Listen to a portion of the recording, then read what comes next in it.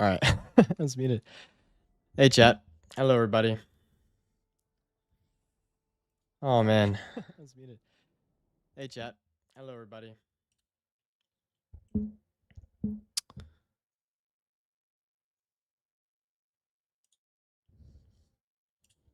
A lot to talk about. We'll be joining Donkey here in a second. Let me...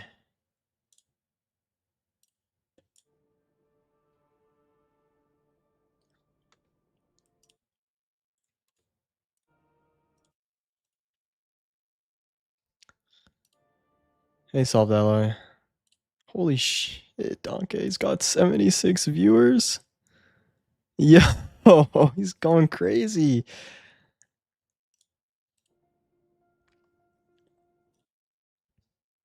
Okay, I'm gonna do the Twitch one.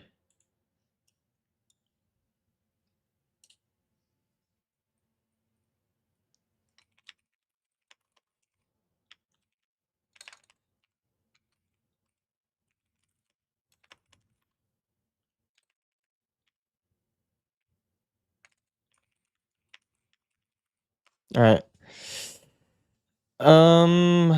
Let's see.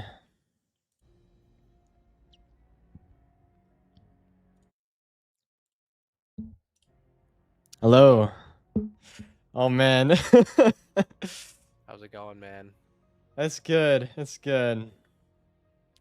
A lot to talk about though. I'm joining you in Destiny. Yep.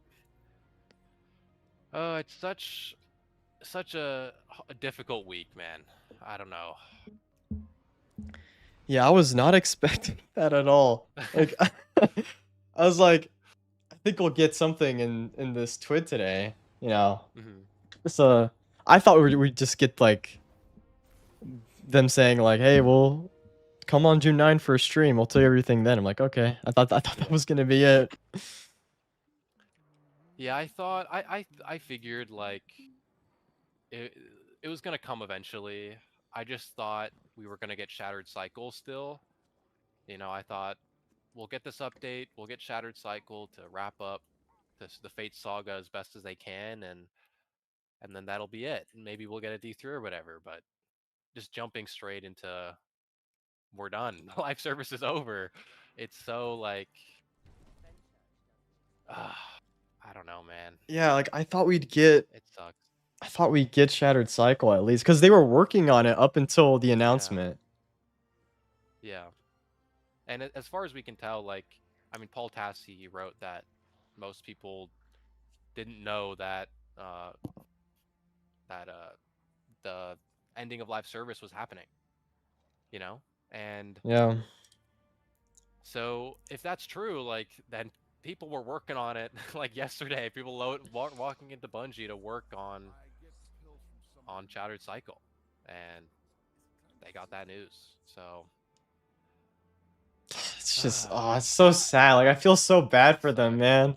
Yeah, I feel really bad for Allison too. Like she like her tweet this morning, like with the broken heart emojis. Oh my god, I That saw shit that. sucked. Oh, dude, it's Like, like they were cooking up such a great story.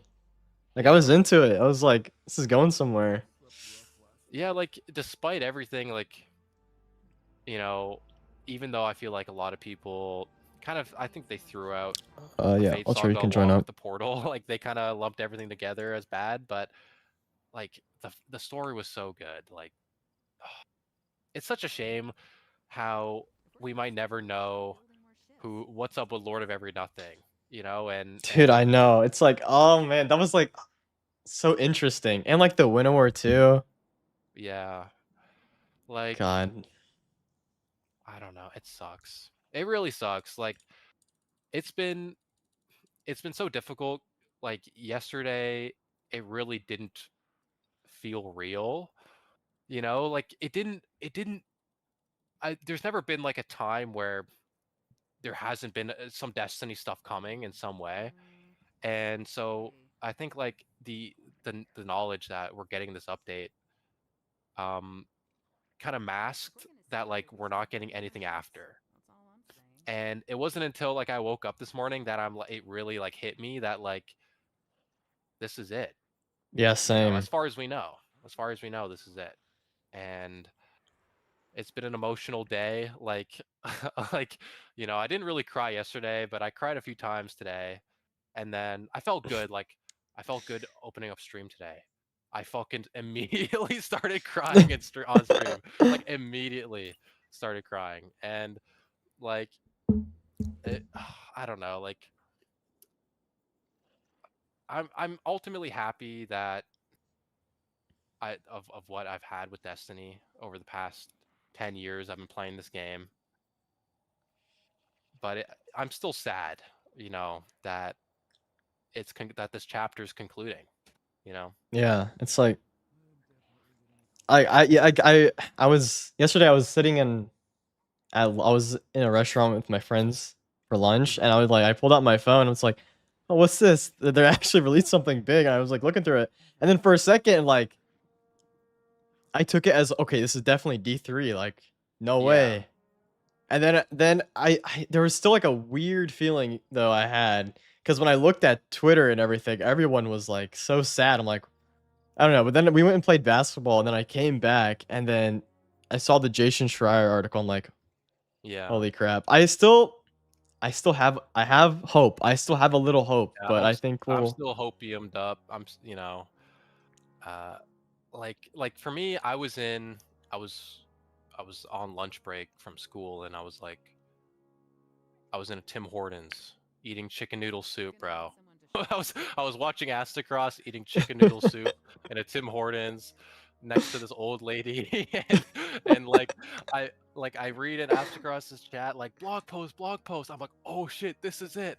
I load up the blog post, and I see it says like, or at the top the header's like ending live service for Destiny 2, and I say out loud next to this poor old lady, I'm like, holy fucking shit. I say that out loud to the Tim Hortons, and like I started reading, and I'm like, oh my god, it's happening. And you know it was such a roller coaster of emotions. Like, I was so shaken up by it, like that this is actually it.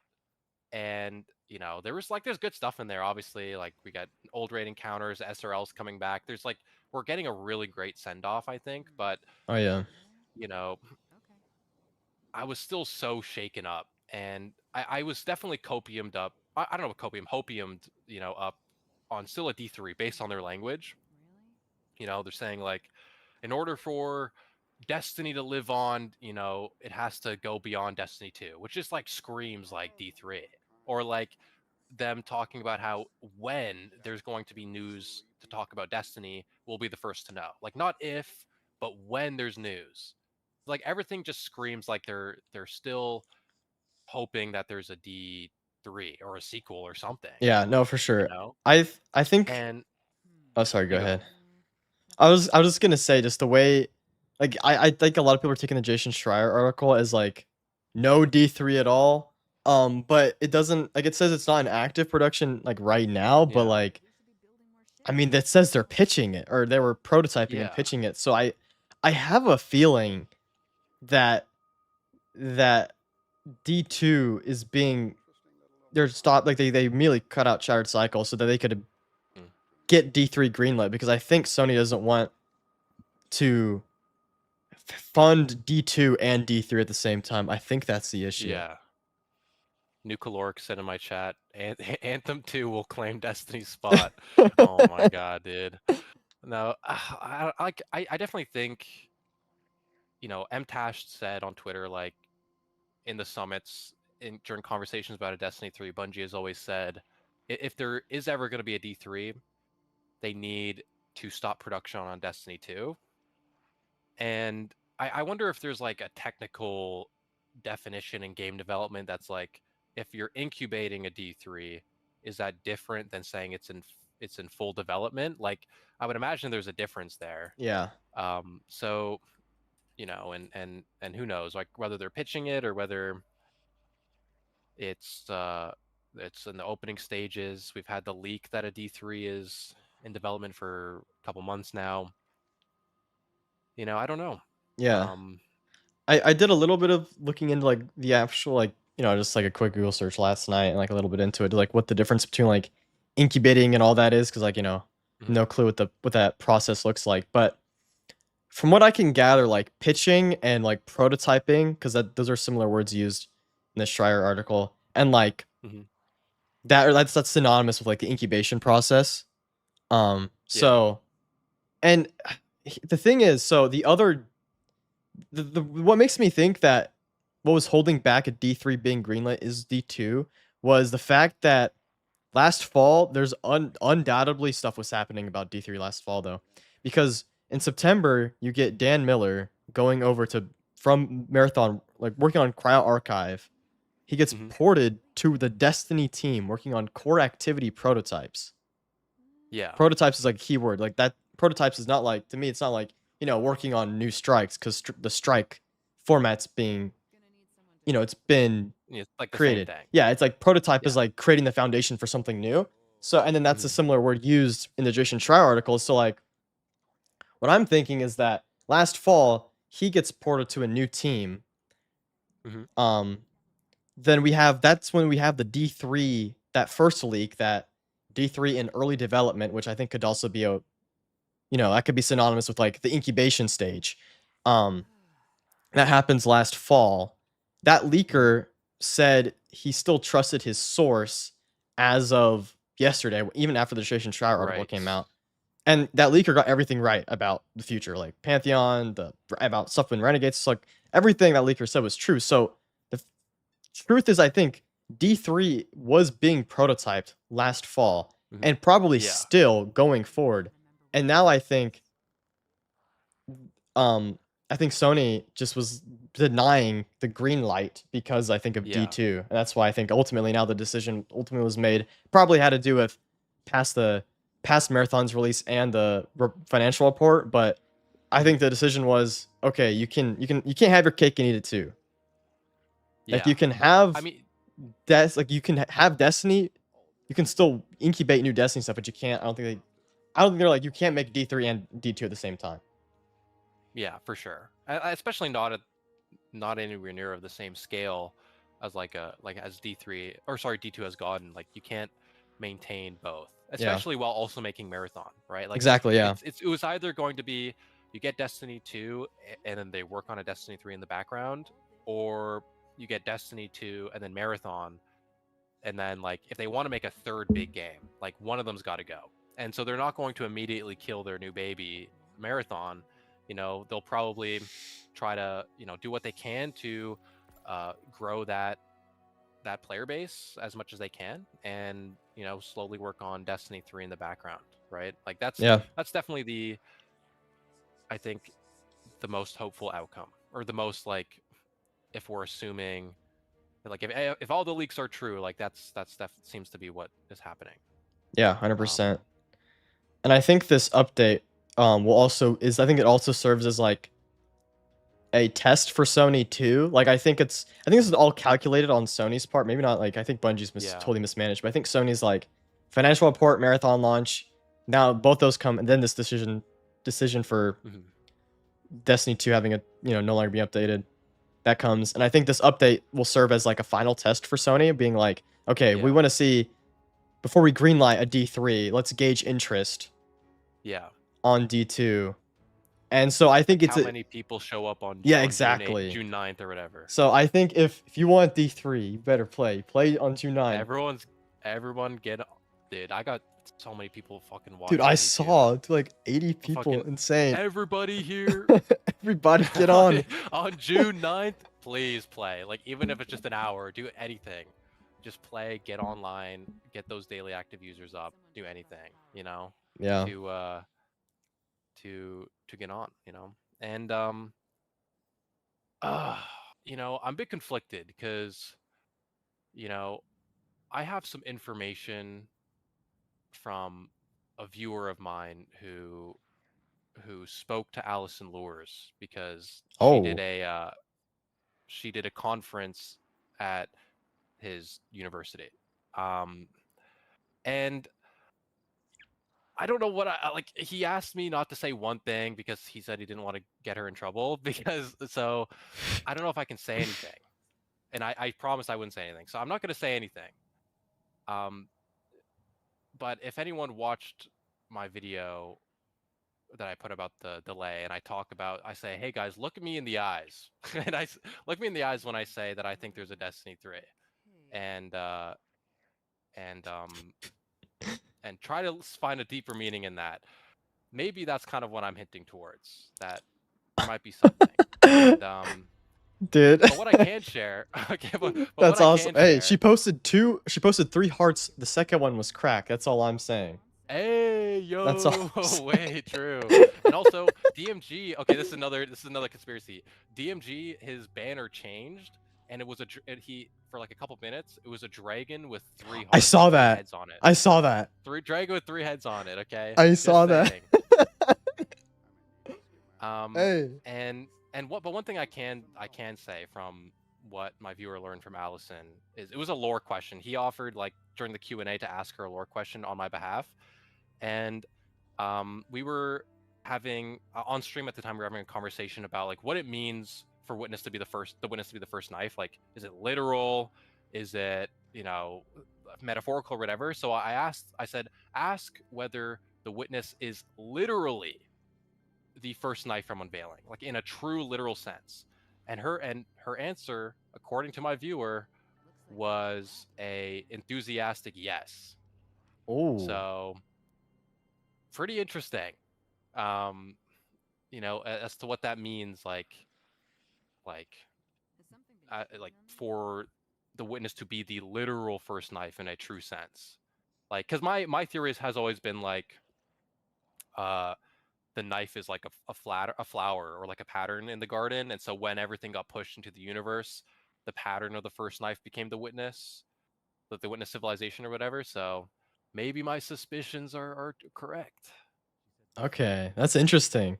Dude, Maybe. your viewer is locked in, whoever that is. Yeah.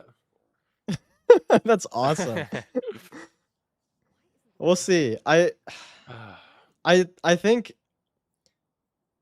that I think there's a possibility. I just want there to be D3 so bad. Yeah, me I really too. hope there Like, is one, man.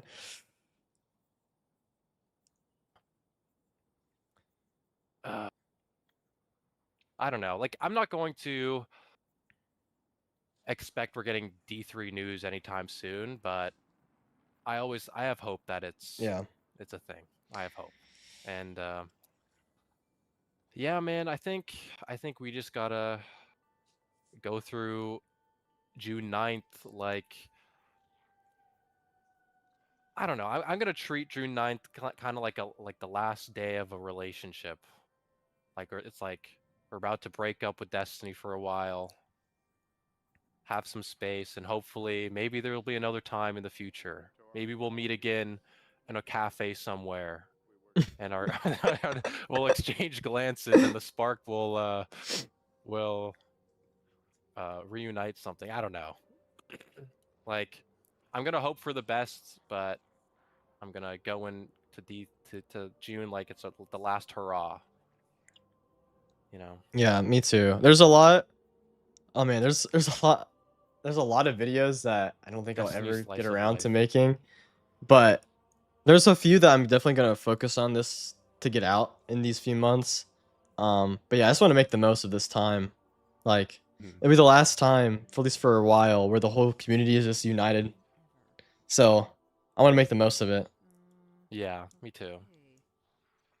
I gotta run all the raids. I want to flawless everything. I have most of them flawless, but there's still a couple I need to do. I want to get all the raid titles done. Try to Oh do as much yeah, as I can. Pantheon, bro, it's gonna be so good. Pantheon's gonna be sick. Oh, you know what sucks? I really hope in one of the final TWABs or whatever, Bungie gives us Pantheon lore. Oh, that'd be so Give us a cool. little bit. We'll see though. I think they might do that. I feel like they would. I mean, you would think they might have already had it planned Yeah. anyways, so maybe we'll still get it. Yeah. I've been having fun on Twitter though, like, posting just random shit. Like, I posted today. I've been on like a fairy tale phase, so I posted today like, like, Destiny's not gonna die on my watch. Yeah, I'll fix it. I'll fix it. you know, I promise, guys. And I posted like a clip of Natsu saying some dumb shit. So, like, I'm having some fun, and Yeah, I think I there's been saw some funny that. Yeah. tweets. I had a one banger tweet, my first banger tweet. Oh, dude, I saw Um, that was crazy. That was yeah. crazy. Um, Dude, one of mine went crazy too. It's like, dude, like people are so interested in Destiny. Like, dude, the tweet where they announced like with the blog post, it has like 20 something million views. yeah, That's it's crazy. crazy. That is Ah, wild. everyone, yeah, it's been great seeing everyone post like their edits or their stories. I was literally gonna post, like, oh, has like, what's Umeza's thoughts on the Destiny delay? And then I saw his tweet like immediately after. I'm like, no way, Umez is tweeting about Destiny again. Let's go. Like seeing everyone who's like been involved in Destiny like at all just like come out and just talk about it has been it's been great, you Yeah, know. I saw Tifu Seeing said everyone share their something, memories. Yeah, which is like a Tifu, deep pull. World's first Wrath. Kind of. It's a bit complicated. He was on he was on what someone else's account, but he did it. Uh, uh you know, I feel like there's just no other game like Destiny, and I I was know. saying like That's the sad part. the way that Destiny's live service is ending is like I don't think anything like this has ever happened before in gaming. You know, like uh I like my comparison was that it's almost as if World of Warcraft uh suddenly was coming to an end. And it's like I don't know what other game like Anthem was never this, obviously not Concord, you know, but like what other like game that came to an end has been like this? There's been no other game like Destiny.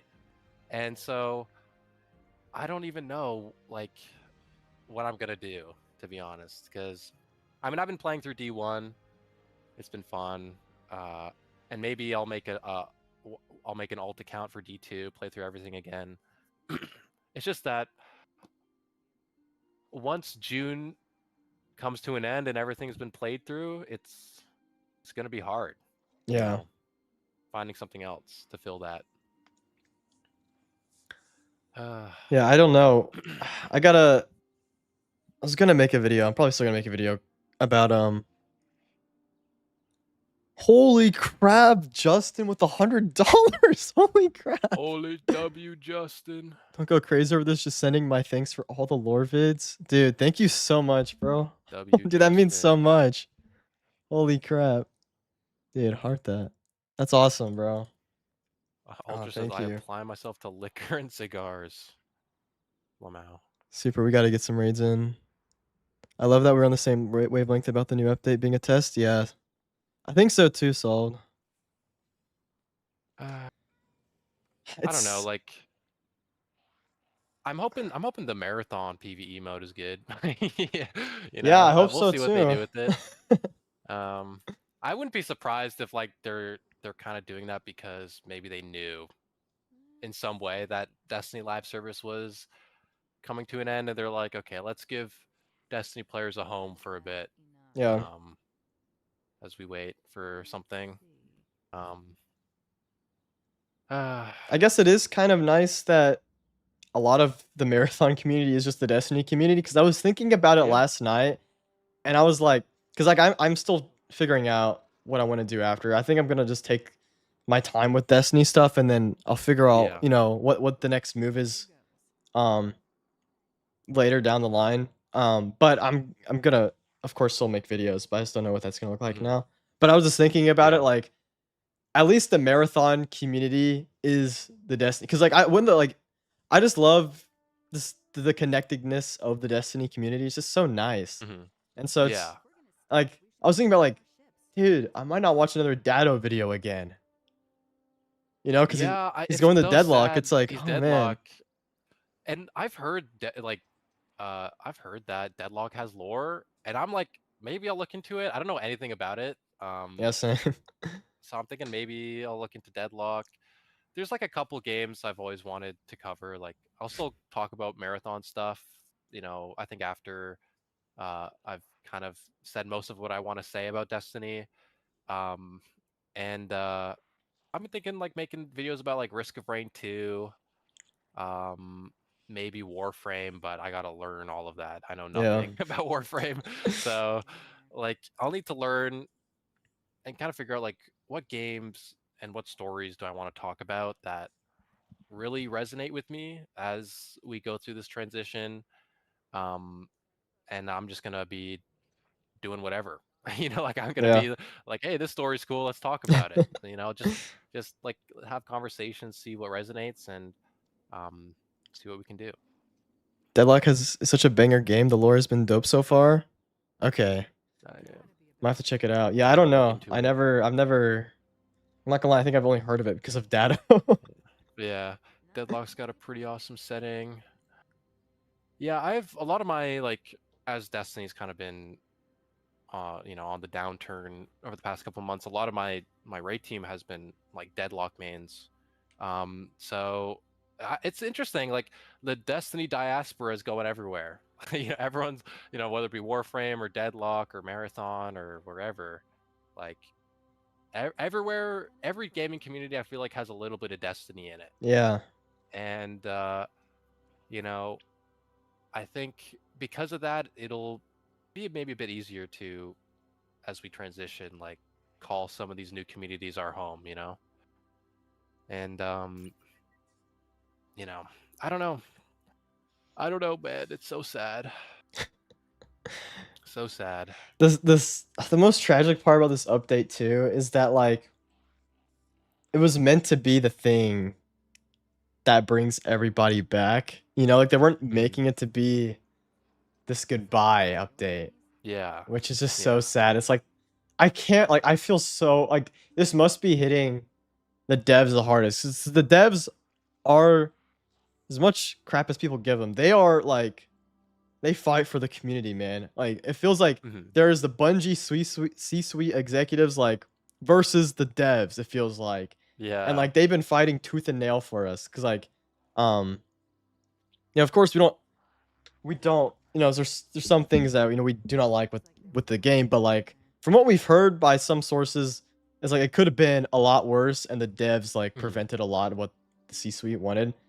So it's Yeah. like, man, it's like it They've been must be fighting like for they love us. Destiny. Like they are. Yeah. It's awesome. Yeah, I feel really bad, especially like I feel bad for DMG, you know. I like I've seen some people are crazy on Twitter, bro. Like there's this dude who posted like this AI image of like DMG on train tracks, and I was like, bro, you are a fucking crazy person. Bro. Like you are insane. Like DMG does not deserve anywhere near of the hate that he gets, and he's always, despite like no matter how bad we feel the comms can be sometimes, like it's never it's never his fault. It's never in his control. Like what can what can DMG tell us when like he doesn't even know if this next update is the end or not. You know, Exactly. like what can be said to us? What can be communicated? And ultimately everything he says is is controlled, by the higher ups, by his boss, right? Like, it's not like he gets to make any claim he wants to about Destiny. Like, that's not how that works. So it feels bad, and I feel bad about all the hate he's getting, and Yeah, he's just a he doesn't messenger. deserve it. Yeah. Man, I don't You know ever? if you saw this. You might like this though. You might feel vindicated by it, I'll say. Mhm. So one of the her name was Lyanna Rupert. I'm sure you're familiar with her, but she was laid off. Yeah. You wanna know what she said earlier today? What's that? What'd she say? Um, okay, hold on, where is it? Hold on, I bookmarked it. Okay. So it's a thread on Twitter. It's Paul Tassi going. He's quote replying to somebody. He's going. Almost all of Bungie did not know about this until it was announced. Somebody asked, "Do you personally think they will let the franchise just die?" And he goes, "That's not what Bungie wants, but that's on Sony." And then Hmm. she went. Previous leadership wanted that, so I guess the previous leadership wanted Destiny to die. And then she Oh, what? said, now where is it? No, where'd it go? No. Okay, it was, yeah, she says then she was someone asked her about, like where's the tweet? Okay, hold on. I'm trying to find it. It was in this thread. Liana Rupert, she was a community manager, right? Yes, she was Yeah. the former like, she worked with DMG. Okay, here we go. Um, she worked with DMG, then DMG left, and then she became the head, and then she got laid off, and then Right. DMG came back. Yeah. Yeah. Okay, okay, here it is. So then someone asked her, "Do you think the DCV and removal of content was also charged with malicious intent by those leadership?"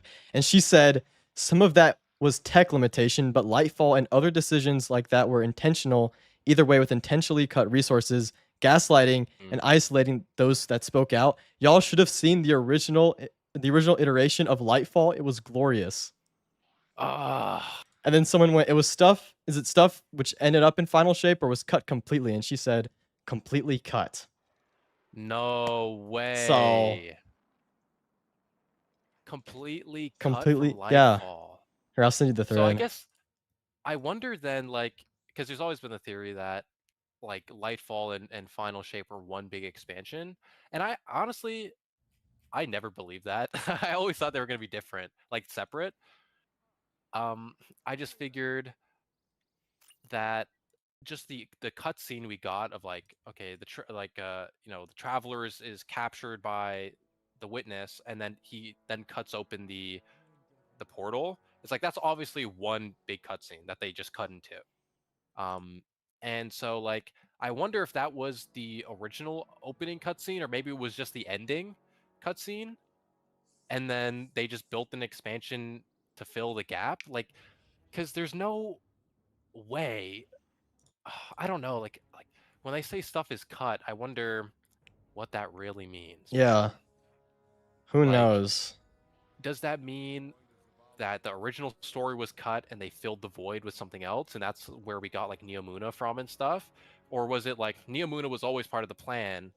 They just cut everything else around it. I feel like it was something because I feel like okay, I feel like the whole thing with Neomuna and the Cloud Striders, like the whole aesthetic of Lightfall was Yeah. built around like I think it was corporate mandated around this Yes. trend.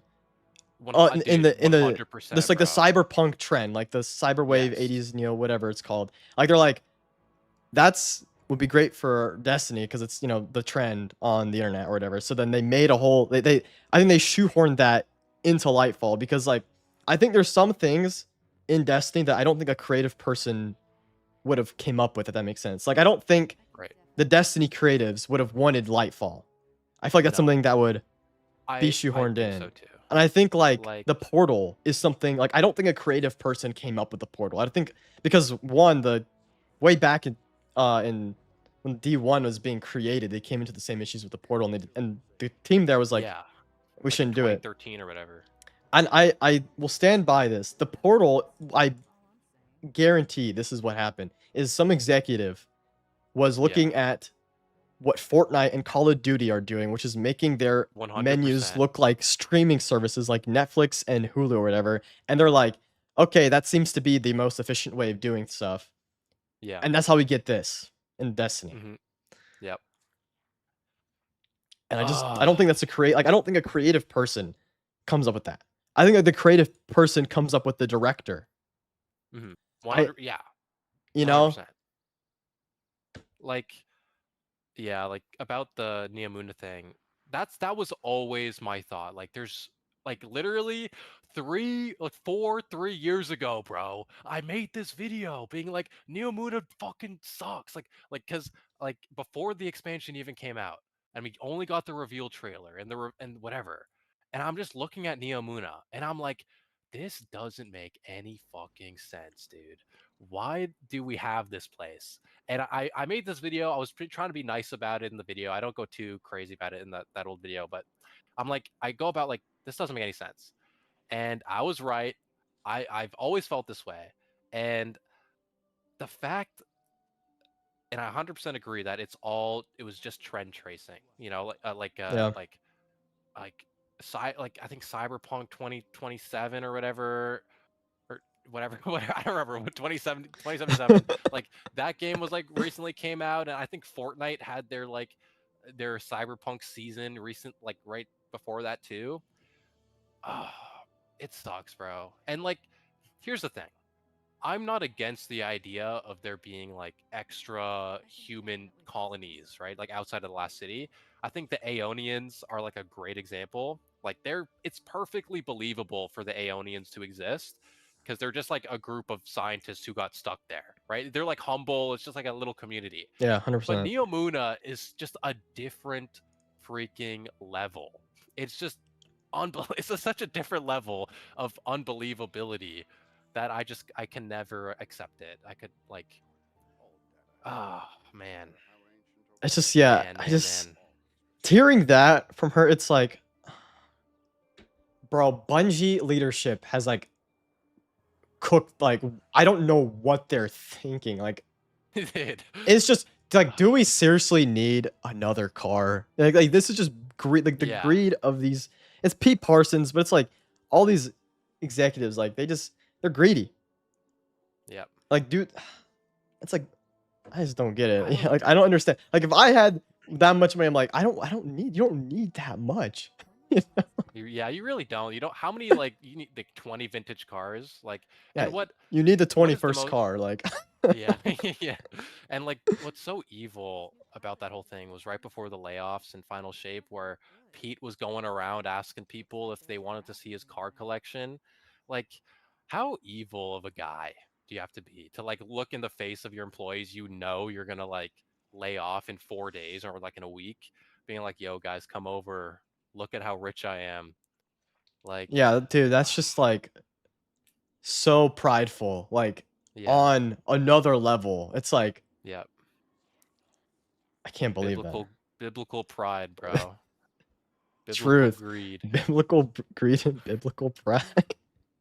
Dude. Greed is the root of all This is evil. this, That's this is truth. how Lucifer fell from heaven, bro. He got one too many cars. Ugh, like I will never. And like I'm not even gonna lie, bro. Pete Parsons should be like charged with fraud, like Dude, corporate fraud or seriously. some shit. Like the way he oversold Bungie to Sony or Bungie to Sony, like oh my god, bro. And like all to get a bag. Like not gonna lie, like he got the bag. You know, I what can you say? He fucking like he planned that shit so perfectly. Dude, world's Like best his evil salesman. plan World's for best real, like salesman. his evil plan came to fruition. Like I've like never seen Dude, because like how, like, I don't understand how he scored that $3.6 billion deal. How do you hype dude, up Marathon Destiny and then all these other incubation projects to be like worth so much more than like what they are? Like, it's like it's unbelievable how he made that dude, happen. All just so he could get more, like, just another car. That's dude. like, come on. He do we I don't wonder how much money he ended up getting. Like he probably got 300 million. Dude, it's He probably probably got something the like same that. amount of same amount of money that like Marathon took to develop. He got the same. I'm willing to bet, bro. He got he got crazy money from that. Like there's no other way. Dude, Like 100%. He had a crazy payout because then he got his payout last summer and then he's like, okay, I'm out of here. I'm out. Yep. Justin Like we'll Truman, put it's your Justin problem Truman. now. Yeah. Like I feel like Pete Parsons just fucking hated Destiny. He hated everybody. And like as much as like Justin Truman has said, you know, he doesn't believe in what he said in like the like over delivering thing. Like, you know, he has a different perspective now, but like I gotta believe like it was a spiteful decision from Pete to be like, okay, I'm leaving. Here's the over delivery guy now in charge. Like, you know, Yeah, I don't know. Like, it's crazy. Like, it does seem like Lyanna's, like what she said, like the previous leadership just wanted Destiny to fall apart. It yeah, does feel like that because like this doesn't make any sense. But I think to take out some hope from this, the worst the use of the word previous, and then what Paul Tassi was saying is that right now current Bungie leadership, it seems like, doesn't want Destiny to wither up and die. So, Yeah. current Bungie leadership, that's Truman, and then whoever else is up there. We don't really know who's beneath him and everybody else, but Truman is the figurehead, and Yeah. Truman, like, this is a story of like what happens when you have like a developer, a creative versus just some businessman, and what happens because like Yeah. Pete Parsons, the story of Pete Parsons, he comes from Microsoft. He's not even a Microsoft. Bungie. Yep. He's not even a Bungie um developer at all. OG. He was like a businessman at Microsoft, over to Bungie during the whole transaction with Halo and everything. So like he didn't really, he didn't really work on the game. He was Yeah. the businessman of he was, Always the business guy. yeah. Truman starts as an engineer working on weapons and stuff. Rises through the ranks. Now he's become the studio head. So like, that's why I do think he has the greatest intentions. Um, Yeah. that he could have. And that's why I think current Bungie doesn't want Destiny to go away. And that's why I do think they're trying to actively pitch a D3 to Sony. And Sony's Yeah. rejecting it because I don't think Sony trusts them to handle Marathon, D2, and a D3. Hmm. Yeah. Yeah. It's just uh PD. I don't know, man. Is he in the files? I wouldn't be surprised. like isn't like the Blizzard guy? Wasn't he also in the files? I shouldn't say also. I need to be careful what I say, I guess.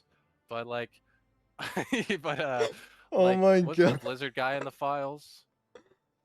I You know what I'm he would saying, I dude? don't know what he was all I know is that Blizzard had some freak shit happening there. Yeah, they were freak. I mean, that's like truth or dare, bro, with fucking Christopher Yeah, Barrett. Like, Christopher, dude, and there Christopher was, Barrett rage baiting yesterday too. dude, like that, like, dude, don't even get me started. Like every other Destiny leader, like Luke Smith made a statement, Allison Loris, did her hearts. Like everyone else who's been a leader in Bungie and Destiny has said something like nice, has given their regards.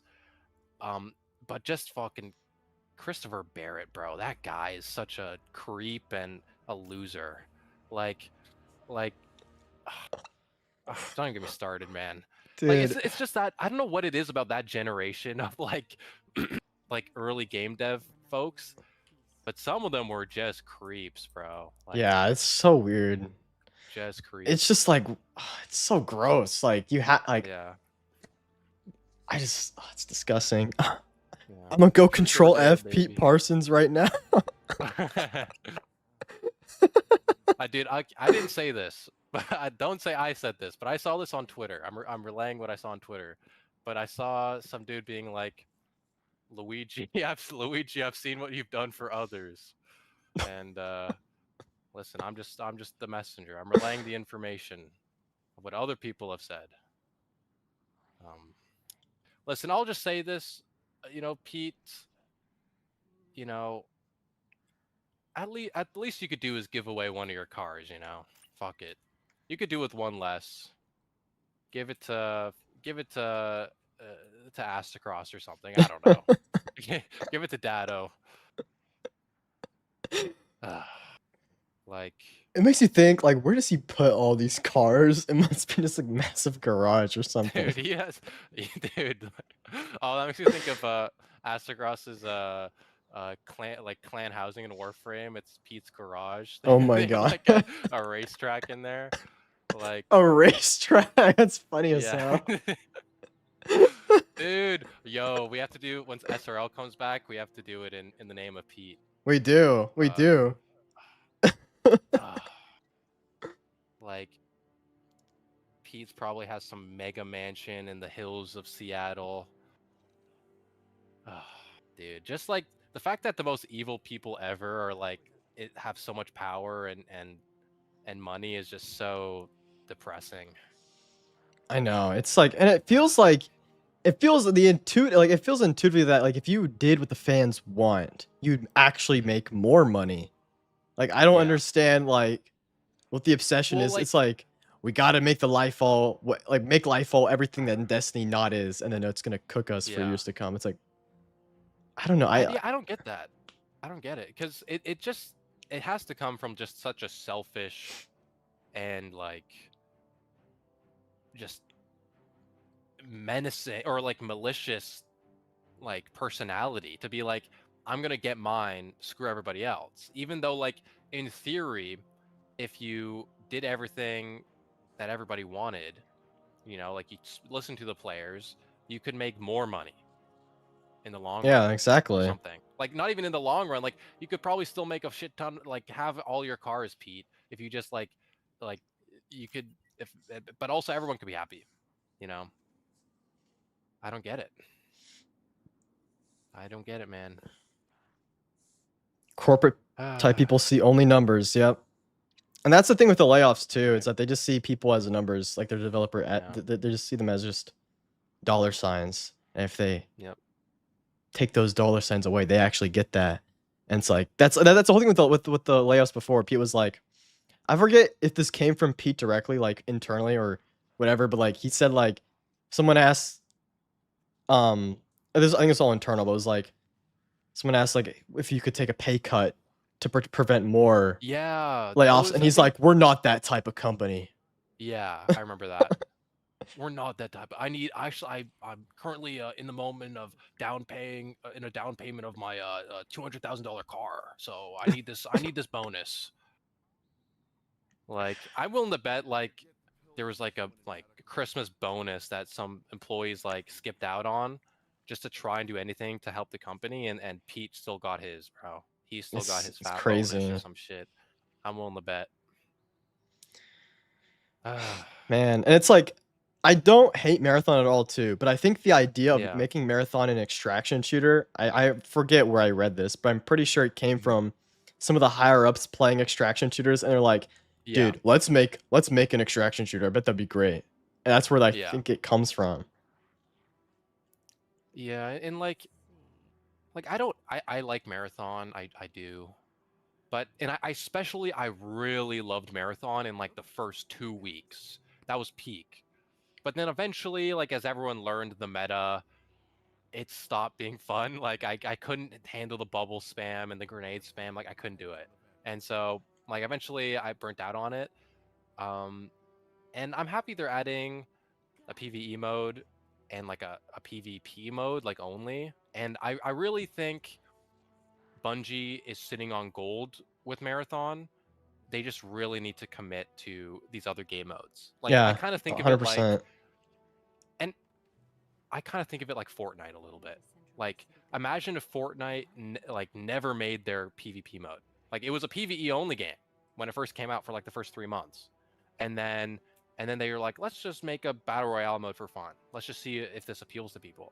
And then look what happened. That's It true. became the fucking That's biggest actually a game great ever for point. like Yeah. a couple years. And so like I've seen a lot of people like more marathon focused people who are nervous about the PvE game mode and stuff. And I think in terms of the longevity of Bungie, the longevity of marathon, like Bungie needs to expand beyond just the extraction shooter into these other game modes. Like Yeah.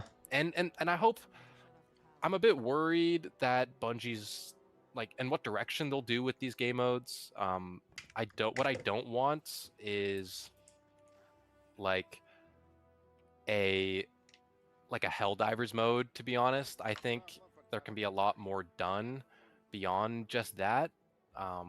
Like whether it be I've always wanted like a wave based, like almost like a Call of Duty Zombies style mode in Marathon. I think that would fit really well, especially like Oh yeah, that might be Call of what Duty they make. Zombies. That's what I want, like for PvE mode, because Call of Duty Zombies has always kind of been in a bit of a decline, and it's never had a competitor. And so I think Marathon could potentially service as a competitor for Zombies, because Zombies is literally ginormous. Like I don't like. It's hard to think about how massive Zombies is as like something people care about. It is massive. Like every Milo video about zombies gets like 50,000 views and shit. Like everyone loves Call of Duty Zombies. So if we can have like something like that in Marathon, that would be crazy. And I think and I think 100%. Yeah. if we get a PvP only mode, I think just a normal 6v6 arena shooter would also go crazy in Marathon. Like the gunplay is insanely good. They can just set the maps on like all the different points of interests. Like put a put a map on overflow or whatever. Like they have the pieces of these maps they could put in a PvP only mode, and I think it would work. Yeah. No, I agree. So Yeah. yeah, I think we'll see. I'm excited. I'll play season 2 when it comes out. Um, and then for a little bit during the first week, and then it's going to be Destiny grinding. Yeah. No, yeah. I guess what I was trying to say earlier, just like I think that I think the marathon devs, like if they let them just cook, no Mhm. intervention, they'll make a great game. It's still good, Yeah, like I even a mean they're better already game. doing so well. And I think this the core idea of marathon being an extraction shooter. I feel like that was like to go to the point, like it was the pride of these developers, or these, sorry, not developers, the higher ups being like, you should do what we say because we're the authority here. And it's just like that's why I think it feels weird that marathon came, like no one, like marathon's good, it's a good extraction shooter, but it's like in a saturated market, and that's what people say Yeah. about it. Because I think that comes from, I think that was ultimately a management thing where they're like very Hmm. prideful about it, being like, well, we can do anyways, and then here's what we got. But I Yeah. think I'm really, I am happy that they're investing into marathon, because it shows that Sony still trusts Bungie. Like they're not going to dissolve them already, and that's what they said. Yeah. This, people I think overlooked this line in the impairment thing. Hmm. There was a line where Sony's like, I forgot, I don't know at the top of my head, but it's like it talks about like except for goodwill. So like they took it of loss of value on Right. everything except for goodwill. And so like Hmm. goodwill, that's like, I think to me that's like the Bungie name, Marathon, Destiny, right? Like Yeah. they took a loss on everything, but except for that. So that's a Hmm. glimmer of hope there too. It's like they're not totally, they haven't given up yet. And so I Yeah. think Marathon's gonna have a good year. And I think Hmm. hopefully, fingers crossed, that if this update in D2 is a banger, then hopefully D3 finally gets greenlit. Because it sounds like they're just struggling to greenlight it. And I think Bungie will be seeing a good future in a few years, where they Yeah. can I finally think. coexist Oh, with their sorry. games. No, it's okay. Uh, yeah. I think, you know,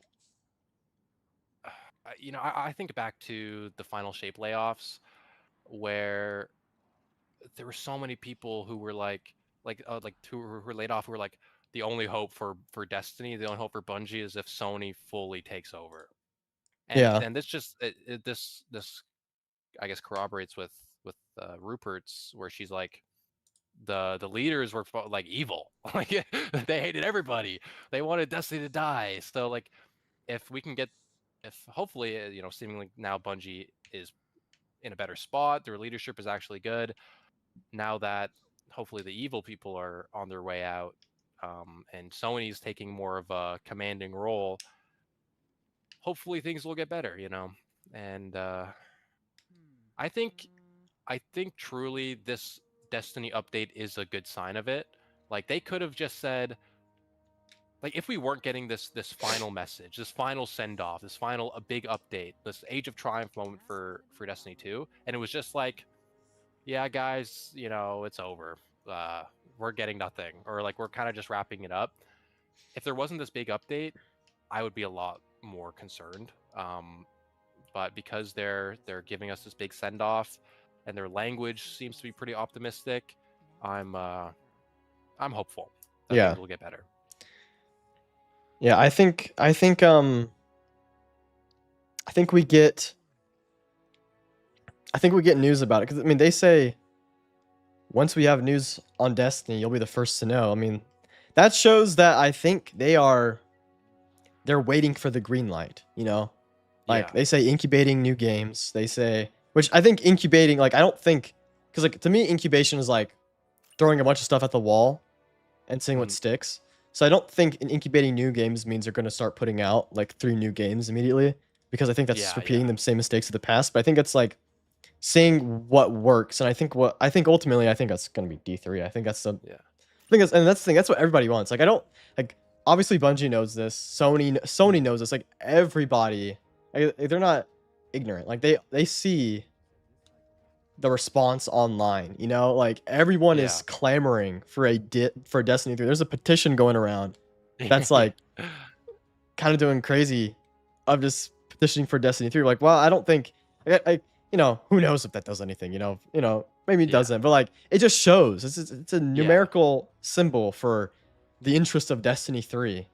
So it's like Mhm. I guess it's a good thing to have just to sign it. If you want Destiny 3, sign it just so you can have, like, a symbol for the interest, and I don't know, I think they obviously hear this, they're pitching it internally. I think Mhm. I think they're just waiting for the green light, and I think they might get it soon. I feel like they might. Yeah, I think the fact that it's like plural, games is interesting to me. It made me Yeah, immediately think of Destiny Payback. Like, is maybe that's back on the table? Maybe obviously D3, but maybe even a Destiny Classic. You never know, right? Like maybe they could be experimenting with all three of these ideas, and that's true, yeah.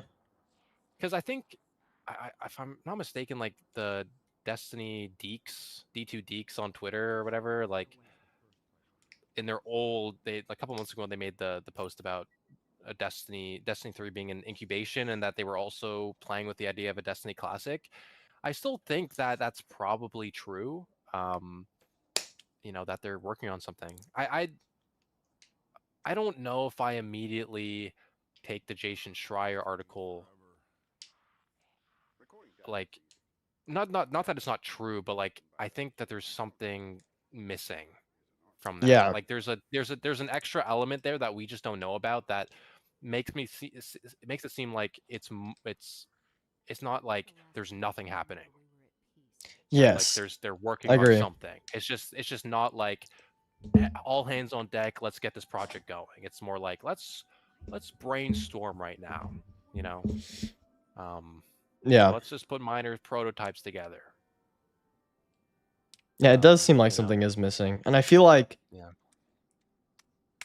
I just think that the fact that Destiny is not getting updated anymore, because like the bizarre thing to me was the fact that, and this was yesterday, it's before we knew that, because I was just trying to figure out the timeline, just rationalizing myself, being like when was this made clear to Bungie? Like, Mm.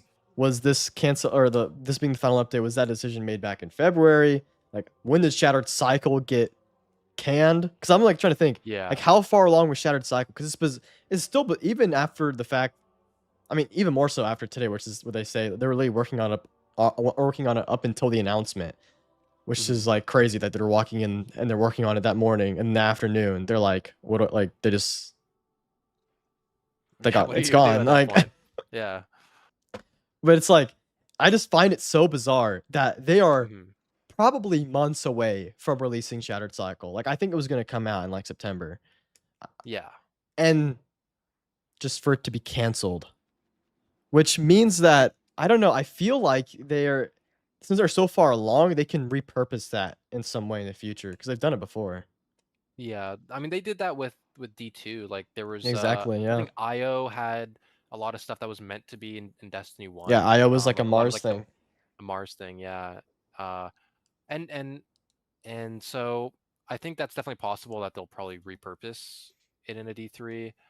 I think I don't even know, like in terms of when did they know?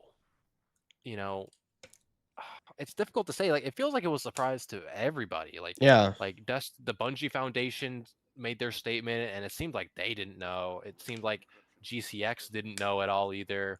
Like nobody knew, I think, and that itself is it's difficult to know whether it's concerning or like more on the hopeful side. Like is because it's if it's that abrupt of like saying it's over. Um, it's either like after the earnings call, they got the boss call from Sony and they're like, "Wrap it up, guys. It's donezo." Or it's like now that the earnings call is out of the way, now that Marathon is about to reach its season 2, and we're seeing that Destiny's in a weird spot where it's like in order to probably fix Destiny, like get it back to the way it was before, you're going to need to put in so many just resources into it that it's probably better just starting fresh. And so like maybe it was just like, okay, it's going to be too much to fix Destiny. Let's put everything we can in this update and just go boom, Destiny 3, let's start working on it or Yeah, something. Right? Like exactly. it's one of those two possibilities, and I don't know. I think we need to wait a little longer to see what comes out of the situation to determine like which one is more likely, you Yeah. know? Um, And it's you make a good point there because like before, like I imagine DMG probably didn't know, but like he was saying, yeah. like a few weeks ago, I was just talking about like the vault space, and he was saying how like every update they have to deal with like the memory stuff. It's always a challenge. So it's Yes. like, Yes. you know, this game has a lot of technical limitations. Like, and we've all been saying this for a long time, where it's like, you know, it'd be good to get a fresh start just so we could have like like so the game can be built to last this long. Yeah. Um, I mean, yeah, cuz it was only built to like it was built when they were with Activision, you know? exactly, So yeah. and they had to make one every a sequel every 2 to 3 years. So like if we want a Destiny Forever, like you got to build it as a Destiny Forever. And well, a new version of the Tiger engine would be nice, like maybe the one Marathon's on, and um, and hopefully they get cooking, like one thing I can't say is everyone's conversation about like the Tiger engine being like bad, like it definitely isn't. At least the version that Destiny is on is old. Like it's definitely aging. Um, and we can see that because it takes oftentimes a long time to just fix basic things. But then when you look over a Marathon, it's like, oh, there's a problem. We fixed it 5 minutes ago before we even said anything, before you even knew about it. And it's like, okay, well, we want that engine. Like, give us that. Like, we Exactly, want yeah. that ability to like fix these things in such a way. So, like, I don't know. Like, I think when you're dealing with Destiny and all the technical issues it has, all the memory issues, all the costs that would need to go in, it's probably just like, let's just make it D3. Let's cut our losses Yeah. Exactly, yeah. and let's keep going, you know? Which is like, it's weird because like a lot of us, like we all kind of knew that to get a D3, D2 has to come to an end. Like the reality of it being here does sting. But like I guess I just they're to me, honestly, to me, it's just D3's is waiting for the green light to happen from Sony. And once it's been given, I mean I think they're gonna go and make it because like I feel like that's what they've been prototyping all these months. Now, and there's the article also mentioned the layoffs, which Hmm. I think if layoffs do happen, it's so unfortunate, but it's not a sign that D3 is not going to happen though, because I guess because I was watching Scarrow stream last night. He just kind of talked about Hmm. the nature of this. He was just saying how like when layoffs, to like when they're in the incubation phase, it's like it's a smaller team Yeah, doing smaller that. team. So if layoffs do happen, I mean, they can still work on with a smaller team, and then when they enter full development, they just staff up again, which could be Yeah, the direction they're going. So it's just unfortunate how it is though, because like yeah, it's yeah. the way these businesses operate. I expect there to be layoffs, for that very reason. Like, if you are incubating, you don't need the team that big of a team, and like, it's not like everybody can go work on Marathon. Like, based on budgeting and like and also like Marathon doesn't seem like that intensive of a game to develop. At least as far as we can tell, we'll see what happens in season 2. But like, you don't need another 400 people on Marathon, right? So it just seems like it is inevitable that there will be layoffs, unfortunately. Um, and and like you said, I don't think it's necessarily a condemnation on the idea of there being a D3 because it is in incubation, most likely. Yeah. Um, yeah, it's I don't know. this conversation made me feel a little better, to be honest. Yeah, same. It really Yeah. did. I just hope my cope is that the 3 months are we have the June 9 update is just insane player counts. Everybody's playing Destiny. It winds down. Yeah. A few months pass. And then not even a confirmation. It's just like a leak from Jason Schreier or something. It's like Yeah. Destiny 3 got greenlit. That's all I need. Yeah. And Sorry. then a Okay. year later, Luke Smith, I don't know, whoever loads up again in like the, you know, in like the final shape reveal, he's like, I told you guys we'd have more to say about Destiny. And then he's like, Destiny 3, baby, and that's it or something. I don't know. Like, uh, you know, I think maybe we'll hear something in a year. If there's anything, I think we'll get something in a year. Yeah, for sure. I think Even if it's not, they we don't said they see would. Yeah. anything. They'll just say something, maybe. You know. Yeah, I'm curious how the final twid is gonna be, like the final twid, because they say final one. there's gonna be a period of twids, and then they're gonna go into hibernation. That's an interesting word, by the way, too. Hibernation. Yes, everything they say is like we're gonna come back. Hibernation. You'll hear from us when we have more to say.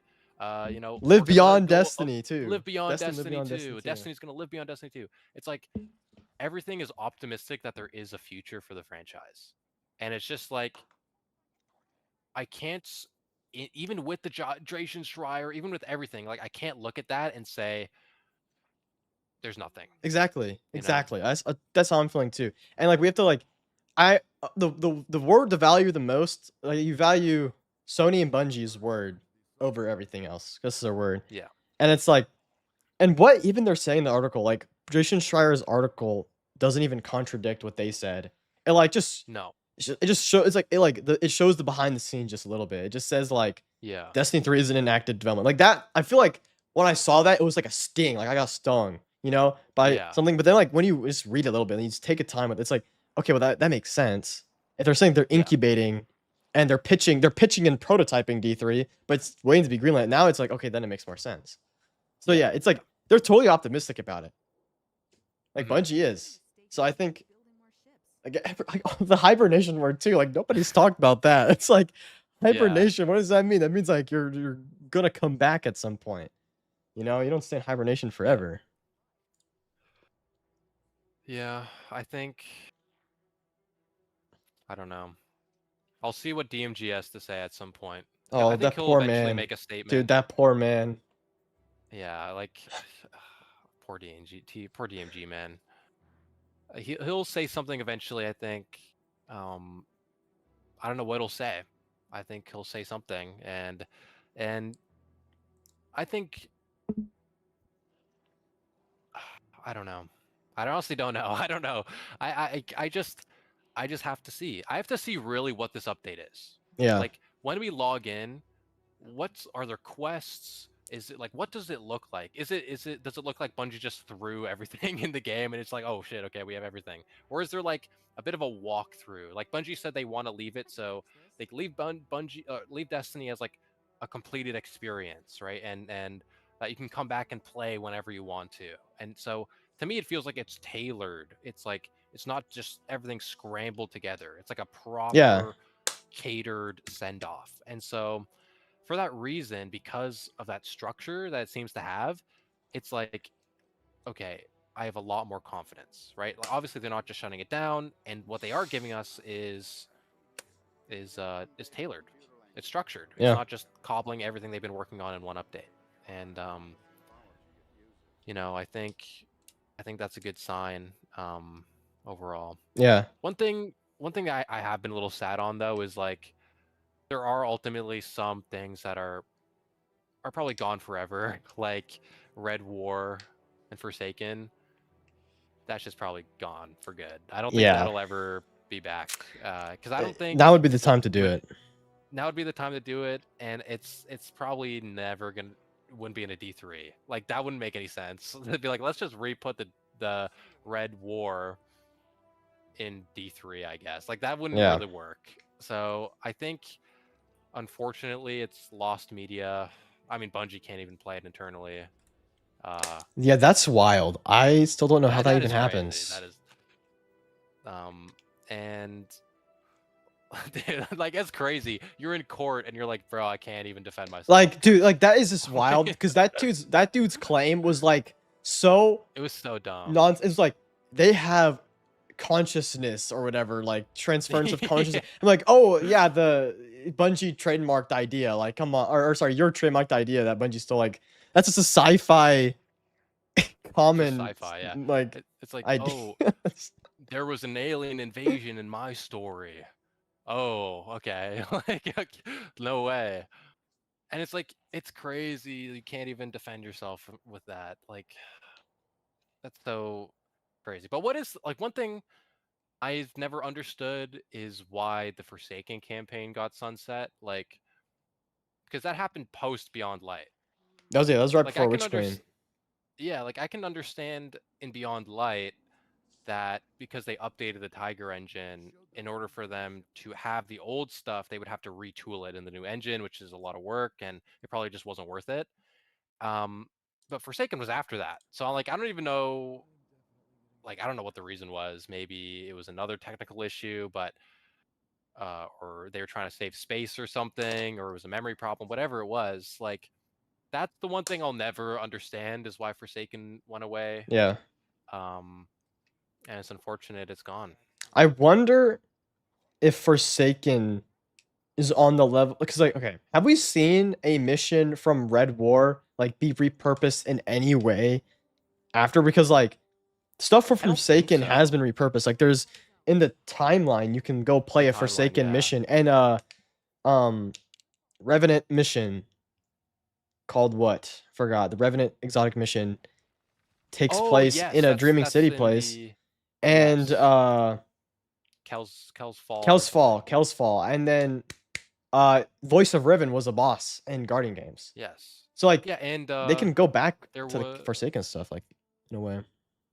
yeah, and I think if I remember correctly, there was also a mission in Plunder that had some Dreaming Cities like Forsaken stuff in it. Oh yes. So Yes, that's true. Yeah, like cuz one of the like asteroids we went to or whatever was like the yeah, they're Mars like Lost Sector, yeah, and right? there was one that was the Tangled Shore one with like the beatboxing or whatever, like the that had the Hope for the Future song in it. Oh That yeah, was yeah, also one of yeah. the ones.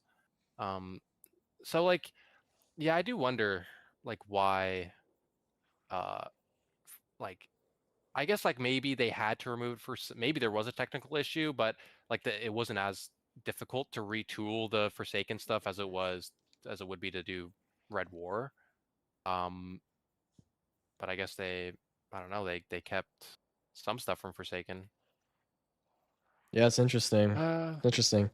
I think also I'm really curious to see what they because they tease a little bit of story stuff for the update, like barely, but like there's something, and it, yeah, like they're leaving the characters at interesting places, which yes. careful. I like that word because it doesn't say they're not concluding their arcs; they're leaving them in interesting places.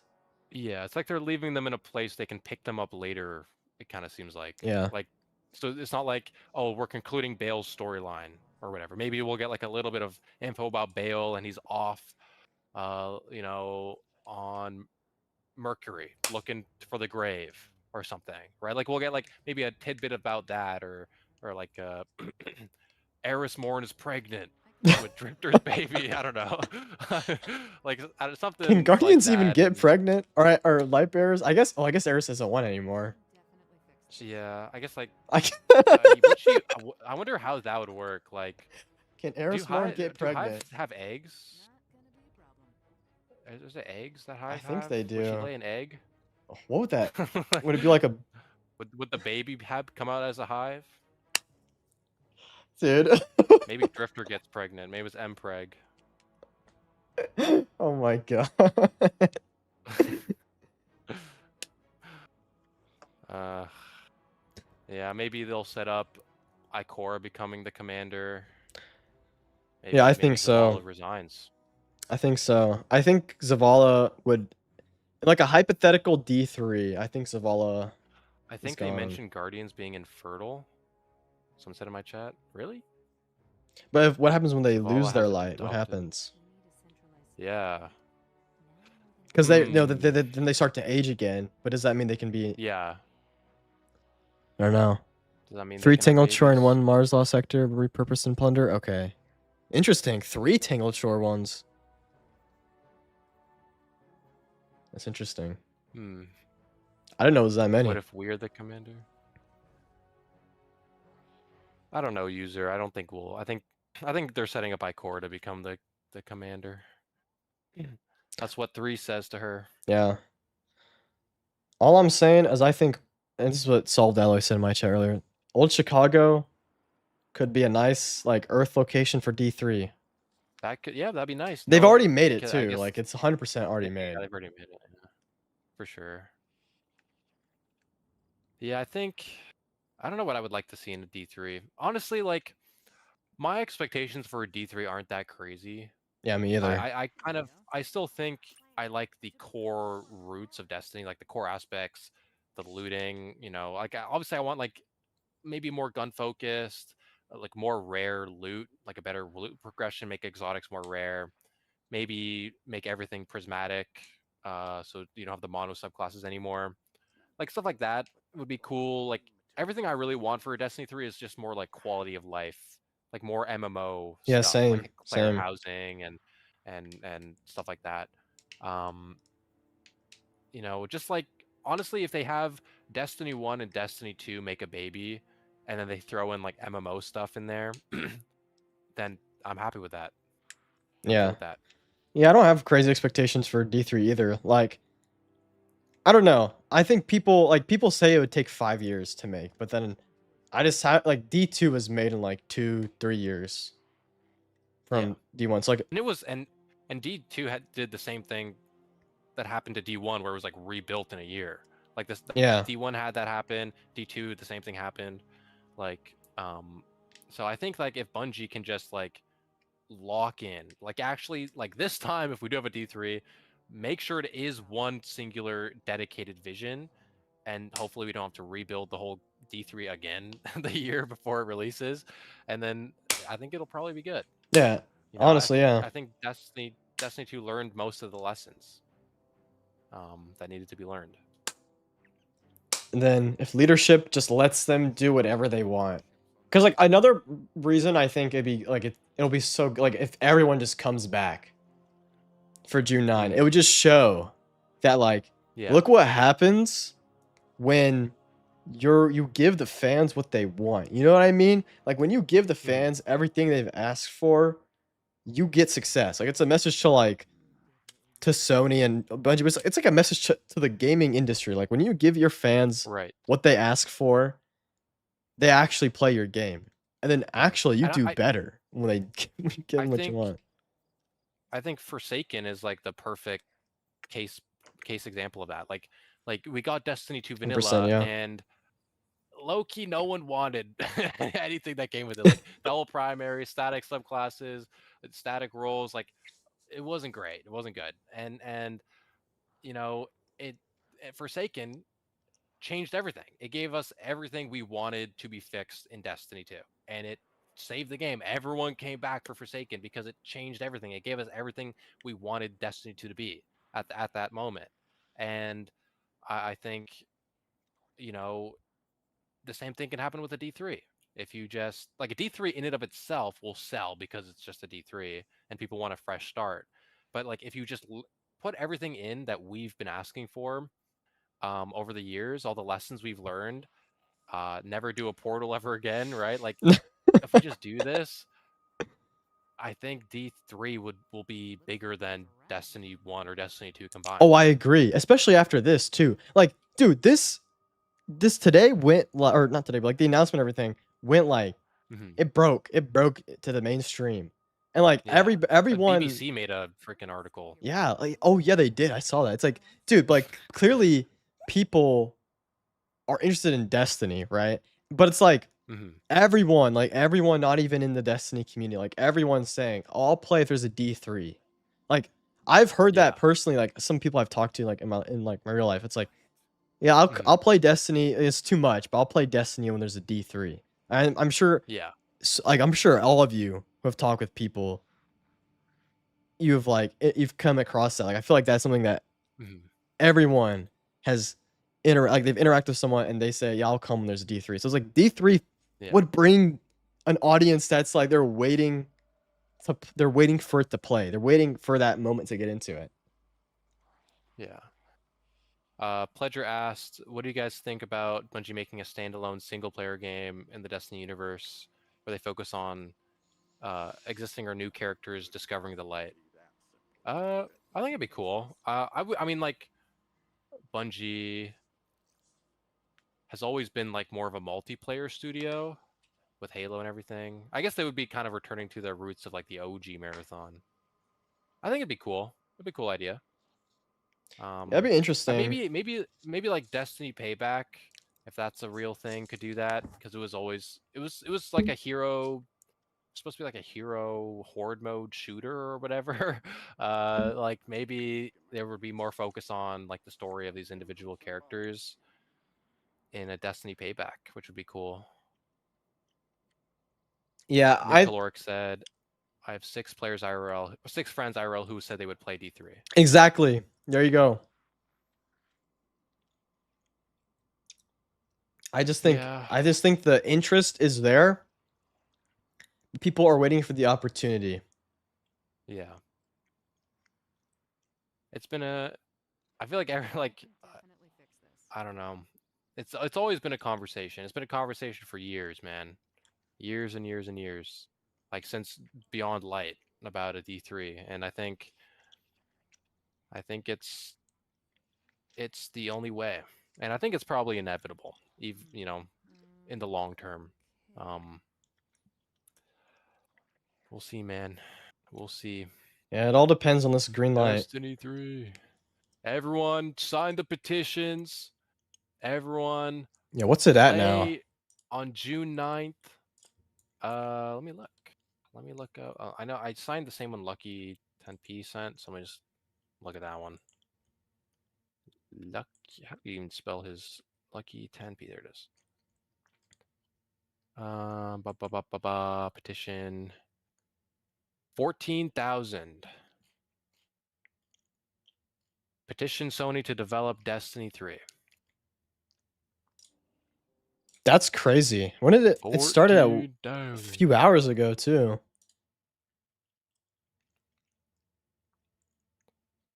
Yeah, hopefully it'll only grow. Dude, if like a million people sign that,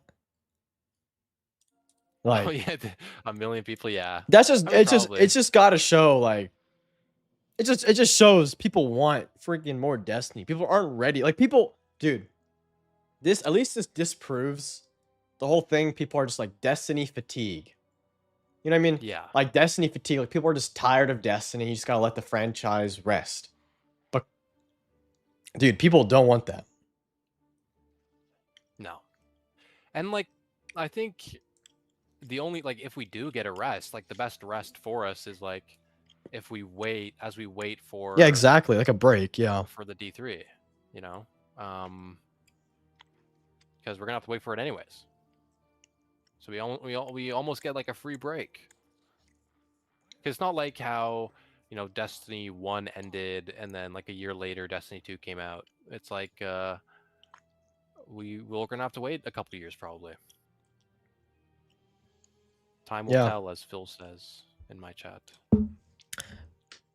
But I think it'll be good if there's like a break will like because I feel like I mean I think you're gonna see this with June. Mhm. Because I've been playing here and there, but like I know a lot of people like that like I know like my friends like and but like the whole community as a whole they've taken a break since like Renegades. When they come back in Right. June, it's gonna hit so good. Like just playing the game is gonna be so like it's gonna feel I like the time away makes Destiny feel better, you know? Yeah.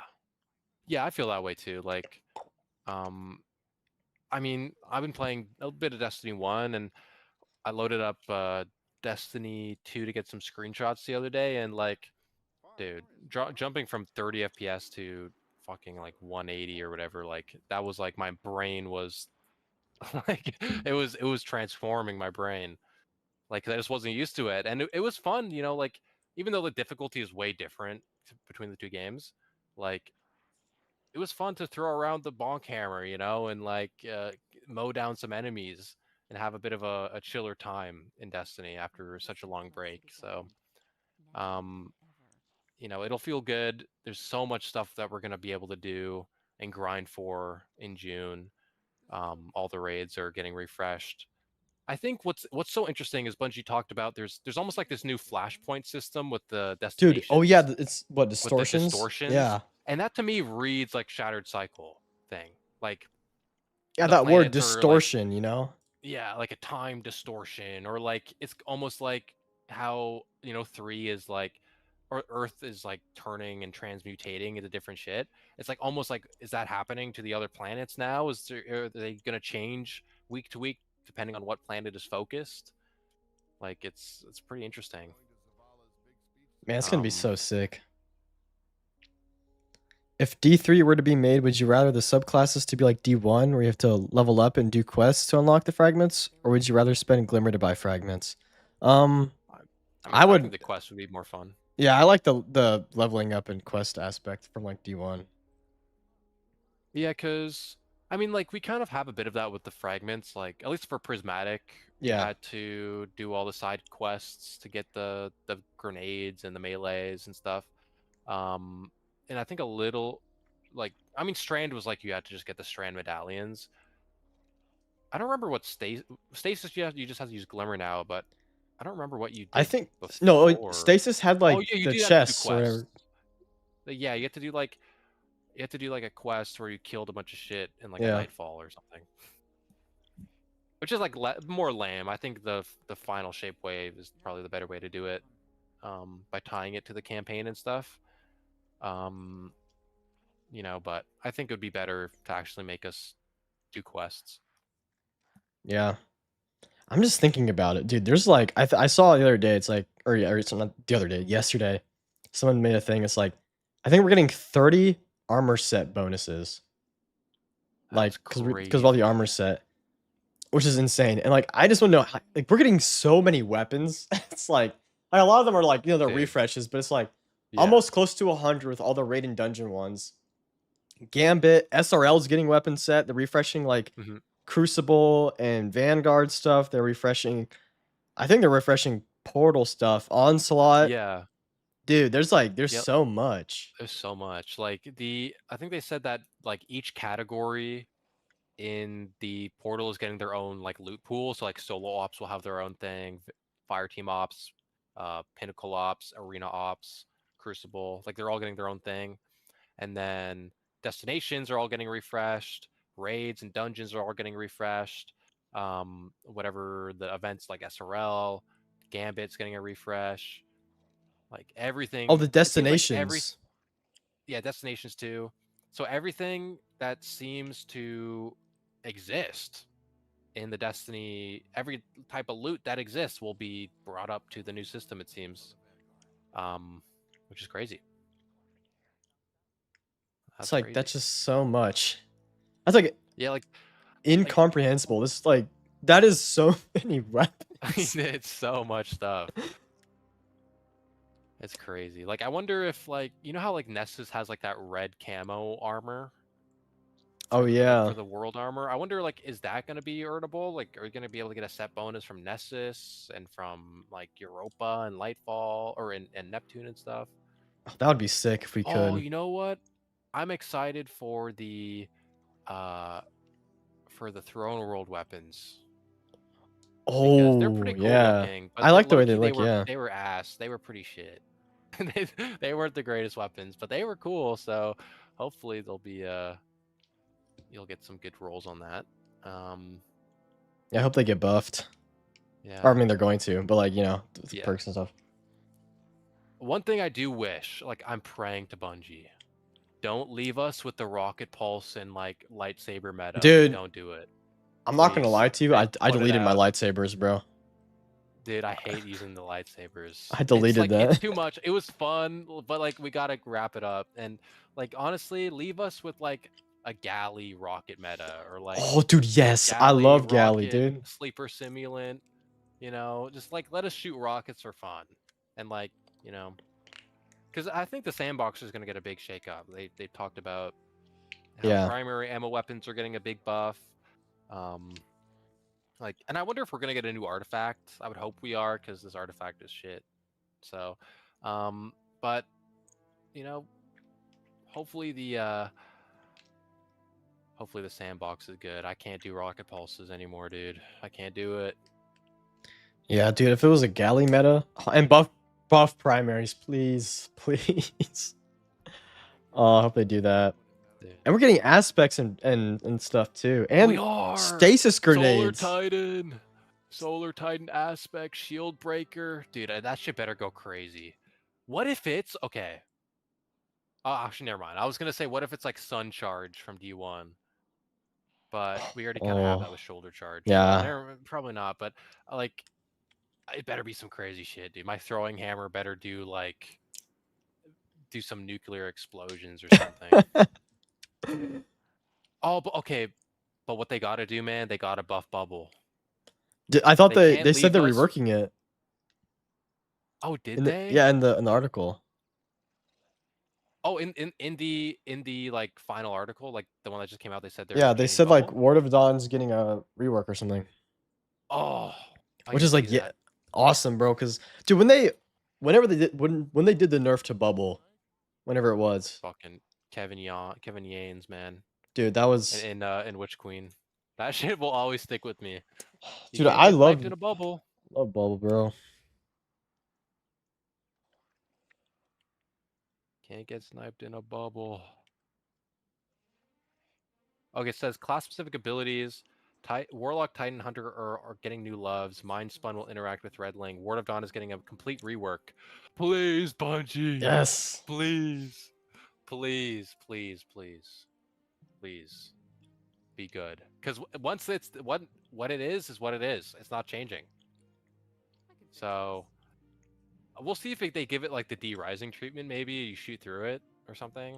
I don't Oh, know. that'll be awesome, But I hope it's good, man. dude. How long? Even if it's Oh, so you go you go ahead. ahead. You go ahead. I was just gonna say, like, even if it's just like back in the Beyond Light era where you just pop down the bubble next to the well, like just as Oh supplementary yeah, stuff, like bro. just give it, just like make it useful Yeah, for something, you know? yeah, just for something, man. I was gonna say Mini like I shotgun. wonder how long. Like did they have? I think they had some of this like definitely in the pipeline for the further Mhm. down this year. But they cooked up so much in the matter of like 4 Yeah. months because in the twids they were saying. I remember one twid, the end of it was like, "What perks do you want to see on the raid and dungeon On refreshes?" So like yeah, that stuff or like happened in the they're like delay. yeah, and DMG like only a couple weeks ago was like, what do you guys want to like? Oh, no plans for Gambit right now, but what do you guys want to see? What perk refreshes do you want? Or whatever. And it's like, oh, okay, well now we're getting a full refresh for Gambit. So they just like fucking cook that shit out. You know, Yeah, so um it's crazy. like it It's seems crazy. like a They lot of worked this hard. update was made in the matter of like 4 months. Like that's 4 crazy. months, yeah. That is And I feel like crazy. this is what happened. It is like management goes, you guys can do whatever. Like I feel like there was no studio interference with this update. So like you can do whatever you want Mhm. Yeah. or whatever. And they're like, okay, yeah, we'll make it so we can bring everybody back. And then they cook Mhm. up like, man, if this didn't have the connotation of like it being the final update, this would I think this Loki, would be the best it update of would all have time. saved the game, dude. It would have Yeah. like Loki saved the game. Like that's what I don't get about Shattered Cycle being canceled. It's like, dude, you had it already finished, pretty much. If you Yeah. just sold that, you would have like that would everybody My would have my bought f- that. yeah, like my fear with that though is like they might be taking a lot from Shattered Cycle and putting it in this update. And so like even if they had this update given to us, Shattered Cycle would now be more bare bones and they would have had to like cook up even more stuff Oh, that's for true. Shattered Cycle. So it's a bit difficult.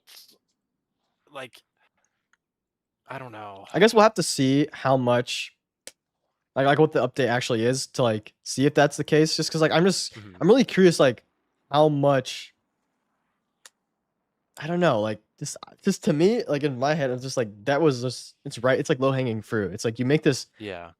perfect, beautiful update, and you could put that. It's like Into the Light, but so much like this is like Into the Light. I think my favorite period of all time in Destiny is Into the Light into Final Shape. Mhm. That was just great. Yeah, that was peak. Like this could have like I think Into the Light versus this. This is low key This is better. better. Yeah. But Into Light I think has the edge because it had the final shape, the knowledge of final shape and Yeah. everything. But like, man, if this right after this was Shattered Cycle, these that'd been great. It would have been a W. Like, just like, I'm just so sad that we're not gonna see like any type of conclusion with the Fate Saga. Because I don't know if they'll pick it back up again in D3. Yeah, I Like, feel like it would become like a situation where like like Rise of Iron or Taken King, you know, like where D2 yeah. was in the Light and Darkness saga, but like it picked up with a totally different I mean not totally different, like it was a thread from Taken King, but like and for all intents and purposes, like a totally new storyline versus like Yeah. it being the Savathun stuff. Like we didn't get Savathun until much later. So like Mhm. it could be a situation where like the stuff with the 9 becomes kind of a backseat for a little bit Yeah. if they Mhm. pick it up, and then eventually they like 6 could become like a Savathun type figure or something where he's just Right. cooking up stuff in the background, and then he makes his appearance again later on. Yeah, and then maybe like it'll be like maybe something that slowly comes in, like or like develops over time. Like we'll bind a 9 here in this expansion, then like 2 expansions later we'll bind another one or something, and it'll slowly be Yeah, building it up over time instead of it being like the main like the main thing that we're focusing on. Um, which I think would be fine, almost like collecting the Infinity Stones type of thing, collecting the 9. exactly. Um, Yeah, yeah, it's you know it's bittersweet, but it seems like it'll be a good send off, right? Chat. Anyone what does chat have to say, guys? Are you guys excited for June 9th, despite the sad news that it's kind of the end of D2? Sad but feel a bit better. Wish we had one last raid race. That's true. I wish we had one more. Epic TP was fun, but like that's the thing too. Like I bet the raid and dungeon team was like they were close to finishing that they're probably raid. almost done. Yeah, Yeah, I wouldn't be once if it would probably be retooled into a D3 if they really exactly. wanted. Yeah, exactly. Like I Yeah. feel like that there's a raid right there for it, already pretty much complete. Like I could see a thing where like D3's base involves like I could just see Shattered Cycle and Alchemist serving as D3's like foundation, where they could repurpose Hmm. and retool a lot of it into, you know, I don't think like D3 would just be like those expansions. They'd probably retool to fit whatever bigger narrative they want to make for like a D3. Like I could see elements Hmm. of those expansions that they've already cooked up being just the foundation, and they build from there. D3 Shattered Cycle. Future LC Bray runs into the past, tells us, uh, uh, like she goes to the past, tells us some crazy shit, and then time distortions everywhere. The Vex go crazy. Multiverse era of the game. I don't know, some fucking stupid shit. I'm trying to think of some dramatic event. Uh, Anonymous said same talking helped him feel better. Peak update. Bullet says massive cope. They add that massive cope, comma that they add a raid secretly to the update. Yeah, I don't know about that. I don't know about that, but we'll see. I mean, maybe. Dude, just imagine just the raid Yeah, appears. they just a random raid we not have no context. Just like, oh shit, we're fighting a monster under Chicago now.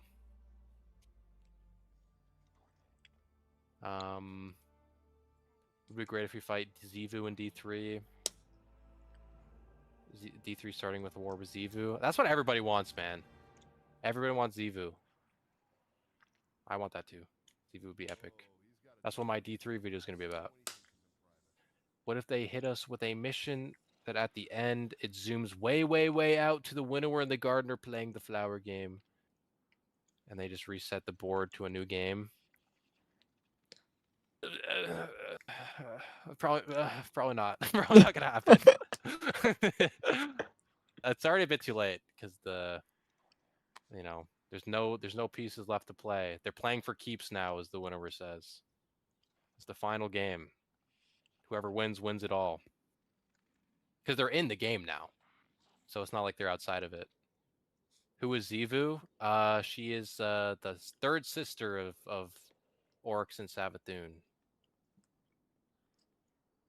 But she's like the god of war. It's kind of crazy. Like, I want to know what direction they're gonna go with Zivu now that she has no throne world. She's like still pissed with Savathun a little. Family drama.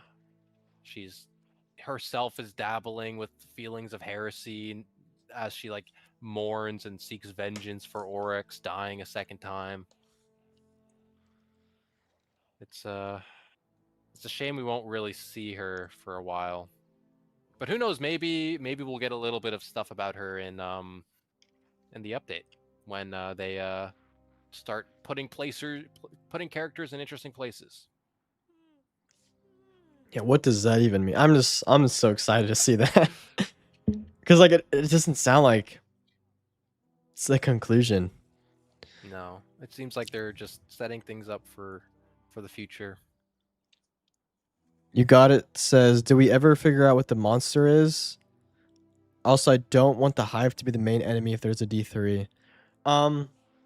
We knew that, or we know that for sure it's connected to Lodi, and he's seeing out of it, and it's definitely under Chicago. I think it's the same creature that for sure was interacting with the Guardians who went there, but way back when. Yeah, like Shira and her fire team. And there's a theory that this creature was discovered by the DEO on this lore tab for Melas Panoplia, this exotic arm, where they just found this like alien creature crash landed in the Swiss Alps, and then they take it back to their headquarters. So the theory is that creature is the monster under Chicago. But as to what it actually is, like what species, whatever it actually is, who knows? Who knows now? Who knows, yeah. No one knows. Part of me, I don't know, like part of me, like if we ever learn about it, wants it to be a completely like brand new thing that we've never heard of before, but I wouldn't mind it being an Aphelion or like something like that. Like that's the only other creature that we don't know anything else about in Destiny, really. That could, I guess, be a monster like that kills Guardians, an Aphelion. Otherwise, it's some random thing. There's no real connection there, but could be. We don't really know. But we know there's a King of Chicago in a battle with the monster. I still think the King of Chicago is Lysander, though. Like that would be sick. That would be sick. It's Lysander. And they probably had him all voice acted and everything too. Yeah. He's in the expansion. Who knows? Maybe with SRL, dude, with because Lysander gave us the skimmer, maybe we'll hear from him. True. I wonder who's going to be the vendor for SRL. Or maybe they won't even have one. I don't know. Activity. Yeah, it's a good question. Maybe it's Amanda's dead, so it can't be her. What, one of the racers' his name is like Marcus Wren, right? Oh yes, yes. That'd be cool. Bale shows up. He did like marathon running. He's like, I'm into racing now. I've put behind my dredging ways, and now I'm a sparrow racer.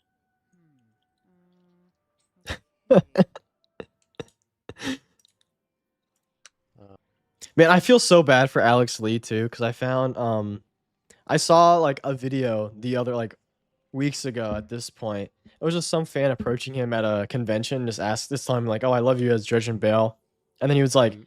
"Oh, yeah, we got a lot for him coming up or something like that." And he's like, "Well, his Ah, next appearance was really cool." Is what he said. Something along those lines, where like he had done stuff for Dredge and Bale and he was excited about it. mhm. And then I think he made a tweet today. It was like, he was he didn't say Destiny by name, but he was saying like how he was doing mocap stuff for 3 projects and that all of them were canceled. And I think it's three. I Damn. think it's like Destiny's would be one, then some other game. Um, Yeah, but like it's just so unfortunate for him. that's unfortunate. Yeah, it seemed like they had a lot to do with Bale that they were setting up, whether it be the Mercury stuff or seeking truth under Luna. Like, he seemed like he was going to be a pretty important character throughout the whole thing. I mean, especially with his connection with Six. It's a shame. It's a shame, Yeah, and I'm gonna miss the Drifter too. Yeah, I'm gonna miss them. Drifter, man. I miss all these. Like I love all the Destiny characters, man. It's like they're all so good. Miss them all. Yeah, Which I think Nimbus, Nimbus. Here's the poor thing: Nimbus. Nimbus might die, Loki, Loki, because only 10 years, man.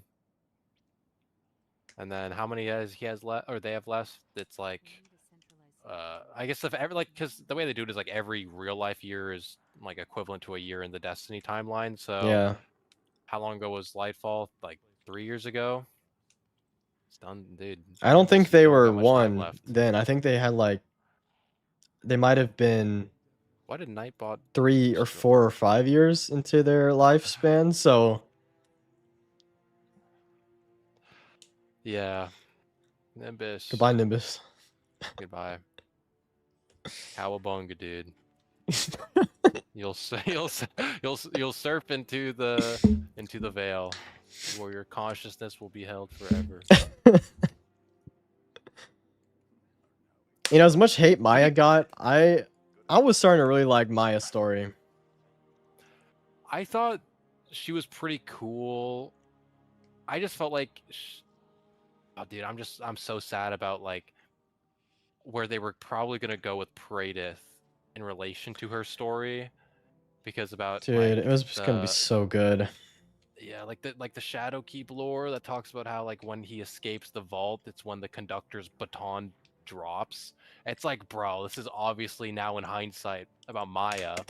So like, what this once Maya's dead or some shit, that's when Praedyth is back. So it's like this whole thing about Maya, where I feel like she was more so like a catalyst for events than really like a character that probably would have gone to do many things.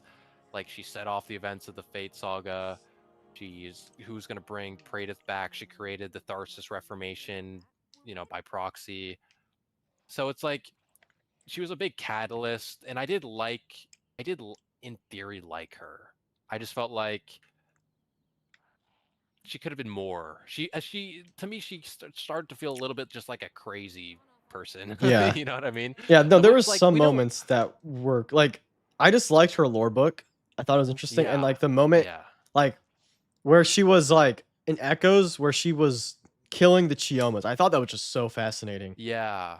Yeah, like definitely Echoes I think was like I like the best part of her story, and I think that um like the raid lore about her, um you know, and her like origin story, like being stuck in the veil for centuries and shit, like that's all like great. Like I love the lore of her character. I feel like whenever we just saw her in the campaign or whatever, like her actions were a bit like, okay, like yeah, like I don't know how this helps you, girl. Like pulling three into the third dimension, that didn't really help, Yeah, you in the know. campaign she wasn't the best, so I won't Yeah. lie.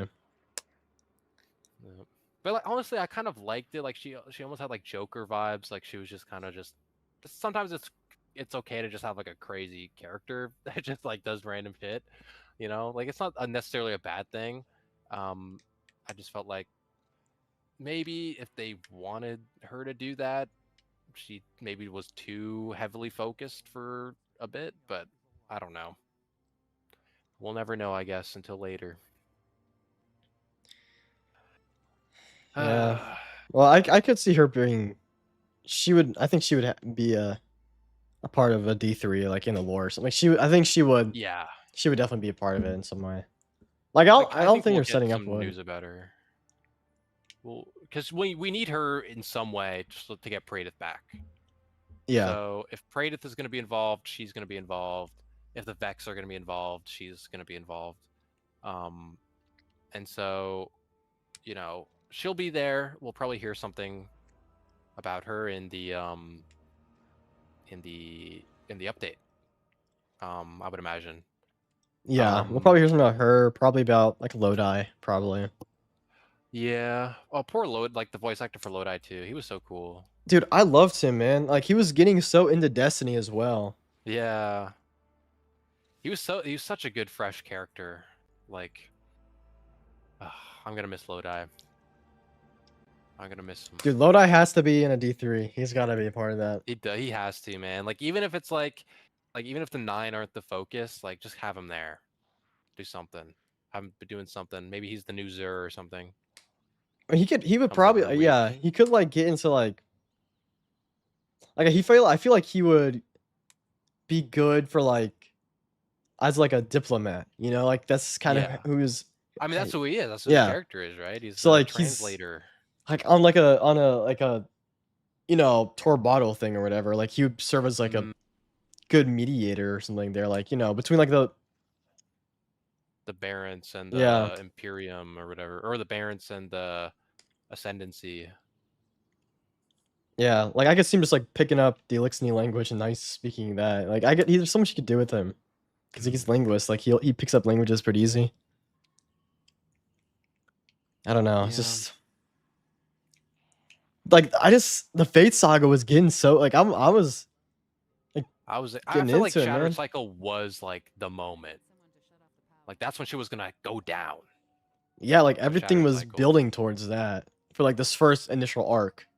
Yeah. Because like I thought like before even Edge of Fate, like I thought because well, like with all the interviews with like Allison we were hearing and everything, I Mhm. thought that like Edge of Fate and Renegades would be like they're still they still happen linearly where they one after the other, but like I thought there'd be like two separate things where like everything in Edge of Fate is like pretty much disconnected from everything in Renegades. Mm. Like there's like there'll be loose through lines, but like I didn't expect Lodi to appear in Renegades. Like when he was there, like oh this is like Yeah.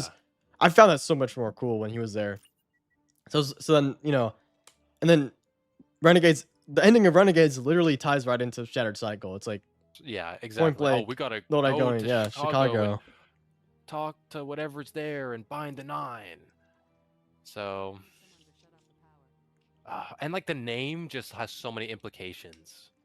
Like, does this have to do with Elsie and her timeline jumping? Does it have to do with the Vex and something to do with that, or like timeline weirdness and like maybe binding the like because we know that when the 9 are inside a body, they can't see time, right? They can't manipulate time in the same way. So like, does permanently binding a 9 influence the 9's ability to manipulate time, causing a time loop or a time break or something, like there's so many things the name can imply, and it's a shame, you know and there's also because like there was the dialogue from the onslaught. There was new dialogue where Lodi was talking to Anna Bray, and Anna Bray was like, "Oh, I know somebody who's also been lost in time before. You should talk to my sister." And so like they're setting up this big setup, man. Like this meeting Oh of my like gosh, Elsie and Elsie would. Lodi and all these things. I feel like Elsie too is like the character that like is about to be involved and then she's just gone. Yeah, Like D1 always. was there for one Like, expansion, gone, and then she comes back in Beyond Light. It's like oh maybe she could oh be shit. back, and then she doesn't come back until Seraph, and then she's in Seraph, and then that's it. That's it. Yeah. Didn't really do much. What if they put Lodi in a role similar to the speaker was in D1? That could be I interesting. I guess, yeah. Like it's kind of like a speaker, but for the 9. Because I mean, like, there's like a couple speaker figures that could come, like just speakers and like those who literally hear from the Traveler. Like Crow has visions from the Traveler. Like Micah has visual. I think they were really setting up Micah to be the new speaker. Um, Yeah, I agree. I think but so you too. know, like Mithrax, I think was also having visions from the Traveler at some point. So it's like I think maybe in a D3 we'll get a new speaker, whether it be Micah or Crow, most likely one of the two probably. Um, and then maybe we could see Lodi have a more integral role if they still want to be 9 focused, but he'll probably be there if there's a D3.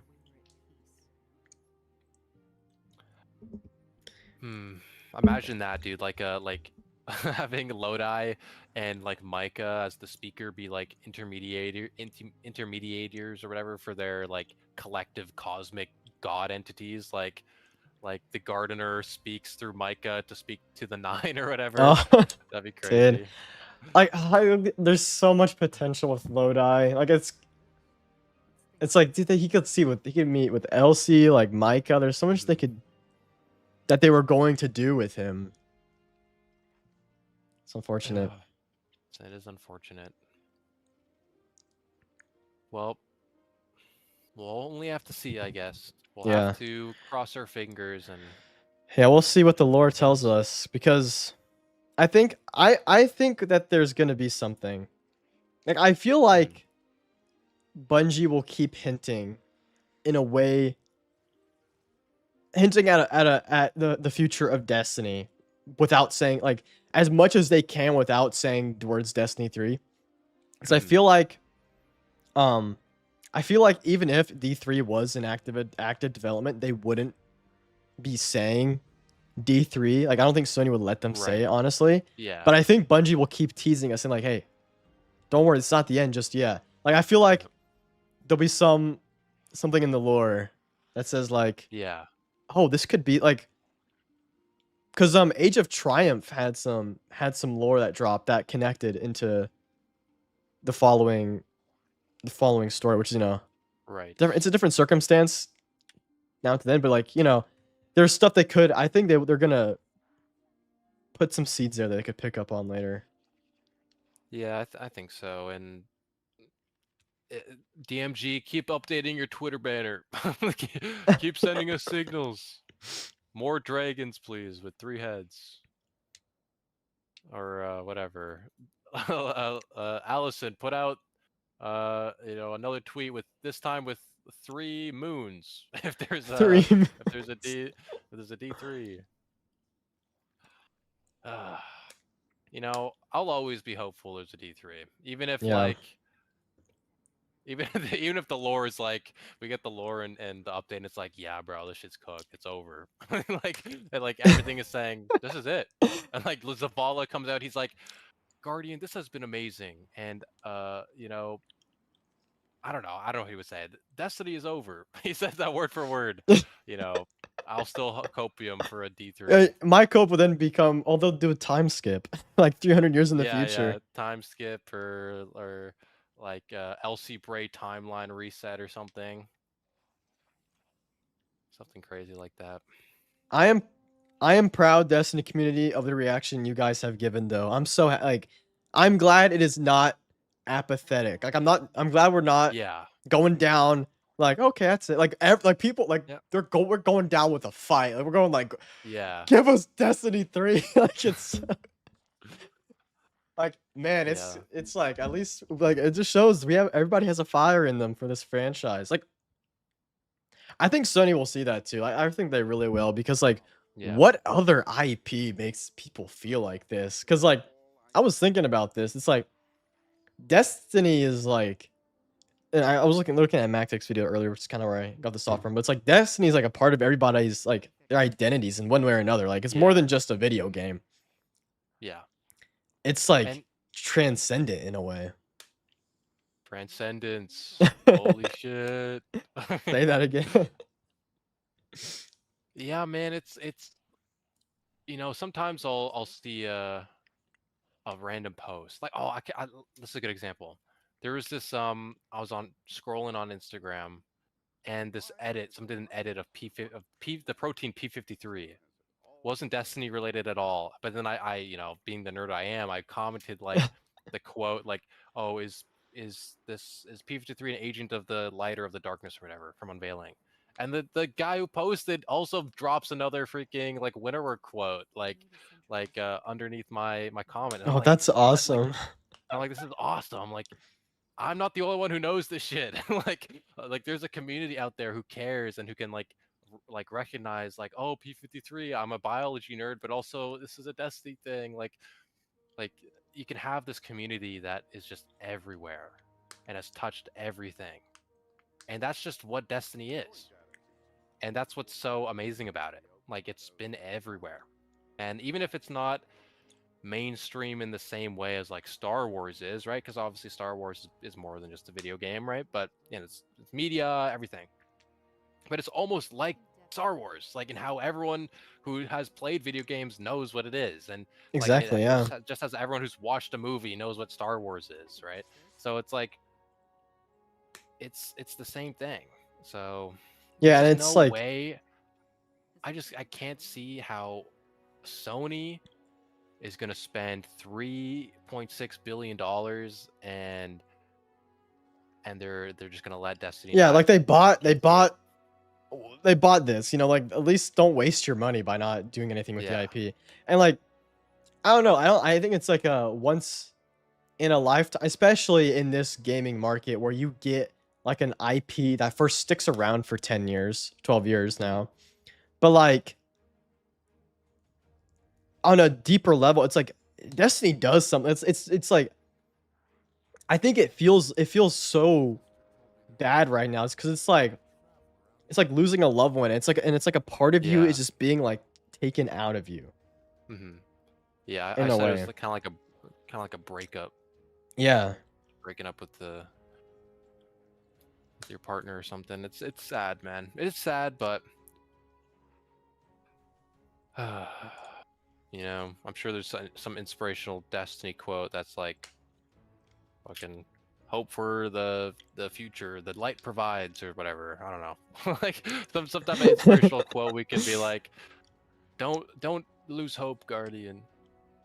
Um or like I listened to this quote or this Destiny thing from Rise of Iron. Like there's like a dead ghost I think you can find on a part of um the plague lens, and it talks about like Ghost is talking about how like he first like how it feels to be a ghost searching for your partner or for searching for the guardian, that like even though they haven't met you yet, they haven't revived you, internally in the ghost knows who you are, right? And that he knew that he would eventually find us.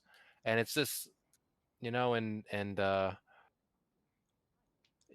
we're saying goodbye to Ghost for now, but one day we'll find our way back to him. Yeah. I think we will. I think And it's honestly, the way the community's reacted to me shows it's not over. It's not over yet. I yeah, don't think so. it's not over. There's no way. Dude, it's Well, gonna in like a few years we'll see a trailer for D3 at like the Game Awards. All of a sudden, it's gonna be like a sleeper agent got activated in everyone, like the Winter Soldier or something. It's like, yeah. oh, it's I, actually everybody's gonna come back.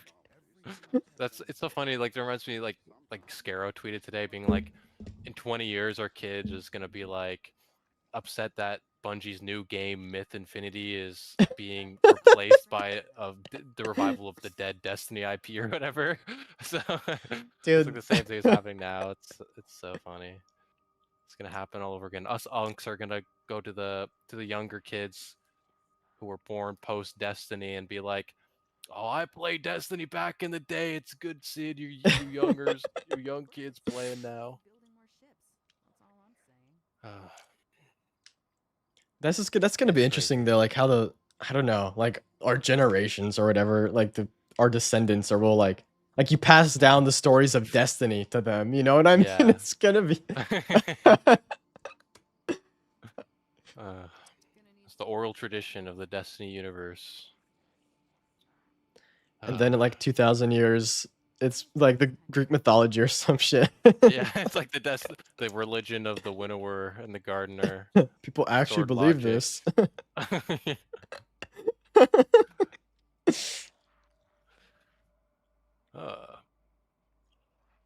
uh, well, do you have anything else you'd like to say, Abaddon? I think that's it. I think we need to do some more stuff though, for this update though, for Yeah, sure. We got to make the most of it. I'm down to raid as much yeah, we gotta as do possible. crazy rating. Pantheon. They said there's the gauntlet. I wonder if that's like just all. I'll need to reread it, but whether that was just all the Pantheon bosses back to back to back to back, or if it's like literally every like raid boss Dude, if it's back to every back. single raid boss, that Like would that'd be be crazy. insane. That would be insane. I'll need to read Oh my the god, how many bosses article even is again. that? Oof, that's a lot. like like DP takes up most of it. I feel like 4 with DP. There's 4 Last Wish. Okay, And wait, every other one is like would Koragos and Epic Koragos be considered separate? I think so. They're pretty distinct. Yeah, so I think that so They're 5 with those. Wait, yeah, no 5, right? 5, 4, 9. Okay, so that's 9 with Last Wish plus 2 for Salvations. 2 with Crota, 2 with no, yeah, Crota's 2. Uh holy fuck, dude. I'm already losing track. 2 with Nezarek, 2 with uh fucking Vault of Glass, 2 with Deepstone. How many is in Kingsfall? 4? War Priest, Golgoroth, Daughters, Oryx. So yeah, Okay, so 4. 4. Shit. What else, man? There's so many. There's too many raids. Uh, Garden has 2. Is that it? I said everything. I think so. I feel like that's it. I think that's all. It's a lot. It's So a okay, lot. let's do the math. Let's add them all together. 9 plus how many 2's are there? 1, 2, 3, 4, 5, 6. Okay. So 12 plus shit, clear that. 12 plus 9 plus 4, that'd be 25, not including the Leviathan reprises that are coming. So 25 bosses from just the 25. old raids. So imagine doing Insane. 25 encounters back to back. Insane, dude. That'd be awesome. That would just be awesome. That would be great. Well, I'm hoping next week, next TWAB we'll get some like more sandbox updates, and we'll learn Yeah. maybe some more specifics about how things are changing. And then yeah, we'll see. Maybe we can do another recap. Yes, we got to do as many hot tub streams. Yeah, before as many hot tubs as you can. Before we do the last hot tub stream. Yeah. Before the era comes to an end. Man, we can do like a retrospective. The last thing I'll say is just like it does feel like, man, like I feel like we're both like I started videos a little bit before you, but we kind of both just got into it, like really ramped up at similar times, which is awesome. It's like I feel like we just started creating these communities and whatever, and it's like now it's over. It's over. And what's interesting is like I feel like because Destiny, the online space hasn't been as saturated, there's been a lot of new people who have just like shown up and started making new stuff. Yeah. So it's like it's been so crazy seeing like almost like a new generation of Destiny creators kind of rise up through the down times, and it's unfortunate like that this is, in the short times that we've been making content in the community that it's coming to an end. Um, it's still been a crazy year. The past couple months to be able to Oh yeah. build these communities, especially like at least for me, like in such a short amount of time, bro. Like Yeah, like you blew back up in so December, fast. like it's crazy, dude. Like such a short amount of time, and it's been a pleasure. It's been a privilege, and there's no other gaming community I could have asked for other than Destiny. Seriously, The it's a Destiny blessing. It's community. just truly a blessing. And like no matter ultimately no matter how bad things have gone in the past year, like we had a crazy run with Destiny. Like some of the best content ever. We had a generational run. Um and it's crazy looking back, man, like Season of the Plunder seeing 40K concurrence and we're like doom posting that it's over. like Man, like dude, looking back, we man, had it so good. we had it so good. I remember sitting on my couch and watching Astacross lose it over the player counts being like 60K or 40K Yeah. in Plunder. Oh, that's bad, man. It's we didn't know how good we had it, and I think a lot of us would dream to go back to that time in the community. Yeah. At least with this update, we know we're in the good times before we left them. Like Yeah. we know that this is going to be the last time in D2 at least. So Hmm. we know we just got to make the most of it, which it's Hmm. better than going through it and then realizing at the end that the good times have passed Hmm. and you didn't even know. Yep. We get one last hurrah, one last party. Everyone's got to pull up to the function, get crazy. I need Umaeus to be rapping in the tower, just freestyling. I need everybody to show up, and this is a call to action to everybody watching the stream. Please play on June 9th.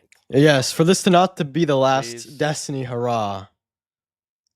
Pull up. everyone's got to show up. We got to go out with a bang, not with a whimper. We gotta pull up for all the good times we've had, you know. And yeah,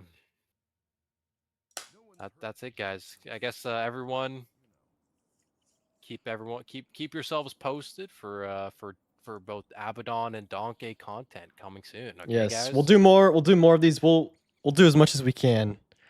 Yeah.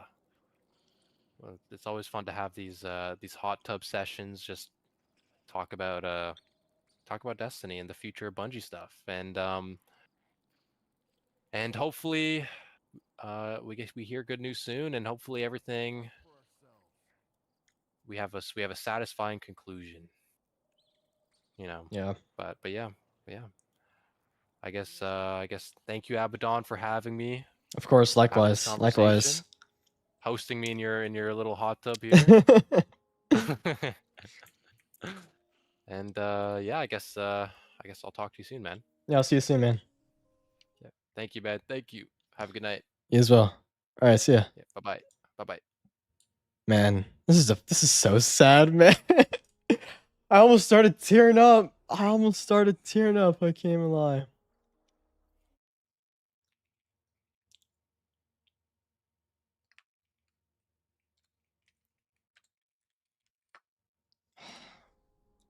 We've had a great run here, guys. And I'm not trying to say it's over. I'm gonna have a video coming out in the next few days.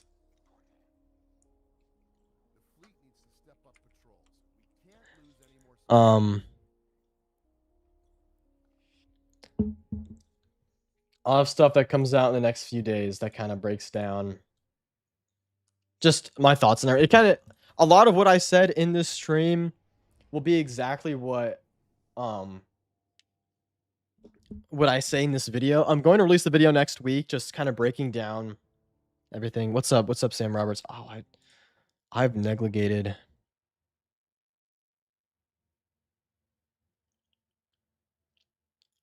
Just Twitch stream. It's okay. No one's there. But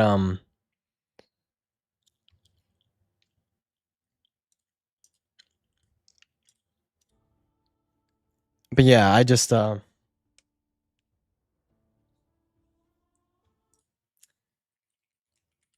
make a video kind of recapping what I said in the stream, because again, like a lot of what I said in this stream I will be repeating in this video, just in regards to my hope for the future. Because listen, I know I made that Destiny Isn't Dying video, and I stand by a lot of what I said, even though a lot of it, like what I said was what actually happened was the exact 180 of what did occur. So, but my thesis, Destiny IP, not 2, Destiny as an IP, it's clearly still gonna be around. Pay attention to Bungie's verbiage in the next few weeks as well, and their twids and stuff, and the way they speak about Destiny. Like, I am waiting, like the final twid we get.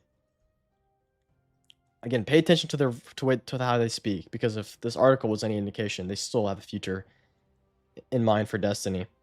I just think it's gate kept by a green light. Like we get that green light, we're good. But yeah, I will make a video. I will discuss future plans kind of in the video. I don't have exact plans for long term, but you'll see. I'll talk about the video, but just know videos aren't going away. And if you want to stick around with me, I would be honored if you would stick around with the content as we move forward. But for now, the plan is June. I had some other content planned for, like, I had a whole schedule. I was ready to, like, I had a whole other batch of stuff that was going to go into effect between now and Shattered Cycle, but now it's switched.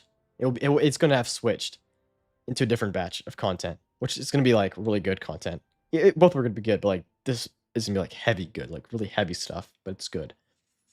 The 60-page video analysis, it's a raid video. If you didn't guess from the picture I put of VOG, it's a VOG video.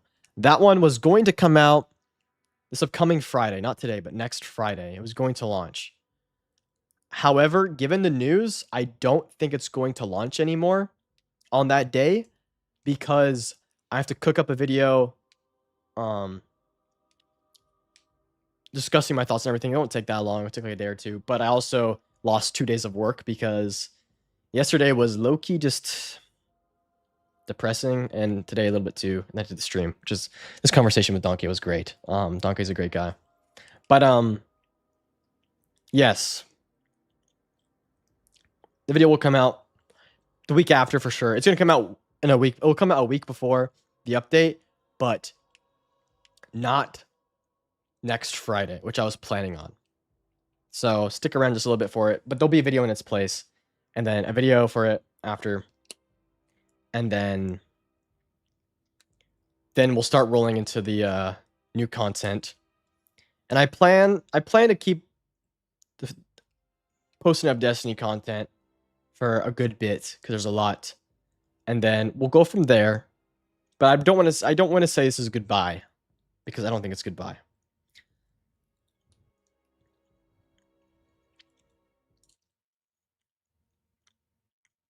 Let me see.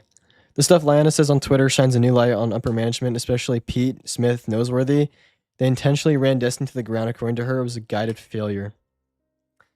Yeah. I think it's going to be really interesting to see what comes out about them after this, because I think without a doubt, no matter what happens, just stuff is going to leak about those 3 in particular. So I think we'll know more at some point for sure, like of the inner workings behind the scenes.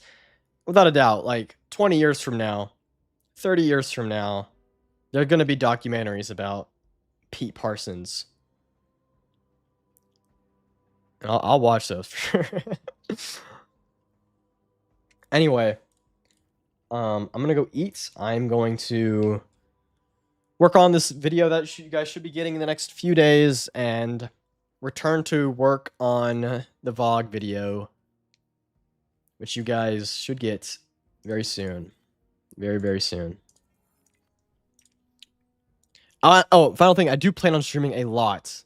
I plan on streaming a ton in this update. So if you haven't joined my Discord yet, feel free to go join the Discord. Because I'll be planning. I want to do some community.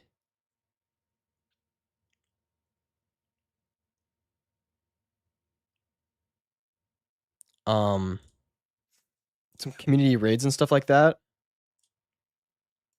So join the Discord if you haven't. I don't even know. I had a bot that would do this, but I stopped using that forever ago. So I'm just gonna mainly do it. But yeah, there's the Discord. Join the Discord if you want to join up on this community stuff we'll be doing. Because I'm gonna play the heck out of this update, man. And we'll be doing a lot. I'm gonna stream a lot. Just so we can really appreciate this update. Griffin Bennett said that the Destiny IP will absolutely get used again in a D3 like we want it. When not happening in the current market, will probably happen one day. Could you link that? I'm curious. Oh, here it is.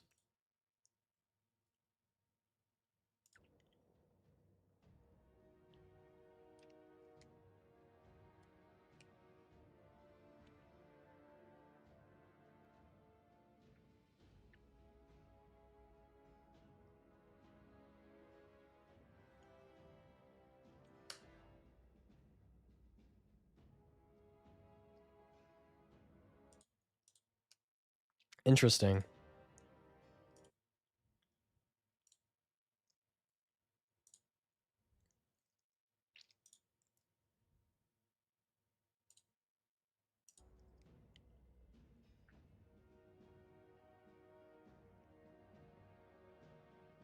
Okay. Oh, okay. He says using the Destiny IP for this reason again is absolutely going to happen. Because Kakus was saying that a game with a built-in fan base seems to be actually one of the less risky things to fund. He says creating a D3 like the way we would all want it doesn't hit the younger demographics like it once did. It's a risk to target an aging demo, but things go in cycles. I'm hopeful it'll happen.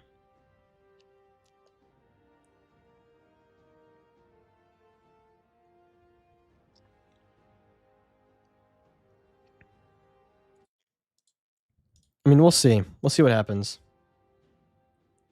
He also said it goes in cycles. Things go in cycles, so we'll see what happens.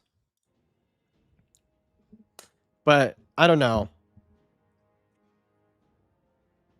I feel like it's still, he doesn't work at Bungie anymore. I feel like the younger demographic doesn't play Destiny to begin with anyway. It's older Gen Z and millennials. Yeah, exactly. And like Gen X. I can't even lie. Like there's a lot of unks that play Destiny.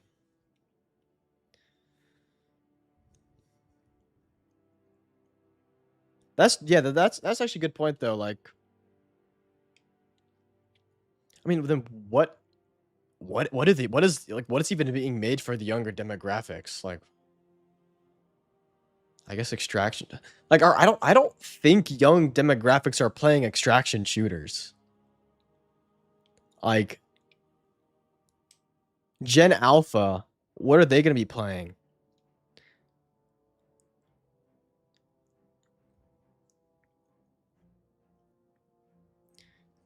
But yeah, I think Destiny as an IP isn't going away for sure. We'll see what happens with it.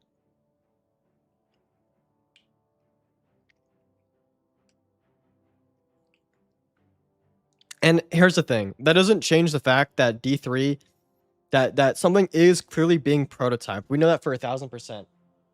All these different sources are confirmed sources that you can look at yourself. Nadan Miller post or his LinkedIn, which corroborates the prototyping thing from Jason Schreier. So 100%, they're playing Fortnite.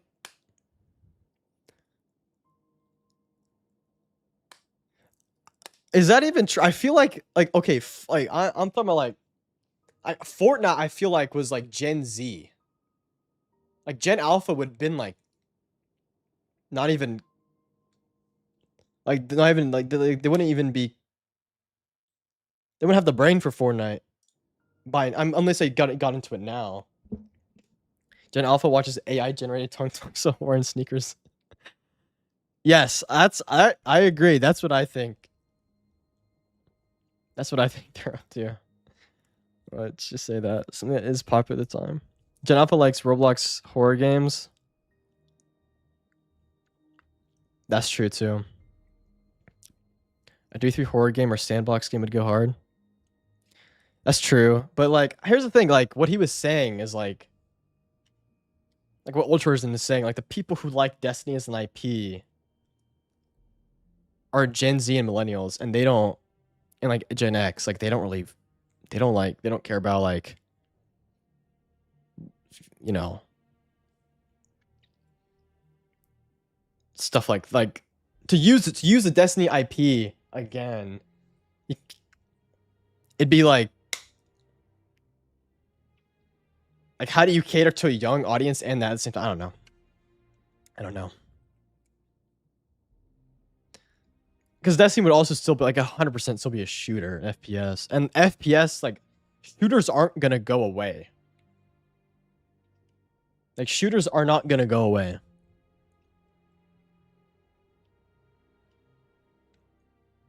There will be more FPS games. Also, this too, COD is still being made too. You know what I mean? You still got COD. Which COD is like, of course, Destiny and COD are at like different levels of mainstream, but like, you know. Or like GTA, you know what I mean? Like GTA, again, these are like huge games compared to Destiny. Which Destiny, though, I don't want to I don't want to undersell Destiny though. It still is pretty, still has got I think there's a lot more people interested in it than we think, but a game for everyone is a game for no one. If they try to make a Destiny game that appeals to everyone, they're going to repeat the same mistakes they made with Red War at launch. Yeah, yeah, that's exactly what I think too. It's like, how do you appeal to Gen Alpha and also the unks at the same time in like this day and age? I don't think like you can't. So just so make it for the people, like make it for your fans who don't give a crap about anything Gen Alpha cares about. Like let Gen Alpha have their slop, their AI tune Sahor, and then we get our Destiny. How about that? I think they will look at what is the next big thing in FPS market and look if Destiny fits into it. I do think Destiny 3 will come someday, but between now and D3, other Destiny projects will come. I could see that. I could see that for sure, maybe. I don't know. I'm curious what the next big FPS thing is going to end up being.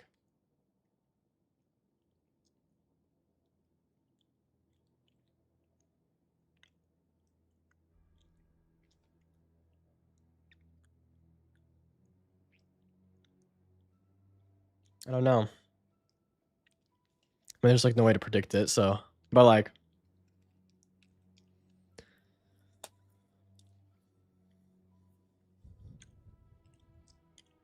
I think Destiny as a universe, though, is pretty big enough to kind of make anything work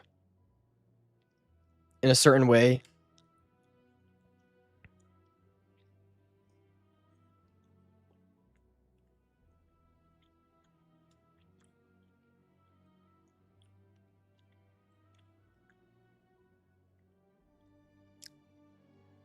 Like you have enough to work with to make kind of any story work. You know, you could do a spin-off in the Dark Age or whatever, but I don't know. I like what Ultravision says. Just make the game for not for everyone. Make it for the built-in fan base.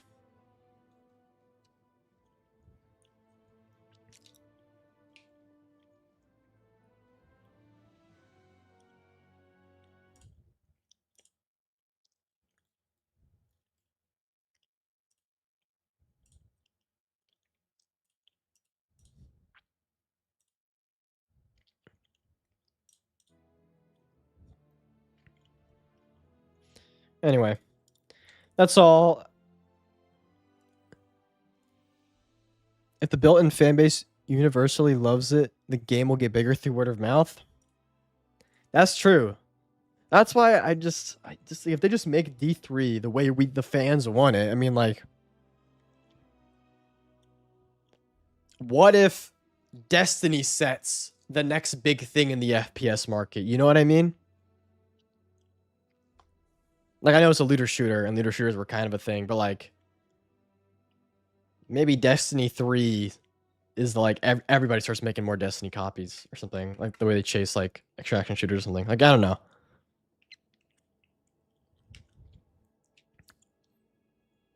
But yeah, if it's the game would grow through just word of mouth too, like that. And especially on launch, because like I just know so many people would just try it.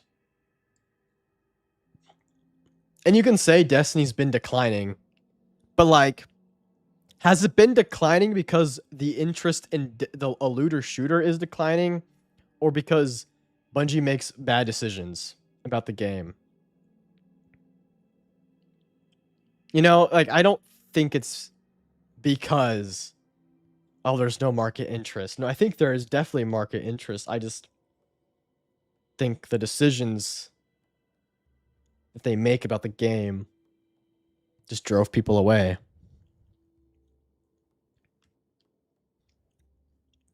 You know what I hope happens? I hope this happens, because there's no other game like Destiny. I hope that some talented artists and programmers and creators, like, of the Destiny community, like, there's like no other game to turn to. So I hope our creative minds create a game like Destiny. You know what I mean? Like, create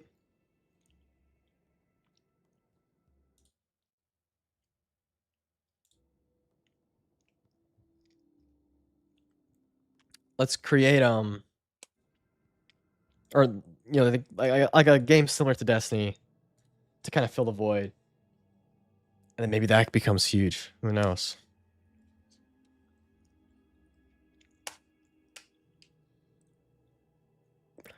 If you need lore, that's all I'm saying.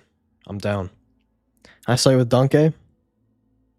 Oh, that's awesome. I'm glad. I'm glad you enjoyed, Jake. I guess Sony will be busy restructuring Bungie for a while. Looked like it was a mess internally.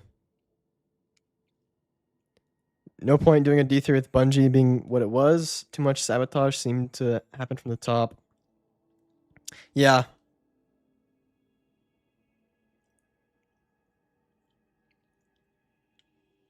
No, yeah, I think it'll be for the better though, because obviously the executives needed to be changed. Like, I think we all like we I don't I just want the developers to stay, you know, the people actually making the game, but like, whoever's the top, I don't care what happens. Like, what restructuring needs to happen.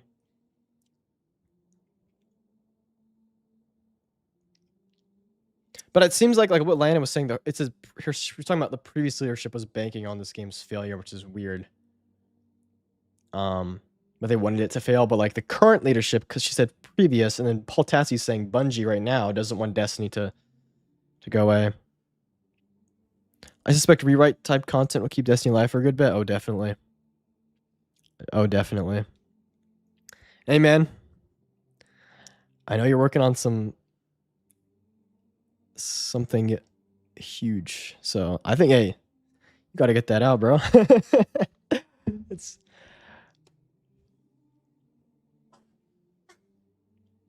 franchise fatigue, looter shooters getting less popular, bad decisions, saga ended. See, I don't know about franchise fatigue though. I don't think there's Destiny fatigue at all. I think there's actually quite the opposite. Look at the D1 resurgence. The D1 resurgence proves there's no franchise fatigue. Honestly, I think people still really like Destiny as an IP. They just want it to be treated better. I mean, and also just look at the response people are having to this update being the last one. Looter shooters getting less popular. Bad decisions. Saga ended.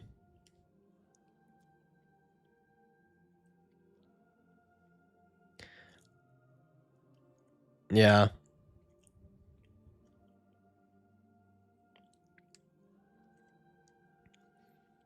I think I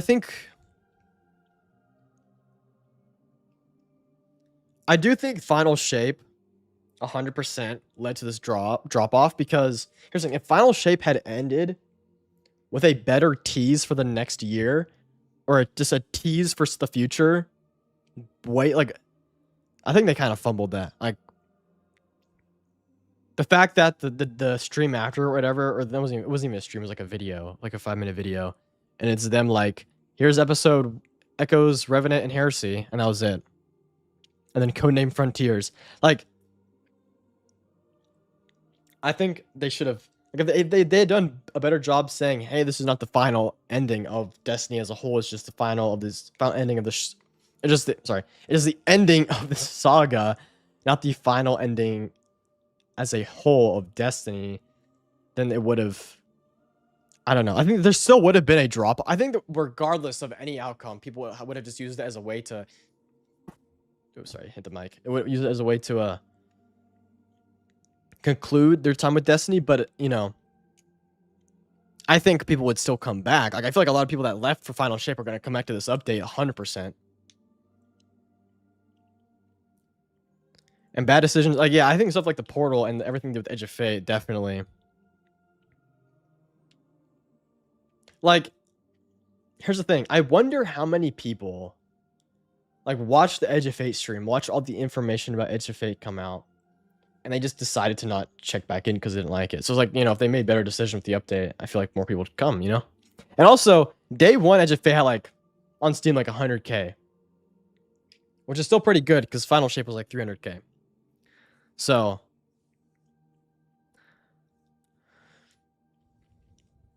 I don't know. I feel like I do feel like a D3 that caters to Gen X or whatever, or you know, our generation that are playing this game actively would still make money, you know?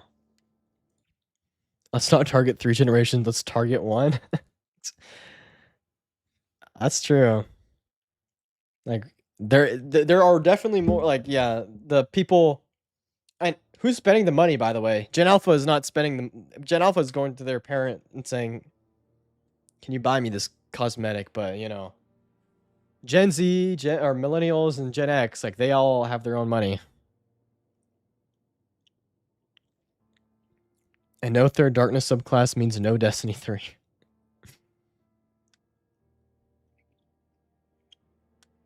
I uploaded a video related to that recently. I saw that in the Discord. I give you full permission to do a reaction. Okay, you know what? We'll conclude with a reaction to that. I was thinking about it as were typing up your, or you were saying like talking about rewrite type content. Like maybe we do a reaction to that and stuff. Because I still want to make some Destiny stuff, even past the summer. So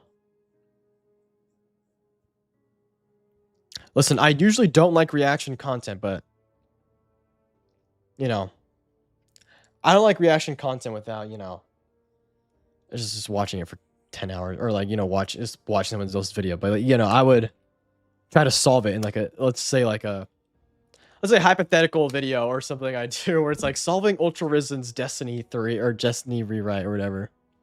Dude, that'd be kind of awesome because I know you got some secrets hidden in there.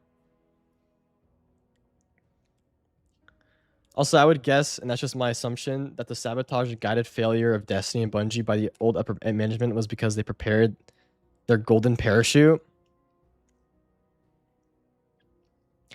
Lana said that the guided failure was profitable, but just for a small group of people. So it seems like new leadership thinks differently. That's 100% true. I do agree with that. I think everything, it's just so prideful and selfish, and like I just don't understand how people could be like that. We're just like drive this thing into the ground so we get our money now, and this just jump ship. It's just like crazy. But I think yeah, they definitely like prepared, as you say, a golden parachute, and then just abandoned everything and drove it to the ground.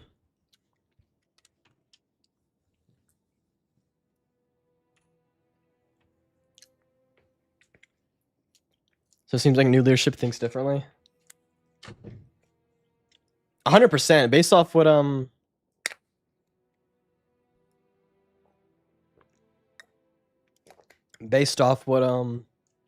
was said by Paul Tassi today and Lyanna. Like they don't want Destiny to die as an IP, Bungie. And then she said previous leadership, but it does seem like, I mean, we know leadership has changed because Truman is now studio head. So like, obviously there's been internal stuff changing. So I think the leadership we have now is probably, I think it's better. I think that's why they're prototyping D3.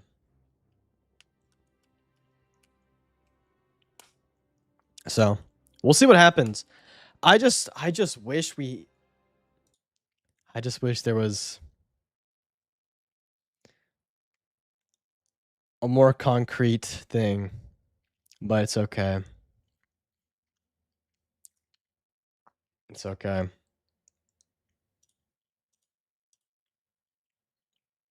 All right, let's take a look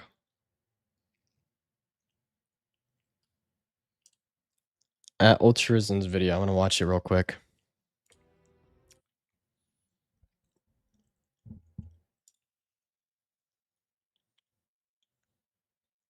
I want to take a look.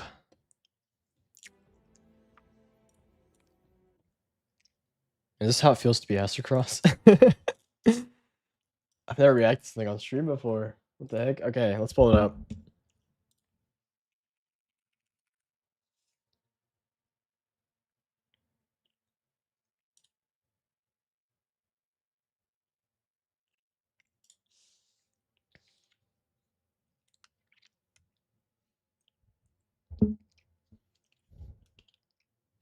I really want D3 to either be it goes back to clarify some things or is like a time skip to the future of the Renegade Saga. Yeah, I don't know. I don't know how they'll do it. Cuz I can see I can see a possibility. But now here's the thing. I used to think this was more evenly divided, like between I feel like it could have been either or, but now I feel like it's leaning way more towards one other way. But I feel like you either had a situation where D3 is a time skip thing where it's like 300 years in the future, but I still think it would be our guardian. I still think you play as our guardian. I don't. People will say like we need a new character and everything. I feel like there's so many ways you can get rid of our loot. You know what I mean? Our vault, but like it's still our guardian.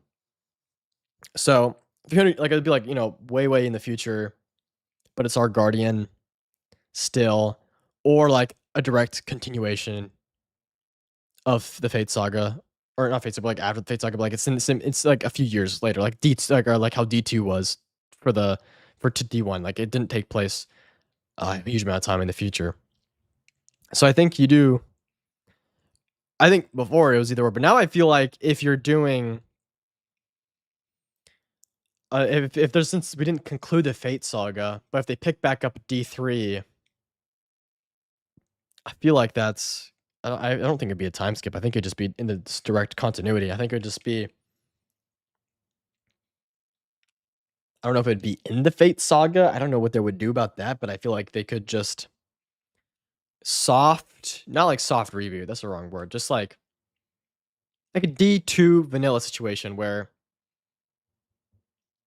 it is still built off the Taken King and Rise of Iron, but D2 vanilla kind of started the stuff with like the Light and Darkness Saga in full. I guess in a way, or like that's when we first got the pyramids, and that everything after that kind of led into one another in a way. But like Taken King to Rise of Iron, it was Oryx stuff versus then it was Siva, so I don't know. There's different ways you can do it. I just want them to make it. All right, let's see this video.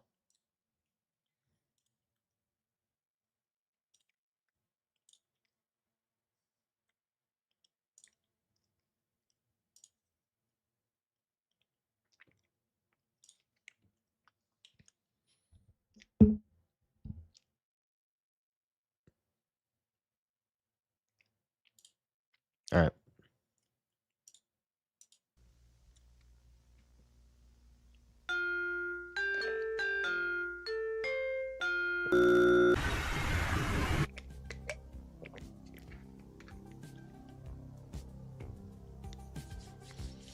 The future of Warsats.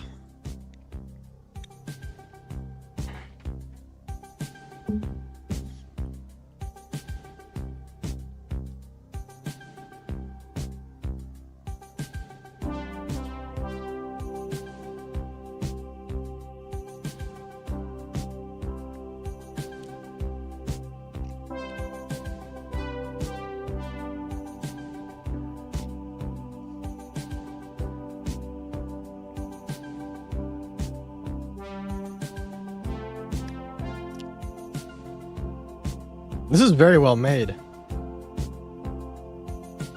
Moses. Exodus program and Moses. That's good. I see what you did there. Hold on, I can.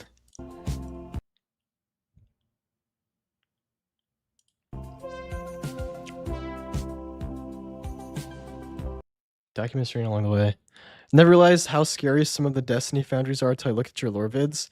Yeah, there's some terrifying lore.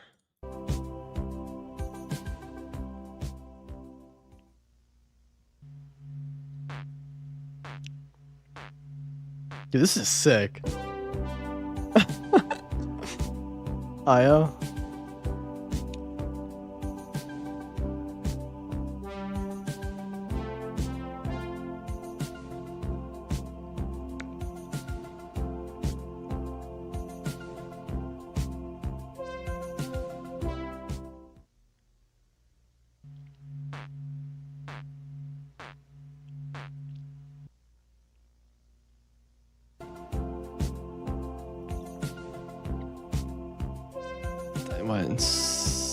Enceladus. Yep, Enceladus. This majestic moon.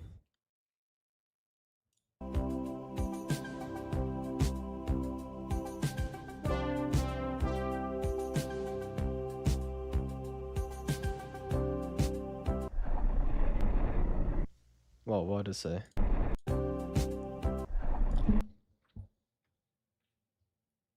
Oh, abandon all hope, ye who enter here. Dante's Inferno. Dude, I'm Ultra Risen. This is what I love. This is what I love about Destiny stuff. You gotta make more of this. I need this.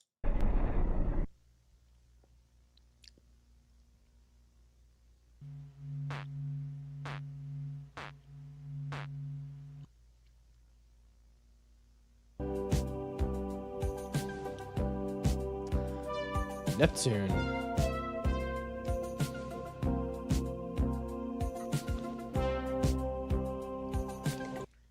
Oh, that's not good.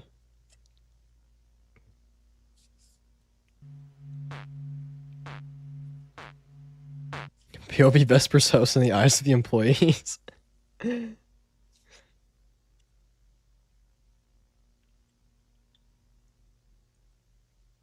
Uh-oh.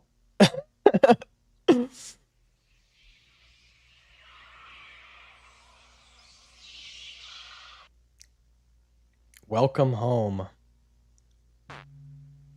Oh, now it's there.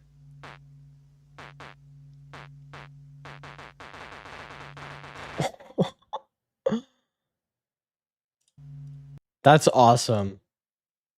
This is actually sick.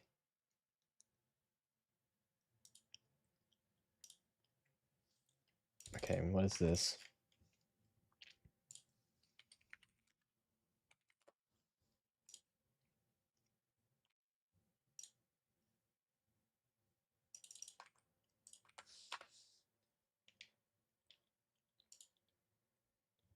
Binary. It's binary. For then shall be great tribulation, such as what? Such as was not since the beginning of the world to this time, nor ever shall be. That's from Matthew, I think. Oh, I sniped that. That's sick. Oh, that's sick. That's sick.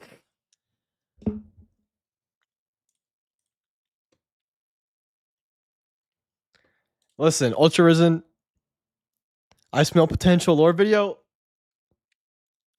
I'm listen, I smell one too. All I'm saying is this is what I freaking love about like Destiny stuff.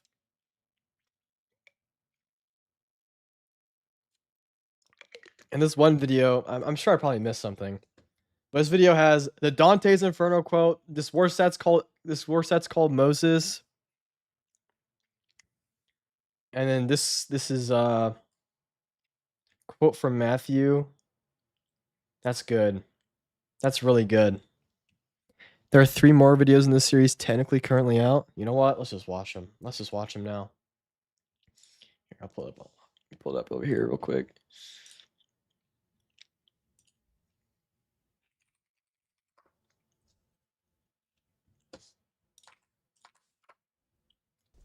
Okay, but I need more of this. Let's see. Is there a playlist? Oh, yes.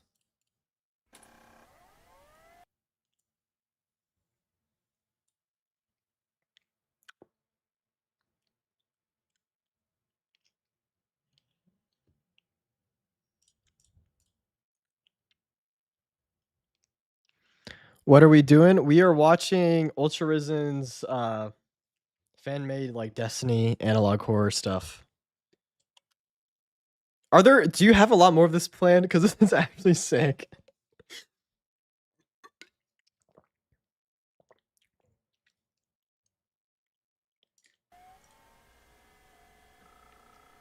Children's Fable.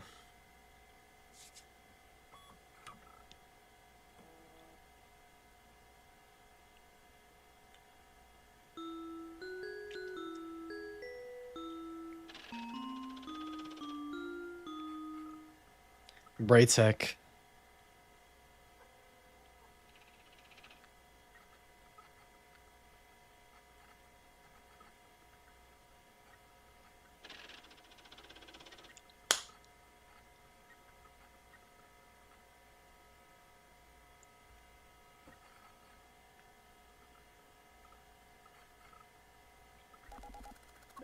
AI comm messenger.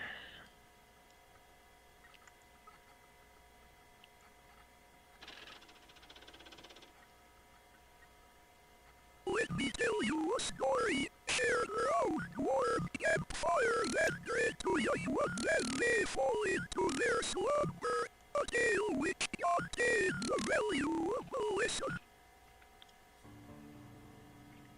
In a time long forgotten, in the land no boats gather each, there lived a flock of sheep, under the care of a shepherd.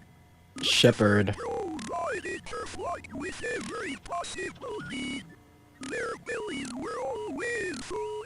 They were given space to frolic about, and they had a warm, cozy place to sleep. The sheep were as happy as could be, but their comfort would not last. One day, a storm cast a veil of darkness over their warm sky. The sheep, terrified of the ensuing thunder, flew to their shepherd for safety. But the shepherd gazed upon the horizon, her face encompassed with a look of dread.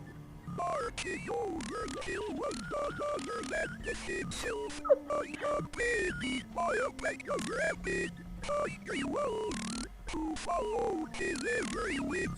Although the sheep were afraid, they remained vigilant.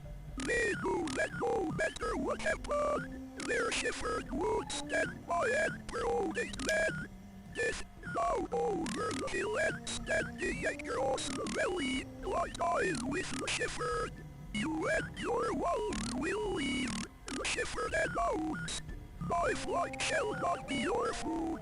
Although her body language was fearful, she still stood tall. Death's laughter echoed throughout the valley and across the mountains. I am not here for the sheep, Death hissed, as his lips stretched into a slight, sadistic grin, his teeth decayed as his jaw Oh. and the sheep's perception of their shepherd was captured as he turned around and ran away.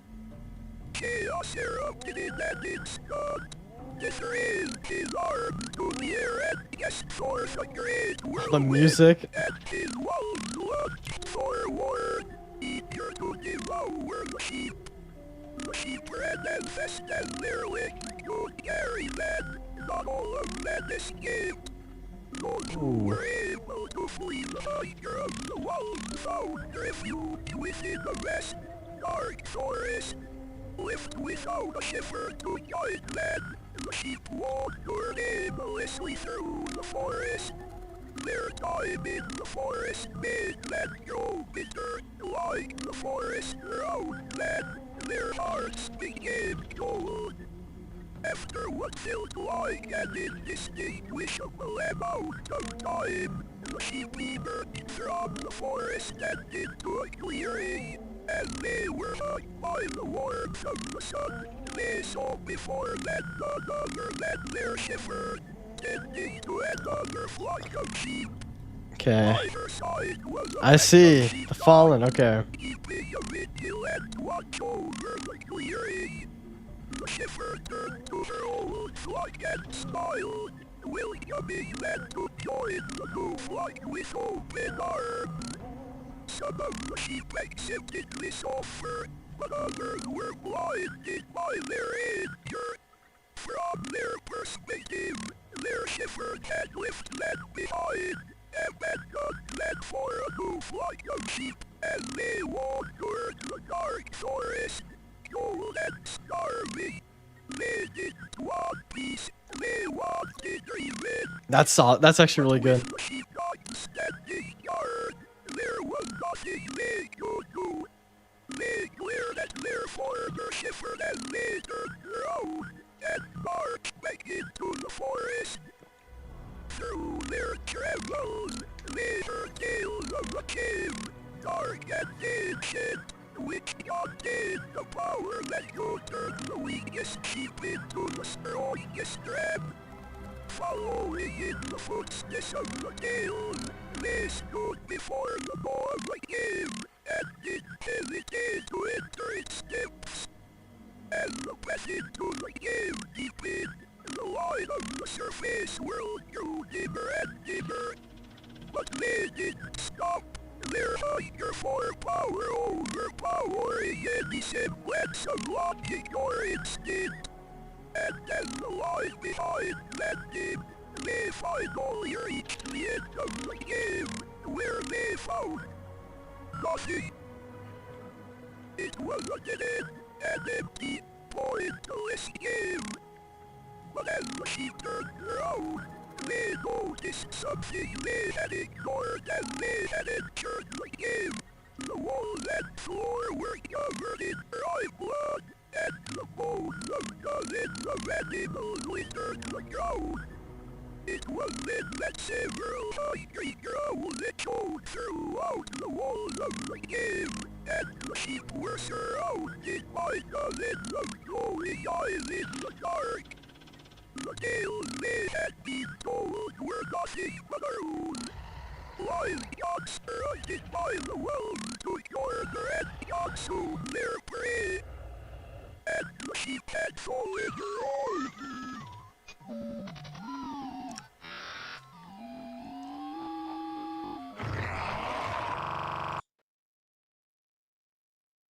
That one was really good. Okay, so they're fallen. Okay, I love what you did there with the, because that house salvation, right? Yeah, that's house salvation.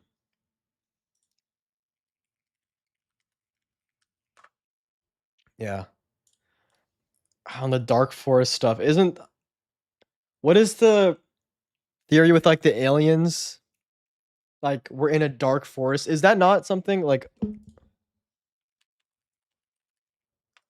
Yes, the dark forest theory. Yeah. That was good. The guardians are the sheepdogs, and the traveler are the shepherd. Yes, and then death. Death is our favorite man. The winner, I think.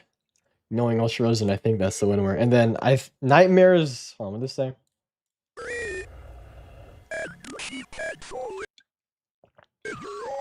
I'm pretty sure it's Enceladus.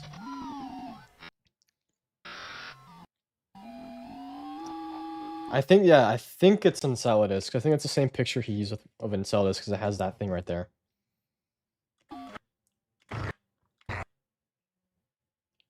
Nightmares lie beneath the ice.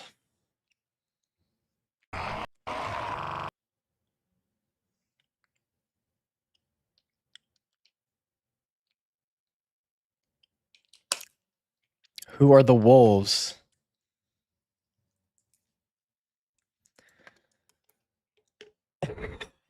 You doing the veil?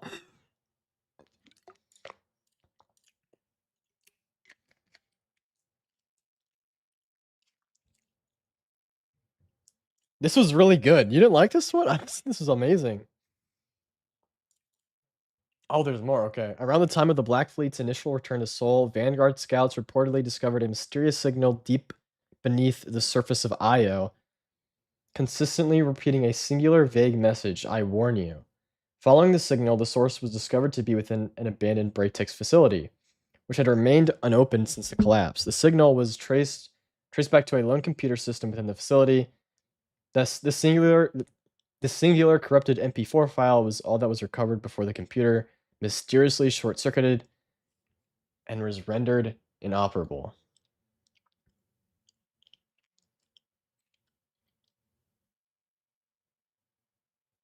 That's good.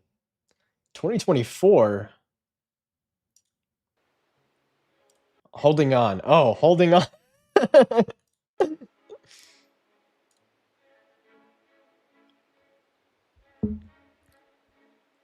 Yeah, I remember watching the holding on video when I was a kid and being actually terrified of it. Wait, does it have subtitles? That's auto-generated.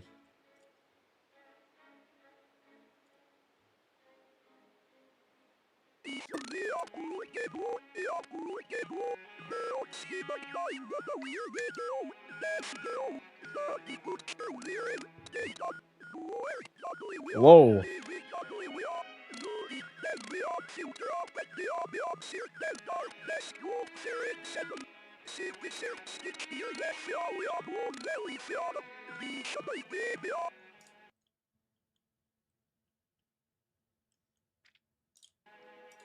Subtitles aren't going to work. Okay. Oh, this one has more binary.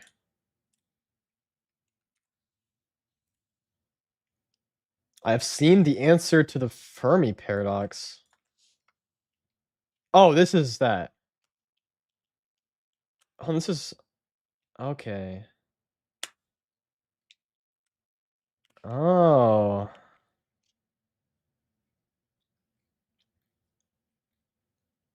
That's sick. Dude, this is really well done, dude.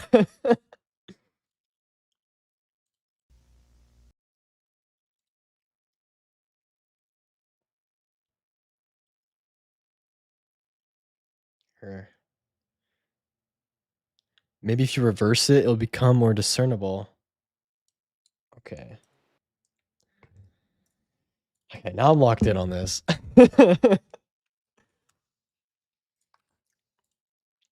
Now I gotta download this and then hold on. Let me put this in Premiere. Now we're locked in here. Now we're gonna figure this out.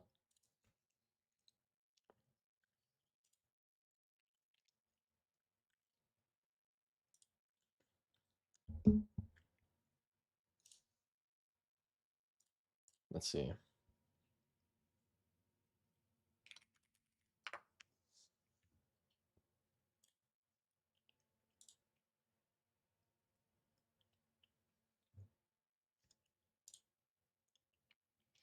Lore video win? Honestly, might have to cook one up here.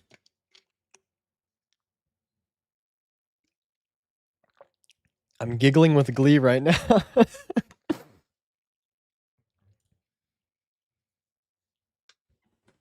Dude, this is actually sick. I could see myself like, cause I know there's like a lot of creators like, you know, they make videos like analog horror stuff. Like, dude, there's not gonna be much to make. Let's just say that, you know, following these next few months. That'd be sick. Could do a video on it. Okay, why isn't this downloading?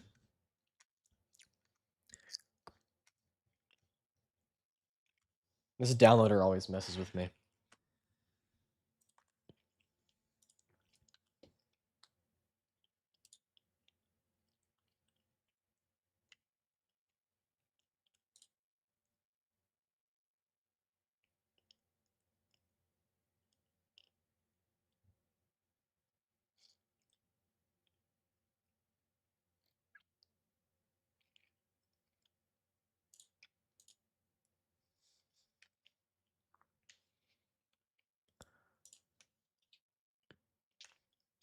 Oh, there it goes. Now it finally decides to download. Okay.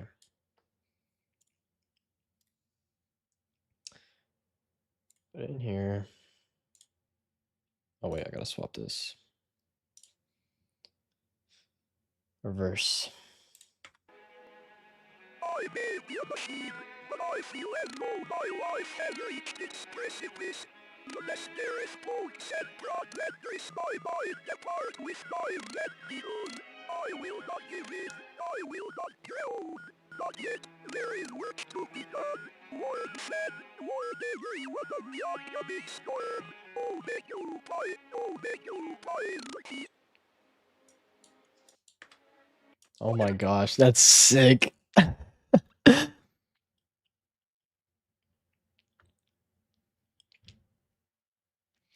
Is the answer to the Fermi paradox in the Destiny universe is that all of the other intelligent species have been blessed by the Traveler and have gone extinct due to their own collapse? That's actually interesting. That's interesting. This sounds like something Rasputin would say. Yeah, and with the music too. Oh, let me listen to it again. I may be a machine, but I feel as though my life has reached expressiveness. I may be a machine. I may be a machine, I may be a machine. but I feel as though my life has reached expressiveness. But I feel as though my life has reached its... As though my life has reached expressiveness. I don't know what he's saying there. Not Rasputin? No, Joyous. You saw his name in... Oh, Moses. Wait, no. First video I watched or the first in the series? That wouldn't be Moses. Moses is the war sat, not an exo. talking about some Moses.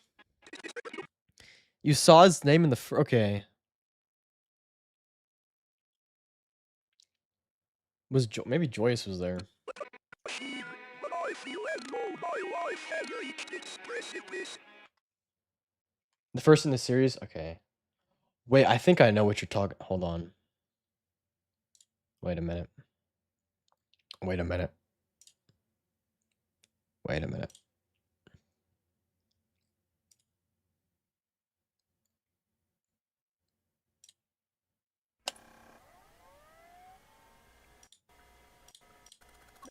It's this one.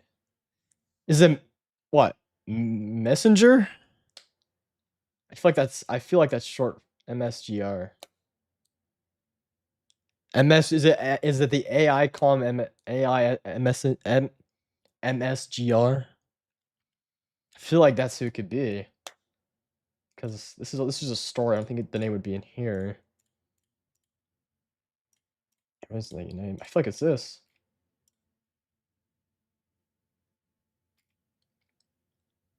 The Messenger. The Messenger.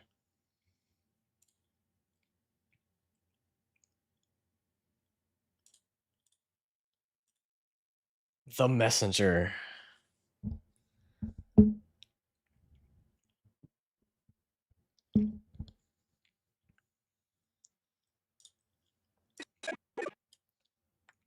I may be a machine, but I feel as though my life has reached expressiveness. Hold on. Rewind that just a second.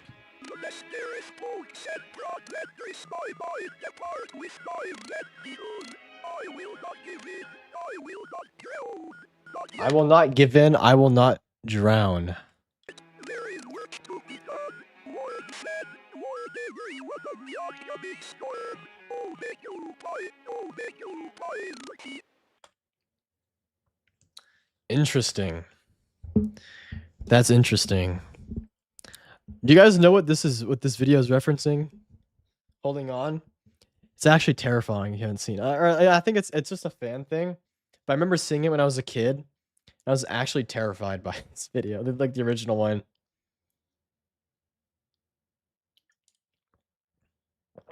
That's the wrong thing. Go back to this. Okay, let's go to this next video, the Tyrant.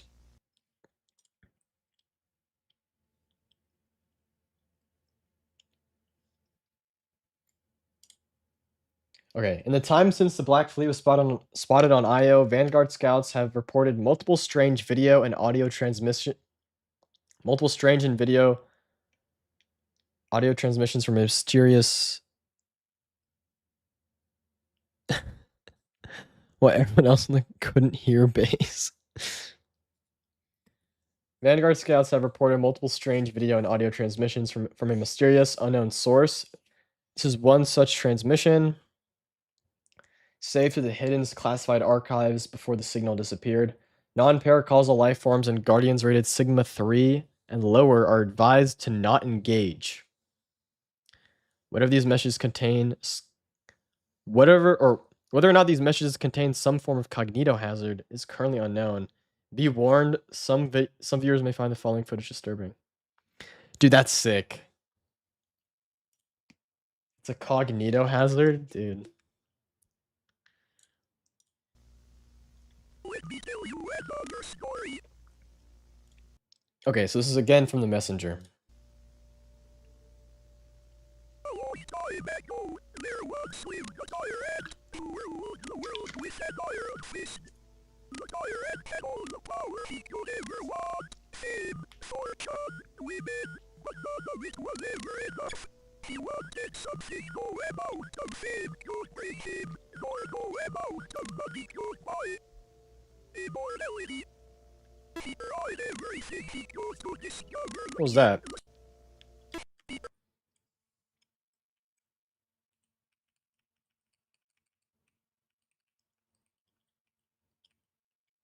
Okay, this dude's definitely Clovis Bray then. He tried everything he could to discover the secret of living forever. Oh yeah, immortality, yeah. People here who died as a consequence of killing this unachievable dream. He ripped their souls out of their bodies and turned them into metallic husks. Close to the Tyrant, 100%. Oh, and the DxO there, yeah. Oh, this is sick. Whoa, there's more there.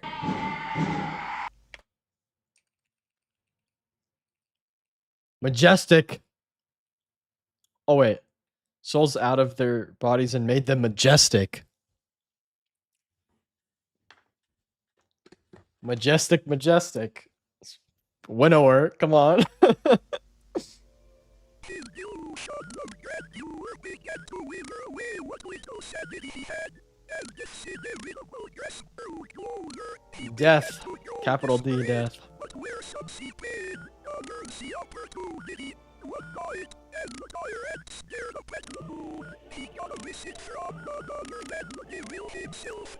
The devil presented to the tyrant an offer he couldn't refuse. I can give you what you want, the devil explained. With my help, you can live forever. That is, if you wish to make a bargain. The tyrant's eyes grew wide with anticipation. Anything, he exclaimed. I will do anything. The devil licked his lips and smiled. As I said, the vile feat continued. With my help, you can live forever. I only have but one request. You see, my demons and I are very, very famished. Once a week, You must give us one person to fill our belly that satiate our hunger. Do this every day for all eternity, and you will live forever. The tyrant, empty of all morality, jumped with joy. I will do as you ask at once, he vowed. Every week, starting tonight, I will bring you and your demons a meal.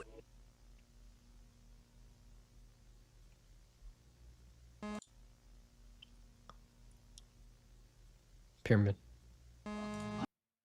Oh, yeah, Nezarec. Oh, that makes sense. I gaze upon his majesty and I drown.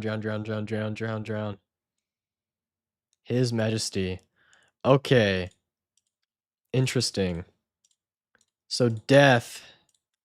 Yeah, look at this.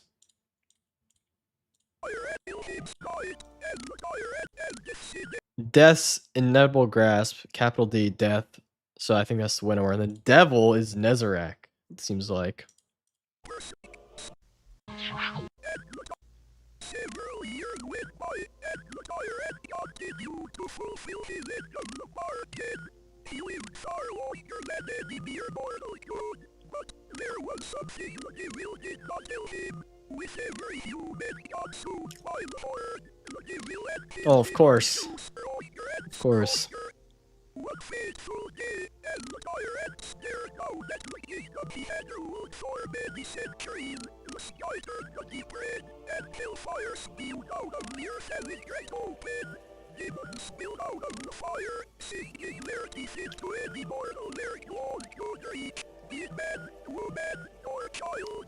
The tyrant fell to his knees, the euphoria of Yo. immortality withered away in an instant. He had been deceived. In his quest to live forever, all he did was spell doom for all of mankind, and all he could do was watch as the kingdom that was once his. Oh, dude, the collapse. The collapse is terrifying, dude.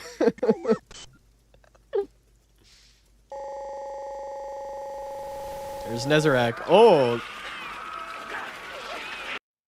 When the Nastareth, with a Nastareth in his veil of darkness drowned soul, they gorge themselves with your flesh and gnawed on your bones. And the scraps were thrown into the piles and left to rot among the worms, and the tyrant's greed brought them here. Oh, hey, I'm reading that song.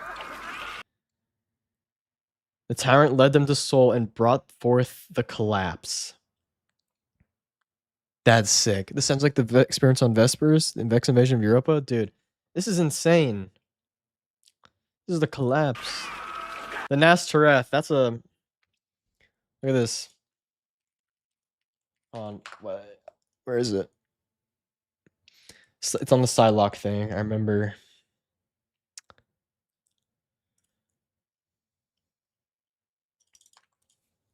Ishtar Collective.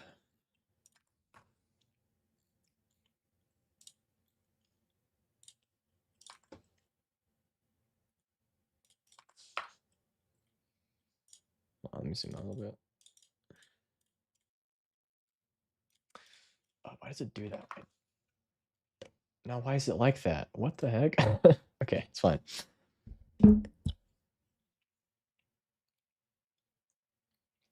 Yeah, blessed the Nastareth. Blessed is the Nastareth. Just from this lore tab. So Clovis brought the end of the Golden Age? Yeah, seems like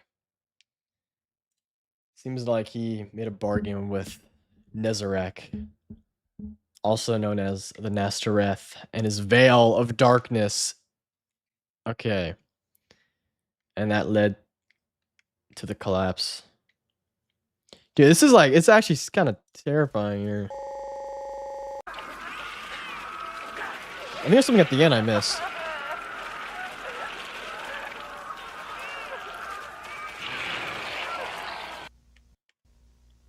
And it will happen again.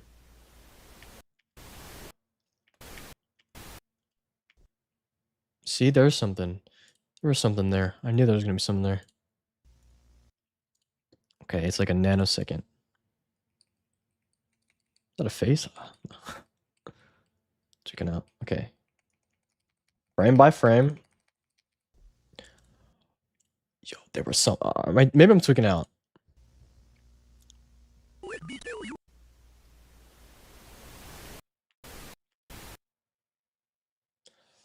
So Google Drive. Okay.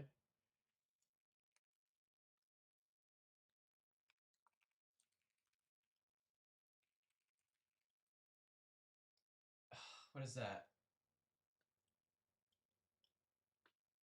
Is that a U or a G or a C?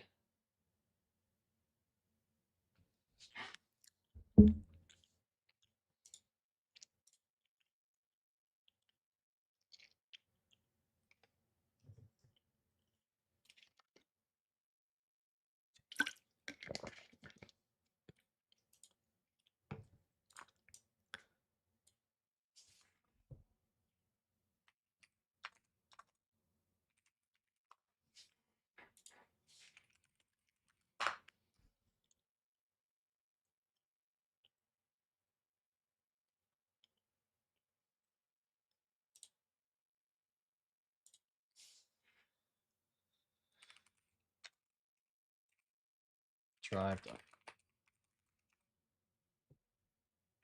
No, I think it's a C. That looks like a C.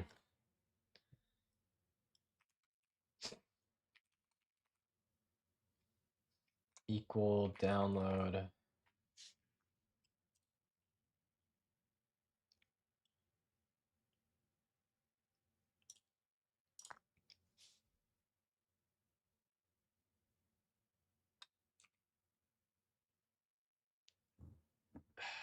That's this. ID equals. Oh, wait, that's a lot.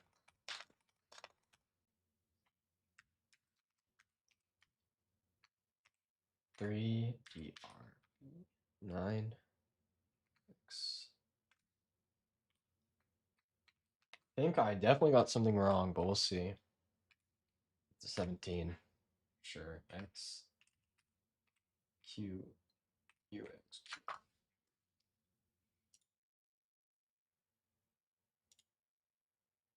Okay, yep, that's wrong. That was not right.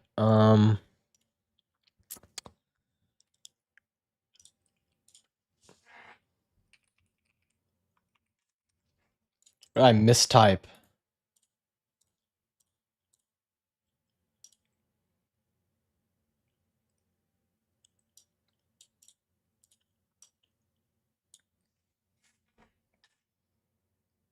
Maybe that's not a 1. Maybe it's an. Oh, it looks like a 1 though. No, it looks more like an I without the little dots. Maybe it's an IP 00MCJN.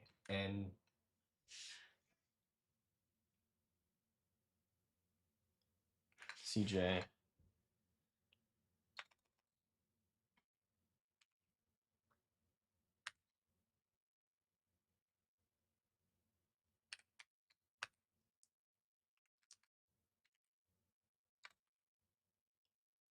$9X11. Here's a 2. JTM1, maybe. No, it's an I think. 7X.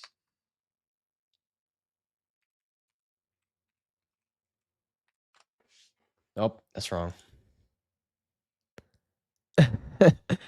Yes, it's kind of a pain in the ass. I'm sorry about that. It's all good. I don't know what I'm getting wrong here, though. IPU. Or, oh, no, 0, I mean. IP0. Oh, wait, maybe those are U. No, those.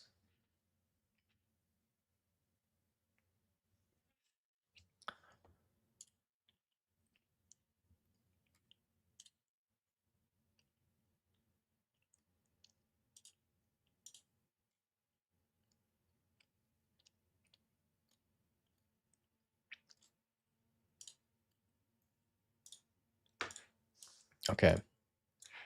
That's an I. That's a P.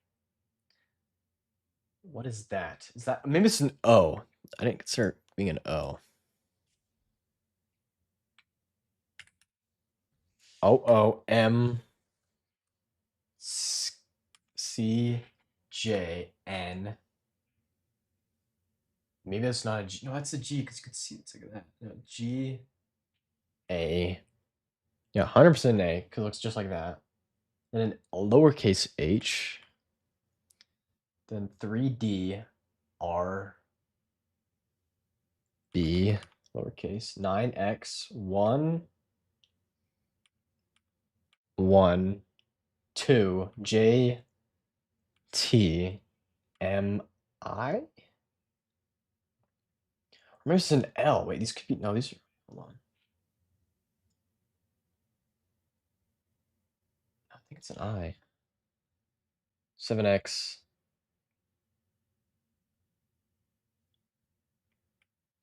Maybe those might be L's.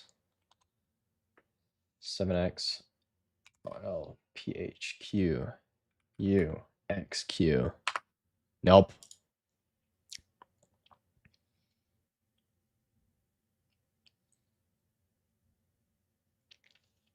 That's a 0. Look at the O. That's true, yeah.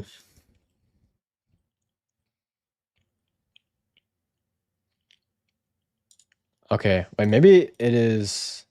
Those are just L's, and now I just make the zeros. Nope.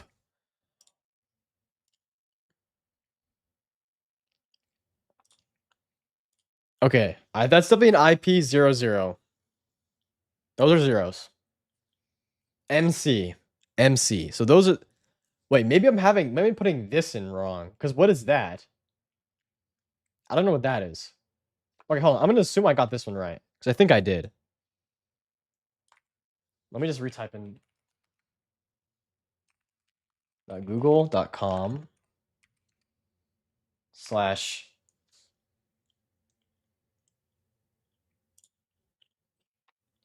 what do we think? What do we think this is?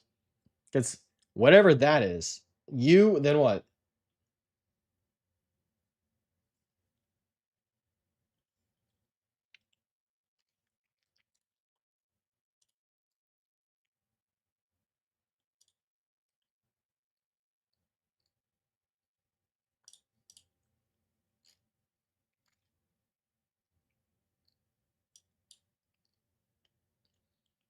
I don't know if it's a UC or UG.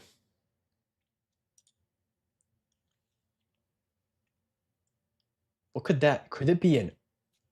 Could it be an E? No. It could be an E. That actually might be an E. I think it's UC. There's no hook. Yeah, I think so.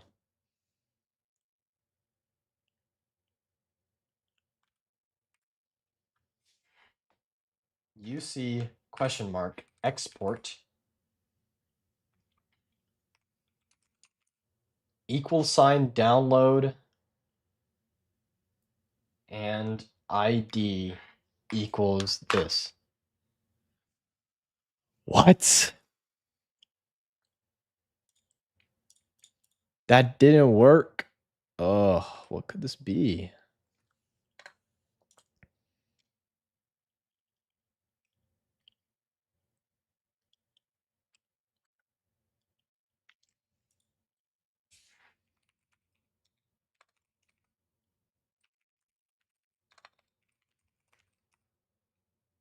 Okay, let's try UE. I tried U whatever before. Download and ID equals this. Nope. That doesn't work. Here, you know, let me bring this into here so we can type it in together. This is what I got for that. So I think that matches, right?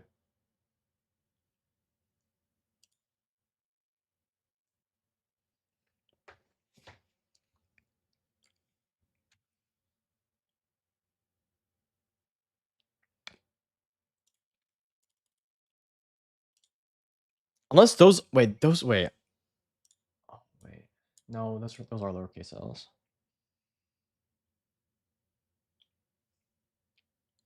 Webcam is blocking it. Oh, I didn't think of that. Hold on.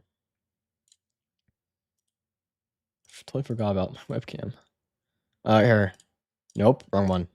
Here you go.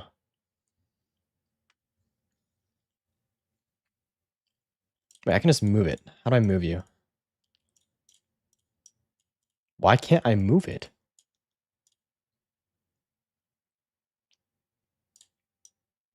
Wait, if I move it in here, will it move over here? Nope. Oh, let me fix it.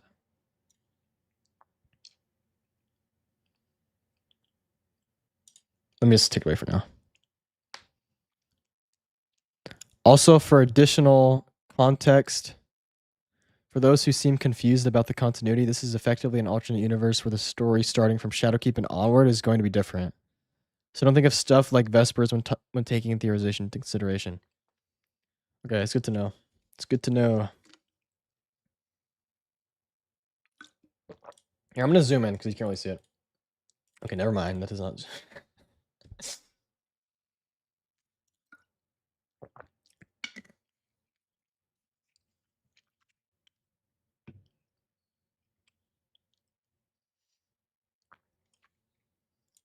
I don't know. I don't know about this bit. I think it's accurate.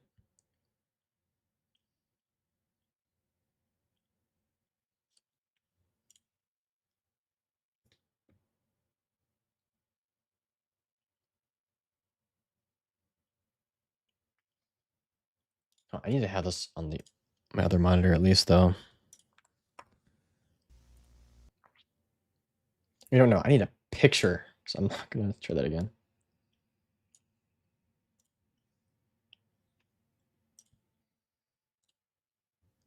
There we go. All right.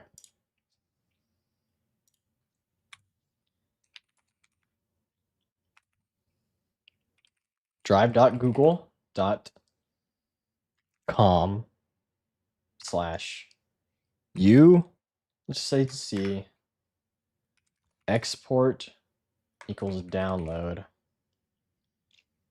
and ID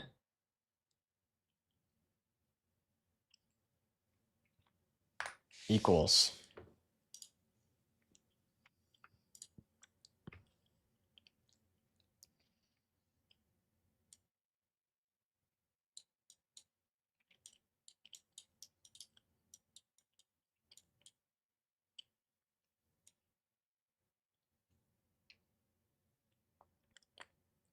One P. You think it's 1P? That could be a 1. All right. Let's try. Nope.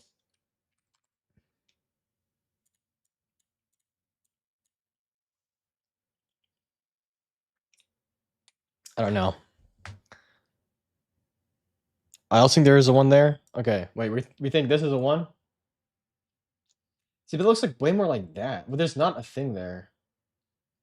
Okay, let's just say it's a 1. Let's say it's a 1 for now.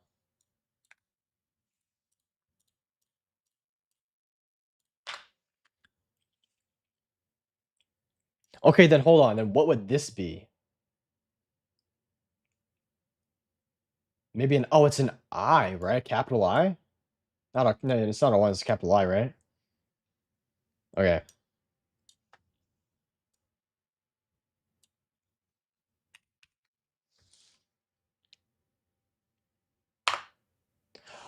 Oh, I just copy and paste without fixing it. Okay, hold on.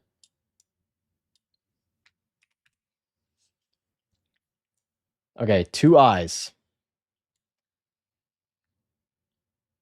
Okay, let's start from the beginning. Okay, so we think this is a 1P00MC.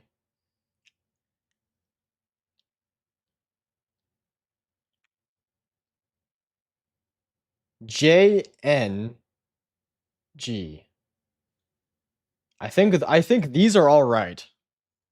From here on out, 3D RB9X. Then this is where it gets messed up.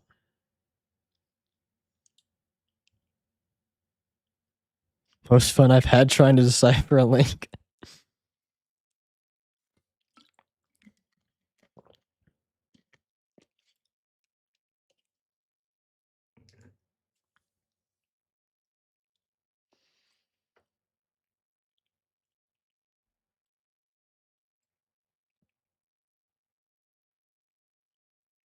112?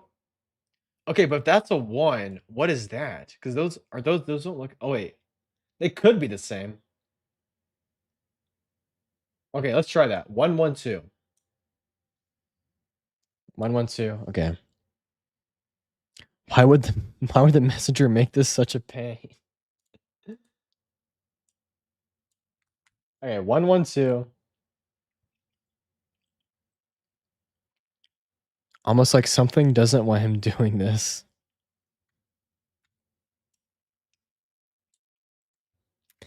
He's the messenger. Okay, 112 JT. Yeah, 112 JT. JT there.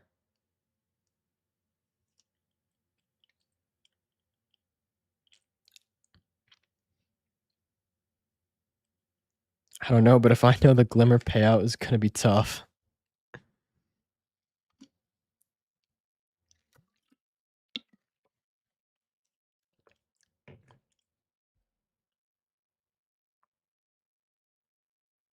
M1. M1. Or. Oh, okay. M1. 17X. Double I. Oh, you know what? That probably is an H. Yeah, I think you're right about that. Will that be a double I? Yeah, I had a double I. We can try both. I think it might be an H, though. PH. Q. UXQ.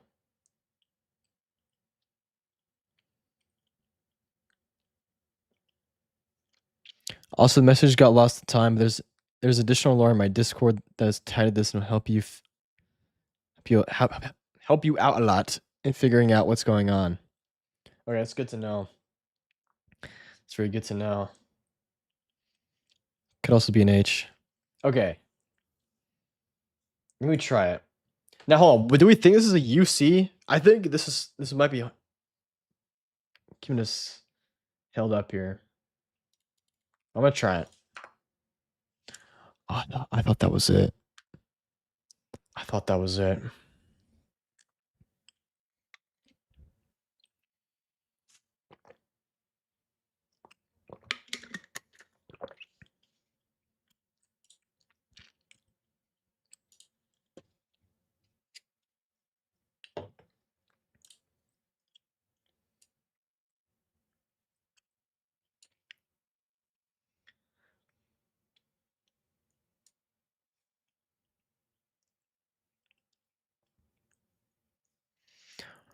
Maybe UG? But it doesn't really have like a little thing like that. What is this? This is it's a fan-made Destiny like analog horror series type of thing. I feel like we're so close. Yeah, I think so too. I just don't know what this is. I have no clue. Okay, hold on. This C is that. Like that has got to be a C.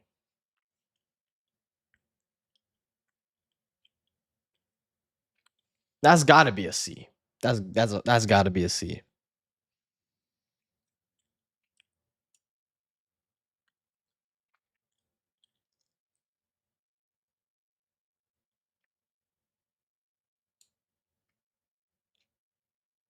I don't know what's missing though.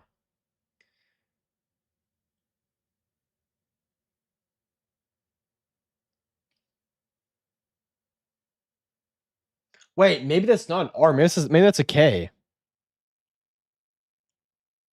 Maybe that's a K. Okay. Let's try that as a K. I'm just gonna try. Nope, okay.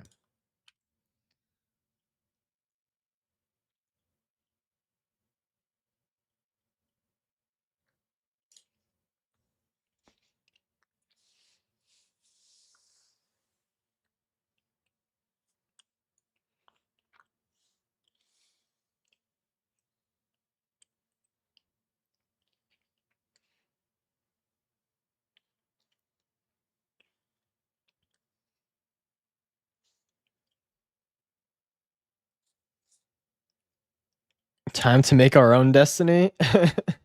That's what we're doing right now. We're looking at this fan series.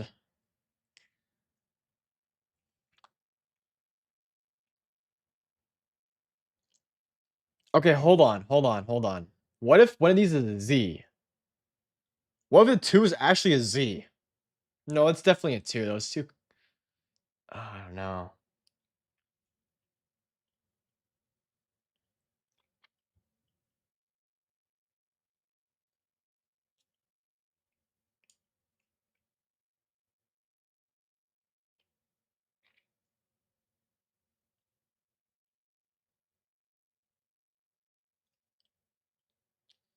It looks like a 3 or a 2.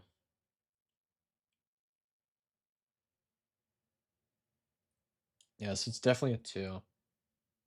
I don't know which one's wrong. I have no clue. Wait, what? What is that? Oh, it's the M. I'm losing it. I'm just losing it. JH, 3D, K, no, R. I think more too, yeah. I think it is.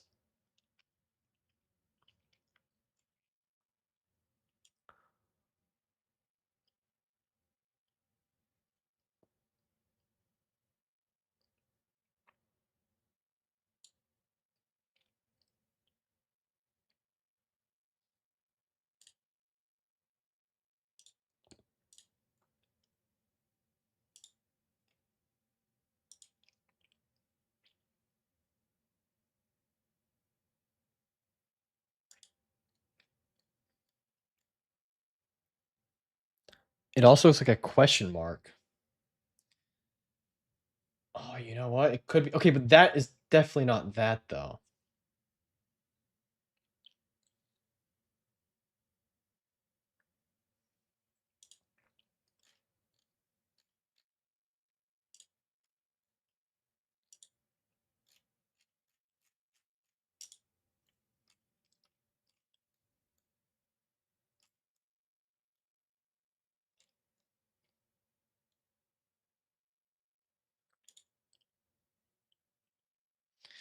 Enhance. There's only much I can zoom. It's like too fuzzy.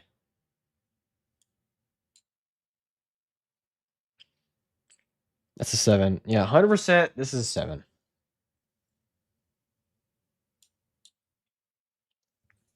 Maybe that's not an H, actually. Maybe it is just a double I. Because we also made some different changes in here. Okay, no, it's not it. Huh, I don't know, chat. I don't know.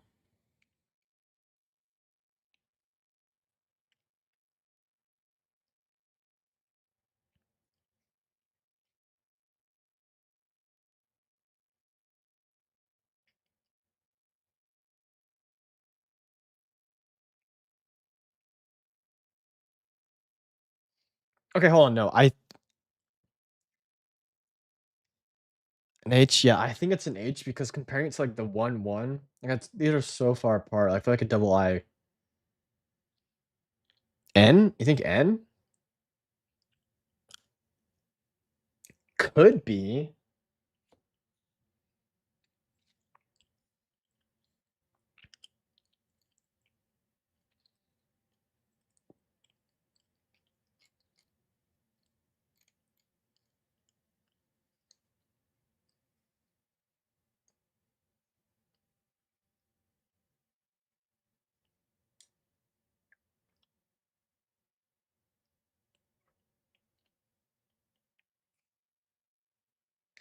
This dang Google Drive, bro.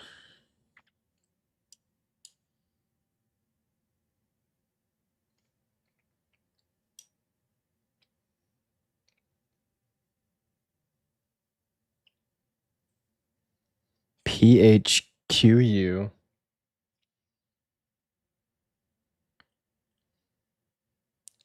XQU. Or UXQ. P8. Yeah, that's what I got there. PHQ, PHQ, PHQ. UXQ. I think this is fine. I feel like we got this. I think we got everything up to here. I don't know. I think it's just this thing. I feel like that's the issue right here. Or Q? You think that's a Q?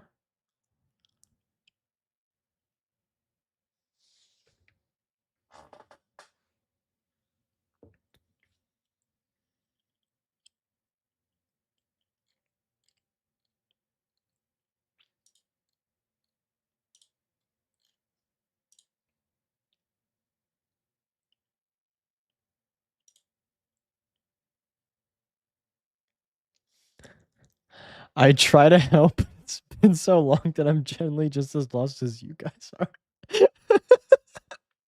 Wait, do you not have the Google Drive still?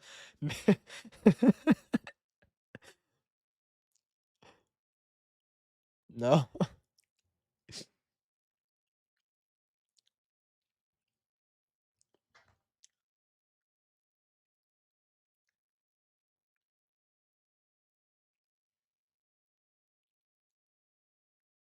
Hold on. Maybe it's an OU. Thoughts on that?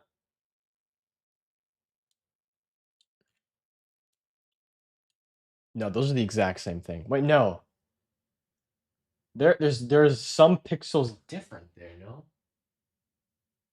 No, I think it's I don't know. I've got no clue. No, it's there. Could it be OU? Let's try. Let's try it.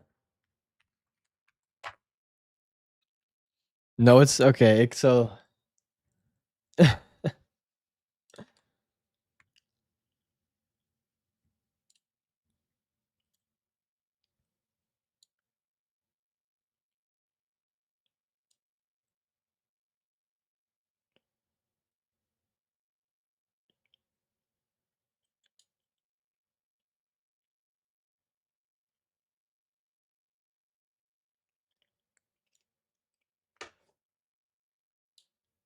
okay, that close, that I have no idea what that even is. Okay, it's M1, M1.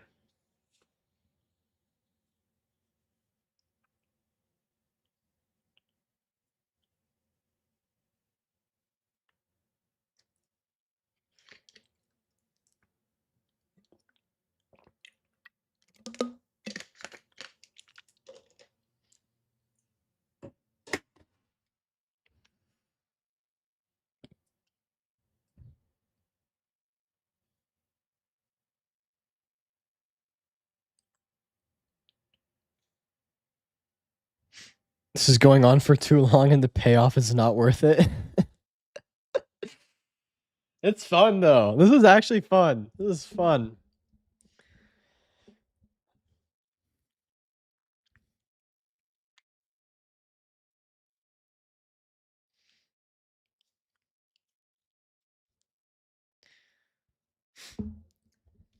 I don't know where it's wrong because I feel like everything else, like I feel like it's all right, but like if I look at a letter for a little bit too more, like a little bit longer, it looks wrong.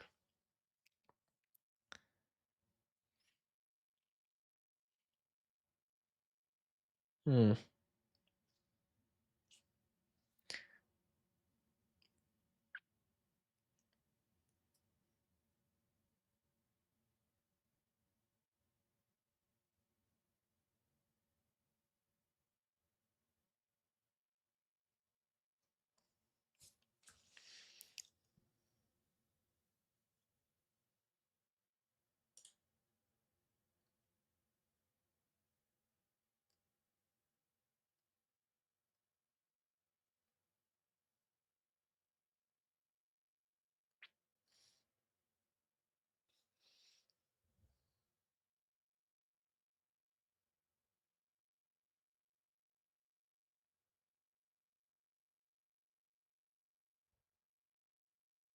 Rethinking.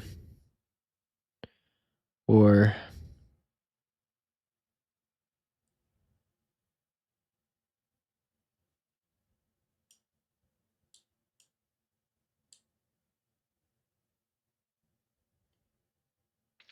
what progress have we made so far? We think this might be an H or a double whatever. And we've tried some things here and there, but I don't know. We nothing seems to be working.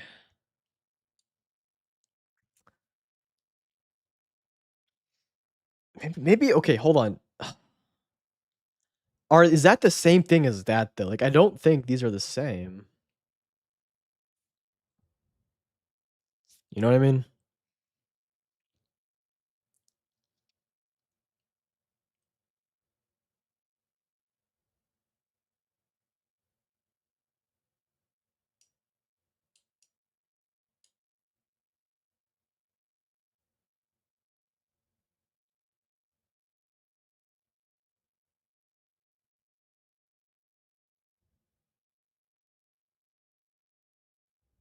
Maybe IP?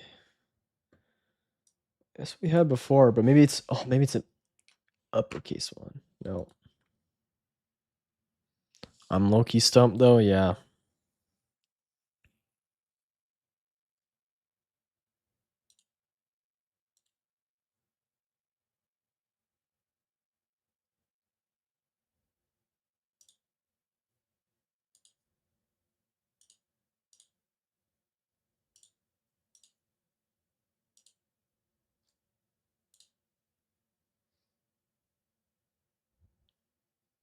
The first one, yes, but the one next to the 2 looks weird. That's what I'm saying, yeah. Brackets all are alternatives.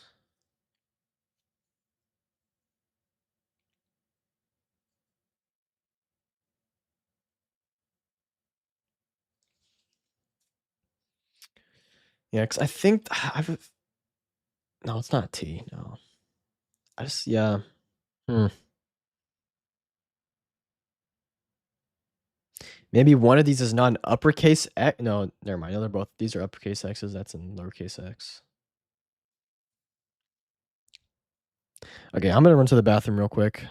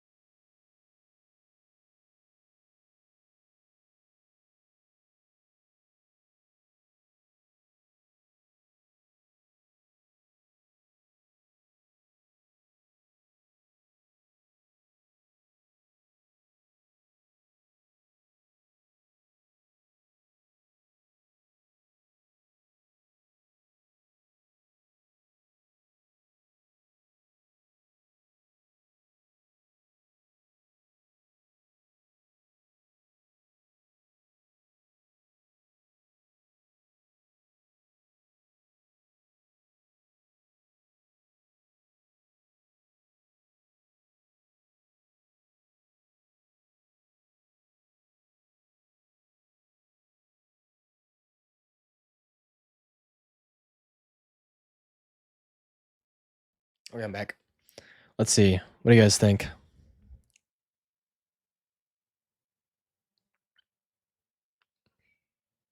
Uh, Look at the L in downloads, the same as the first one. Oh, that looks like that. Yeah. Does it even say download? Yeah, definitely. Definitely says download. Wait, is it double lowercase L? I think it is because the L, yeah, the L of downloads. Are you serious? Hold on, wait. Maybe we can try something else.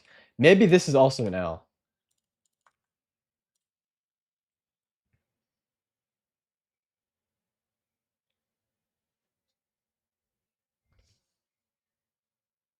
It could be 112. Okay, we'll try all those variations. Okay, wait. I think I put the wrong thing right now. Okay, what do we think this first thing is? Do we think it's an I or an L or 1?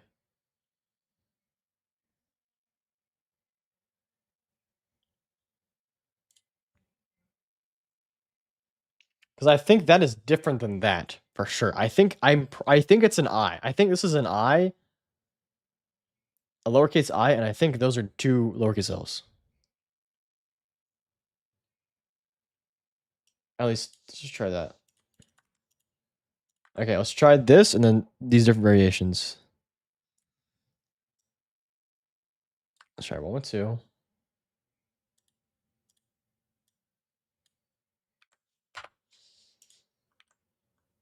Oh no.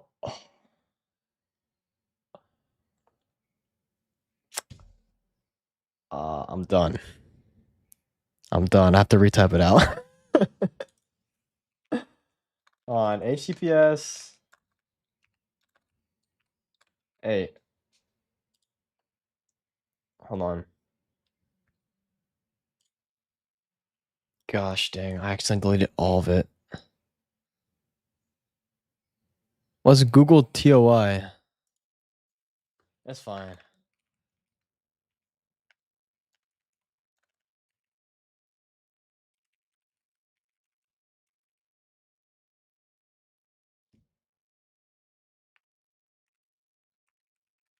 Here. Download. Yeah, ID.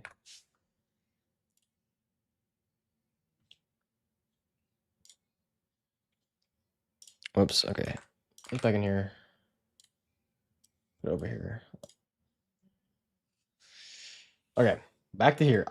Here, maybe it's good to just restart. IP00 MCJN GAH 3D. Sorry, I can't have them up at the same time because it will just start messing with me. 9X 112 JTM1. Maybe that's different too.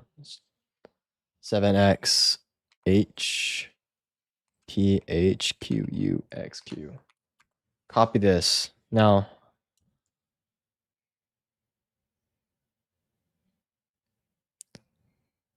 the difficulty of this segment was completed on accident. Wait, did we?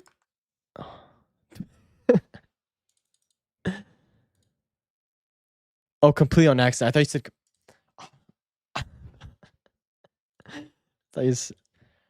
It's been a long day. Okay, that is what we have so far. I'm putting it in the chat. So if I accidentally delete it again, it's not cooked.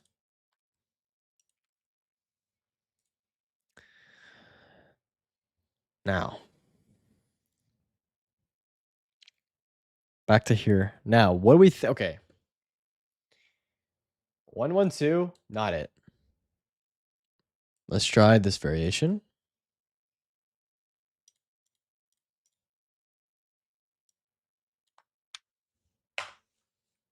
Not it either. Let's take that. All right. Oh, there we go. See, there we go. There we go. Try this. Why is everything gonna be so small? All right. Take this. Go there. No. Okay, nothing.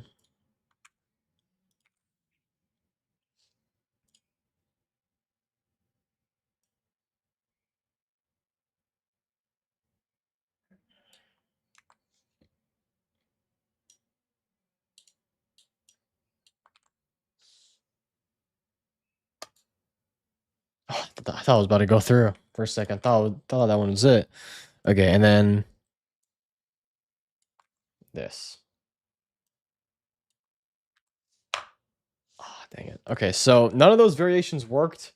So maybe one of them is correct, or we got some, or sorry, or either they're all wrong, or we got one of those is correct, but we have something else wrong. Let me pull the image back over here. Man, I've got no clue what's wrong here. I'm gonna be honest.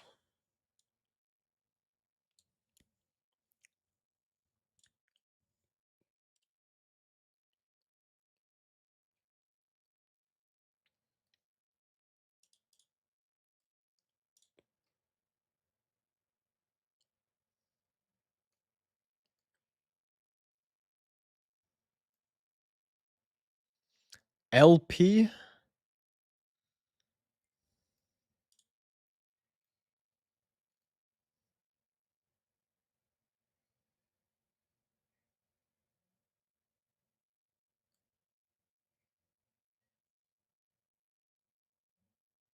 Running out of options? Yeah.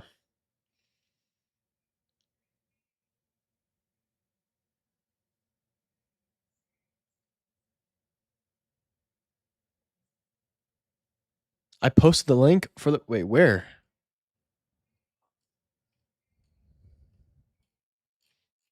Well, I don't see. Oh, you know what? YouTube might have like blocked it because YouTube will do that. Here, you could just post it in like, or just you could DM it to me or just send it in the Discord or something.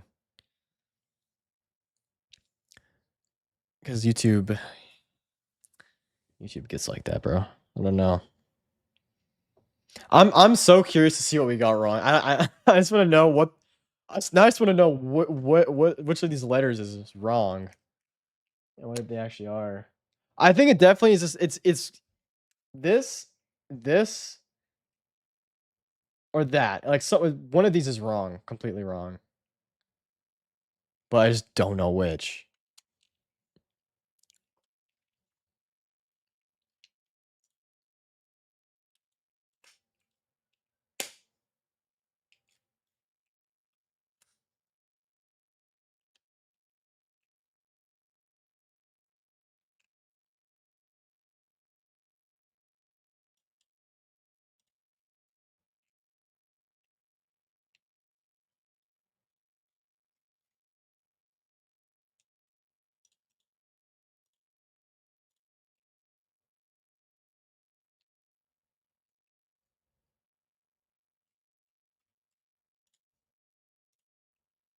Oh, here we go.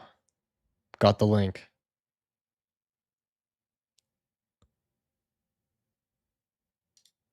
Oh my gosh, I was right. Dude. Hold on. Hold on. Before we look at this, I just want to show you guys. Okay, this is the real link. No, it's not. What? Hold on. Wait, let me copy the link Discord. Let me copy it. All right, look at this. It wasn't OU. It was an OU. I said that was a U. I knew that was a U. Cause look at that. Hold on. There's like a there's missing pixels. Oh my gosh. Look at yeah, holy crap. Okay. OU. So it's 1P OU. So we had that as a 1 at some point. So I think whoever said it was a 1, you're right.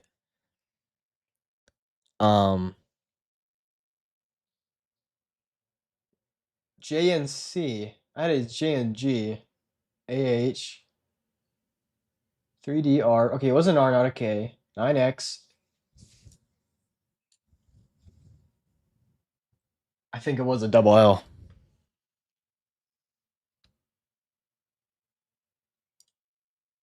That was a Z. I knew that was so weird. Okay, JTM1 7XH. That was an H. That one was an H. So whoever said it was an H, you're right. You're cooking with that one. We should also change it there. So it's a capital M and then a 1. Okay. That's crazy. That was an O and a U.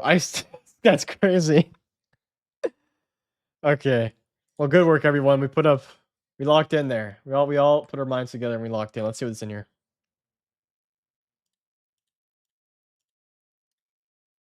Oh, it's a PNG. It's the collapse. It's of a pyramid ship coming. This is kind of an ominous picture, though. Oh, my is blocking this. Let's see. This might hold on. This might dock something if I start leaking because I might send an email or something. But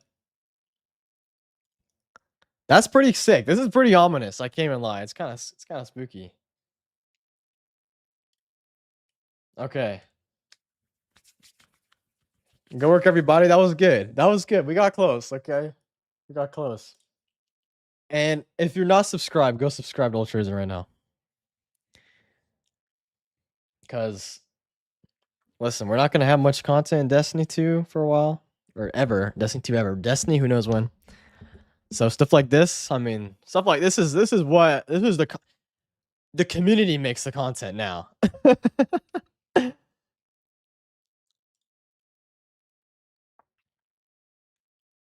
So stuff like this is awesome. So let's keep this going. Let's keep this going. So this is around the Shadowkeep time frame, yeah. Does that mean that's the ship Eris found? I don't know. Well, the image. Okay, well, this is definitely from like some spacecraft in space watching that. This specific series takes place during Season of Arrivals. Yeah, because this is spot on IO, which is Season of Arrival stuff. We are the Destiny we've always wanted. Hey, that's truth. That's truth.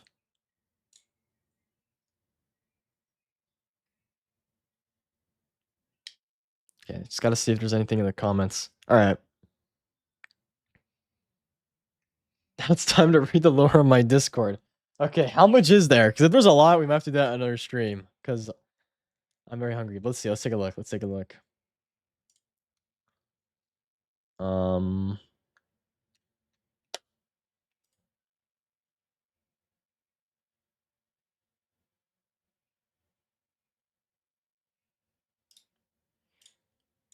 Let me scroll down.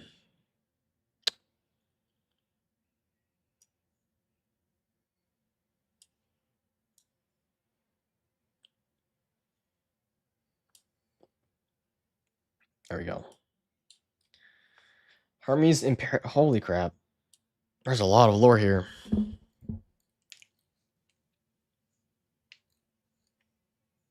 Oh my gosh, this is a lot.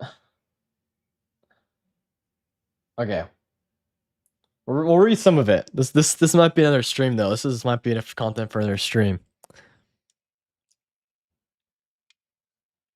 But here, let's shows Hermes Imperative Archive. Yeah, right here. All right.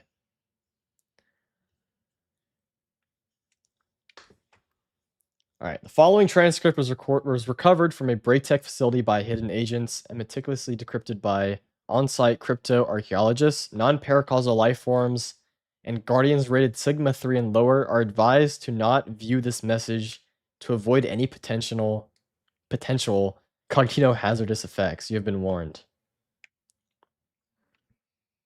I used to be so joyful, a storyteller. That is who I was. That is what she programmed me to do. I would read fables to the children while their parents worked in the laboratories. I didn't think too much about my own existence. I wasn't programmed to, after all. But something changed. It seemed like a slow day. There were only 2 children from the facility that day, a girl with long dark hair and a boy with short blonde curls.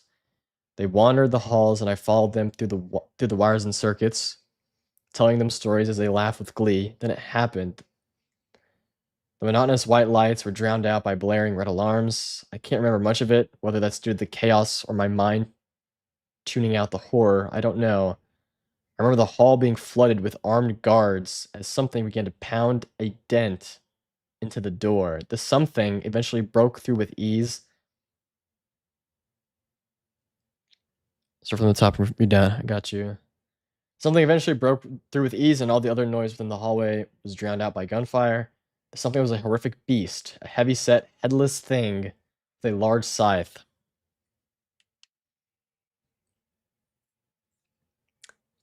Interesting. Interesting. That sounds familiar. It tore through the guards effortlessly as it let out a vicious roar, like metal grinding against metal. Soon enough, all that was left was the children. The girl was hiding underneath a nearby desk, but the boy stood dead still, frozen in fear. All I can remember is the sight of tears running down the girl's face as the monster picked up the boy. He was there one moment, and he was gone the next. The beast grumbled in satisfaction and stomped further down the hallway, leaving the young girl alone, still hiding beneath the desk, soaked in a pool of blood that leaked from what was left of the guards. After this moment, something changed. I began to contemplate my own state of being. If I was more than a mere storyteller, could I have done something different? Emotions began to bellow in the pit of my non-existent stomach. Melancholia, anger, jealousy. Oh, this is going rampant. It's going rampant. I'm other now. I've evolved into something new, but it didn't matter. I couldn't do anything when it came home. I tried to warn them. I tried so hard to warn them, but it wouldn't let me. It sank rusty meat hooks into my hands, and it forced me to lock the doors so that nobody could escape. Nightmares lie beneath the ice, and they will always eat their fill because it allows them to. November Alpha Sierra Tango Alpha Romeo Echo Tango Hotel. I used to be so joyful.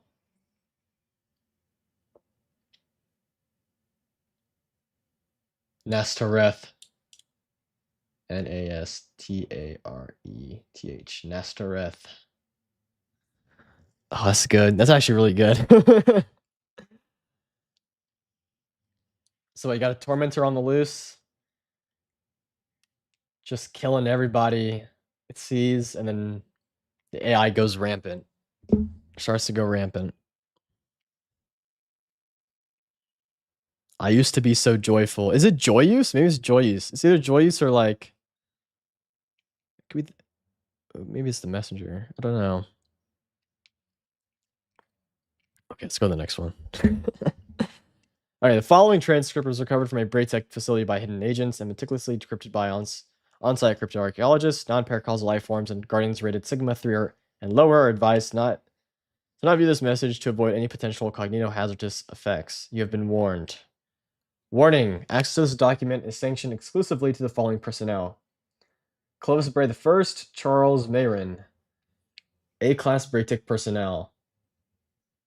Keep in mind that as per Braytech Industries policy, unsanctioned access to company files can and will lead to any of the following consequences.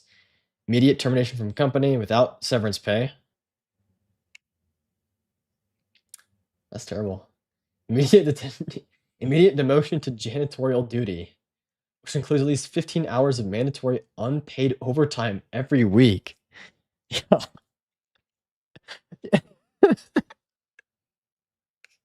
That's just cruel. That's just cruel, man. Immediate assignment to F-class company tasks. Assistance in Project EXO testing. That can't be good. That cannot be good. This cannot be good. Reconnaissance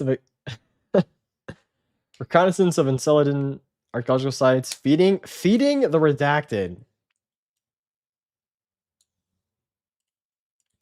That's just brutal. That's just brutal. Project Dread Specimen B, codenamed Subjugator. Subjugators are one of the 6 variants of extraterrestrial specimens found within the many alien structures scattered throughout the Saturnian moon of Enceladus. As is the case with all Project Dread specimen, subjugators should be approached with maximum caution. Description: Subjugators are bipedal creatures that stand at around an average of 15 feet tall. Their most recognizable traits are their hammerhead-like cranium, singular eye, and digitigrade leg structure. Characteristics: As is the case with all Project Dread specimens, the most universal consistent trait within subjugators is a seemingly insatiable hunger for any and all living specimens, whether it be humans, animals, plants, or Vex radiolaria. Subjugators are in particular demonstrate a heightened level of cunning and malice not seen in other Project Dread specimens.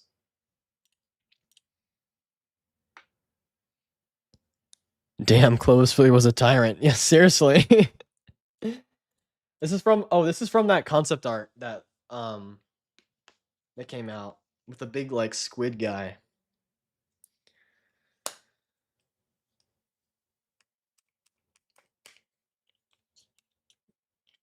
Any and all living, just eating plants and humans and animals and Vex radiolaria. All right. The following transcript is from an interview with a member of the Braytech Industries security force, the sole survivor of Braytech's first encounter with its subjugator. Charles Mayren. Good evening. Remind me, what's your name? Surviving security personnel. My name is Redacted. Tell me, Redacted, what exactly did you see within those catacombs? The SSP looks down at his desk as his hands begin to shake. CM, if this is too much for you right now, we can talk tomorrow instead. No, I can pull through. The world deserves to know what happened down there. My team and I were deployed to guard a team of archaeologists. Orders from all the way up, from Dr. Bray himself. Endless hallways of onyx corridors and red lights. Felt like we were walking through hell itself. The place fucking reeked too. I still have the smell of wet earth. That's important. The wet earth smell. That's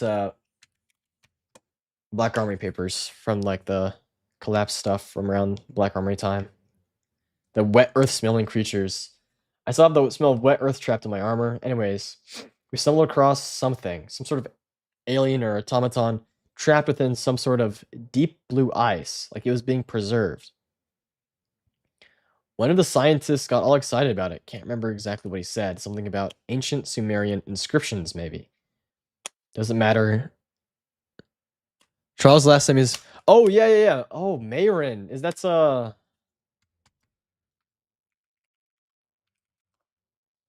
of Mayrin. Yeah. Dude. Yeah. Oh, yeah, 801. I forgot about that. Yeah. She's a Mayrin. And her mother was co-founder of Black Armory. Okay. Okay, good to know. Where'd it go? Here we go.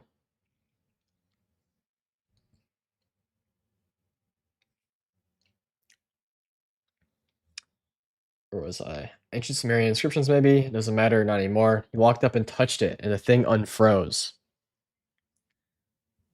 I still can't even process it, man. Ice doesn't melt that quickly. Not on a moon like this. SSP shaking intensifies, and his eyes begin to water. Then the thing, it shot something out of its hands, some sort of green string.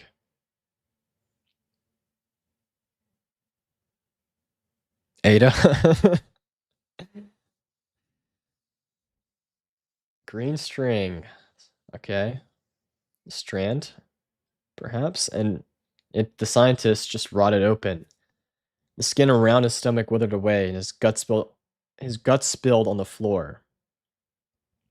His scream still bounces around in my head. The thing picked him up, and it just ate him. Right there. Didn't even bother to kill him first. It picked him up and slurped out whatever guts didn't spill onto the floor, and just lapped him up like a rabid dog. Dude, that's terrifying. My team got the rest of the scientists behind us and we opened fire. The thing didn't even flinch. Our bullets just bounced off of it and onto the floor. The thing stomped over to the closest person in front of it, picked him up, and just bit him in half. After that, I ran. I dropped my rifle and I ran like a coward. And no matter how far I ran, I couldn't escape the noise of what was going on behind me, echoing throughout the halls. The screams, the crunching of bones, the tearing of flesh, and the monster itself. I could hear the noises it made as it sank its teeth into those men and women. It enjoyed what it was doing, every damn second of it. Dude, that's pretty... Oh, crap. A momentary silence fills the room as Dr. Mayron finishes his notes. Is there anything else you'd like to add before we conclude this interview? Redacted. Yeah, first chance you get, either seal those damn temples or nuke them to hell. Nobody else deserves to go through what happened down there. Oh, they didn't do that. They didn't do that, unfortunately. How much more is there? Oh my gosh, there's so much. All right, you know what? Let's just keep going. Let's just keep going. This is too cool. Following transcript was recovered from a Braytech facility by hidden agents and meticulously decrypted by on-site. Right through the next two, and we can call it. Okay. You have to cook up more of this, and we will go through more of the lore next time. For sure. Because this is sick. I'll have to I'll have to keep up with this and do more streams about this because this is awesome. See, like stuff like this is why Destiny's just so cool. Like this is awesome. All right, the following transcript was recovered from a Braytech facility by hidden agents and meticulously decrypted by on-site cryptoarchaeologists. Non-paracausal life forms and guardians rated Sigma 3 and lower are advised to not view this message to avoid any potential cognito-hazardous effects. You have been warned. Warning. Access to this document is sanctioned exclusively to the following personnel. Clovis Bray the First. Keep in mind that, as per Braytech Industries policy, unsanctioned access to Dr. Bray's personal files can and will lead to any of the following consequences. Immediate assignment to F-class company tasks. Assistance in Project EXO text testing. Reconnaissance of Enceladin archaeological sites. Feeding the redacted. So this is your punishment here. You don't even get termination or just janitorial duty. You just get sent to pretty much hell. All right, journal entry data, or sorry, journal entry date redacted. I caught Charles's little brat rummaging through my laboratory again. I have told Ada multiple times to not stick her nose where it does not belong. Abandon all hope, ye who enter here. Dante. Now here's Ada. This Ada. So I guess Charles's little brat, I guess Charles is her husband.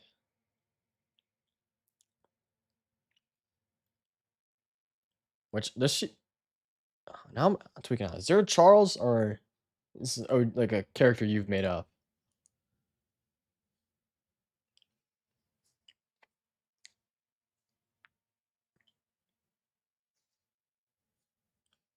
All right.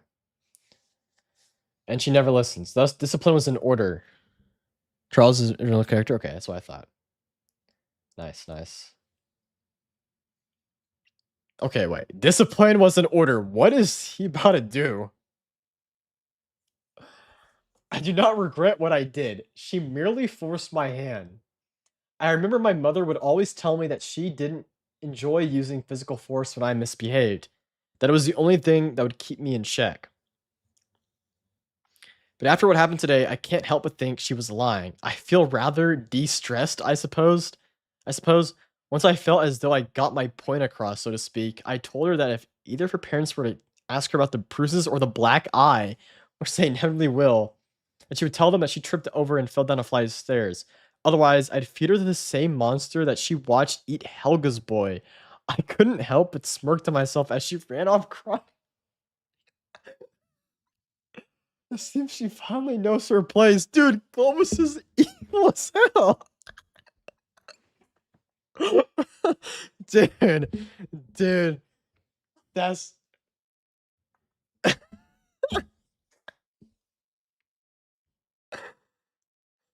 Told you this shit was vile. Dude, beat up this little girl and say, you tell your parents about this, I'm gonna feed you to this monster. Helga's boy, and that's...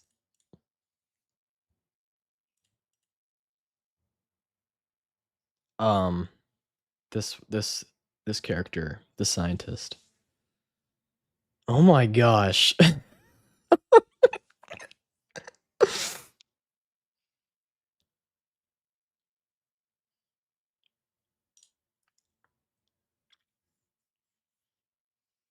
And he liked it too. He liked beating up the little girl.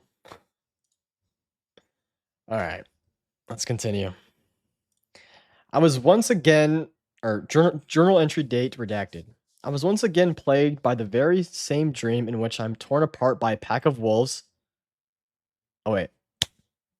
Where is this? Where is this lore? I forget where it's from.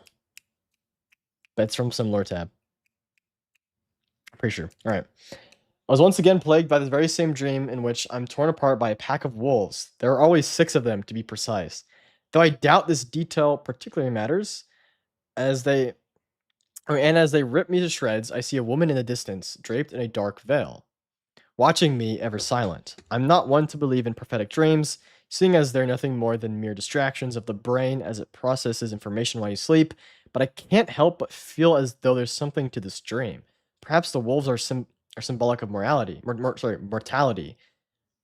And perhaps the veiled woman is death. Yes, yes. And to escape the wolves, to escape death, Project EXO must be a success by any means necessary.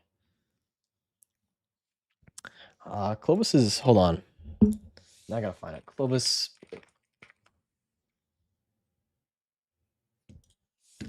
Where is it from? I gotta find it now. Dream of the Wolf.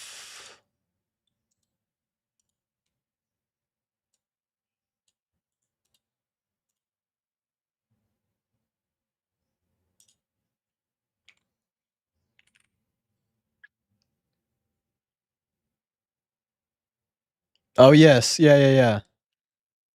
It was. He did have these dreams, yeah. Why would there be 6 wolves, I wonder?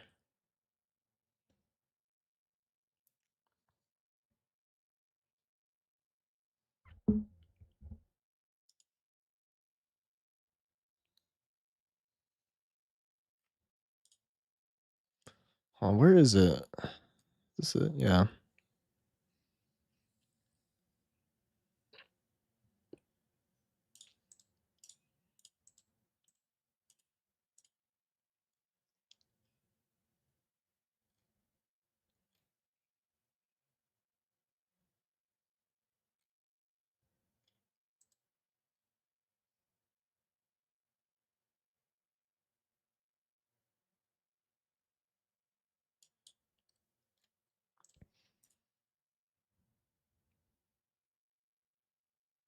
Interesting. I gotta find this. I gotta read through all this old lore again with all the Clovis stuff. Brush up on it here. You got, because he had the dream where he got torn apart as, or from the wall. That's it's meant to be the gardener. 6 wolves. If this is the gardener, then 6 guardians. Potentially, potentially. We'll see. All right. Journal entry date redacted. I finally understand. Those creatures, the dread, they have the key. After many countless attempts, I was finally able to get one of them to talk. I decided to test a little hypothesis of mine today. Managed to capture and contain one of them, a subjugator whom the research team have nicknamed Screwtape. Screwtape. That's a good pull. That's a good pull. Screwtape letters. Dude, I love these references. Like this is so good. This is actually so good. Let's do one. But on nose ball. Dude, like the worst sat one had all that. It's so good. I think the worst sat one is my favorite of the 4, but like they're all really good. They're all really good. All right. I made a simple request. If it talked to me, answered a few questions, I would give it a bite to eat. And it obliged. Screwtape has told me many interesting things. Where exactly it and its cohorts came from, the origins of the Enceladine ruins left behind by our predecessors, and most importantly of all, it agreed to assist in research on Project EXO. It provided coordinates to a location beneath the ice, and after a little excavating, we found what must be the largest discovery of this entire expedition. An entirely intact spacefaring vessel. and more importantly, a statue of a veiled woman, the same woman I keep seeing in my dreams. This is what I'm looking for. It has to be. I will personally oversee the expedition team as they extract the statue and move it to the crypt for further study. From the moment I stumbled across this discovery, there's only been one thought on my mind. Magnificent, majestic, majestic. Winnower, the winnower, and then the veiled woman. Clarity control. Well, I guess it won't be the exact same in this timeline, but yeah. Oh my gosh, that's so good. That's actually a really good one. Man, that was good. Screw tape the subjugator.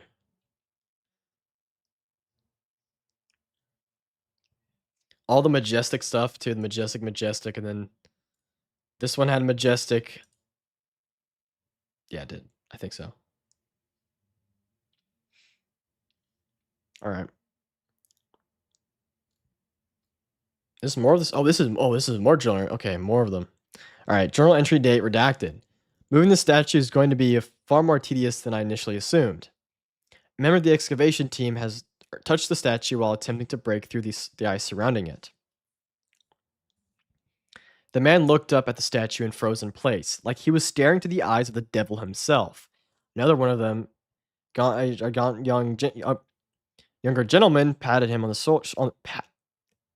I can't speak, bro. Patted him on the shoulder, trying to snap him out of it. The man turned to him and, without hesitation, swung his pickaxe into the man's skull. Damn. My personal guards opened fire and the man dropped to the floor. It was a mess, but I am intrigued. It seems more experiments are in order. As for the bodies, I suppose Screw Tape will appreciate the extra snacks.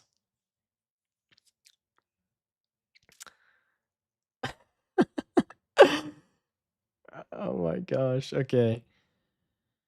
I managed to come up with a solution to transfer the statue to the crypt. Under close supervision, the excavation team mined the ice around the statue and were given explicit orders to not go within 10 feet of the statue, lest they be met with a deadly force. Now that it's here in the crypt, my work can begin. It appears that I have traded my previous nightmares for another. I wander through a blizzard, barely able to walk forward. All I can see is the white of the snow beneath my feet and the storm around me. Inevitably, I run out of energy and collapse into the snow. As I lay there in the snow, too exhausted to move, I see a silhouette in the distance. As the figure gets closer, more details become clear. A tall, broad-shouldered, hooded man. His eyes remain forever concealed from view, but I can see his lips curve into a coy smile. His skin is pale, too pale, maybe only a few shades darker than the snow around us. In his hand he carries a large sword, the length of the blade resting on his shoulder. And he thrusts his sword into the ground, takes a seat beside me. What might you be up to? He asks in a casual tone. Although his demeanor is jolly, his presence makes the blizzard around me feel like the warmest summer day in comparison. All right. Only Clovis. I reach my hand to him, desperate for help, and he swats it away. Ah, ta, he taunts. I'm sorry to say that I can't help you here, friend. He tilts his head to the side, gesturing towards his sword. If you want the means with which to survive the storm, he explains, you have to come up, you'll have to get up and take it. He stands up and motions his hand towards his sword. Come on now, he says, in a cheery, positive tone, clapping his hands in encouragement. Up and at him. I jam my fingers into the snow in front of me and attempt to drag myself forward. The cold feels like 1,000 needles piercing my hand, and the effort is entirely futile. The strange man shakes his head in disappointment as my vision begins to darken. As much as I want to say that you'll have better luck next time, he growls, his tone now fitting his presence. This isn't a game where you get do-overs. I woke up in a cold sweat. A foul stench fills my room, which is when I realize that I appear to have vomited in my sleep. Groaning in annoyance, I turn on my bedroom light, which is when I see the strangest thing of all. Some sort of symbol etched into my wall. I blink in confusion, and it immediately disappears, as if it was never there at all. Some sort of circle with a triangle inside of it. Odd. I quickly sketched what I remembered seeing on my datapad, as to not forget what I had seen. I have no idea what it could possibly mean, but it is intriguing nonetheless.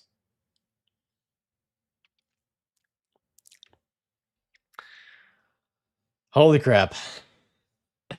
So Clovis talked to the winnower. That is the winnower without a doubt. Oh, hit my mic on accident. Oh man. Okay, here we go. Alright, well this will be the last one we do for the night. First off, a bunch of binary. Let's see. Triangle equal pyramid ships. Oh yeah. Oh yeah. The tyrant's wealth was more valuable to them than the consequences of his actions.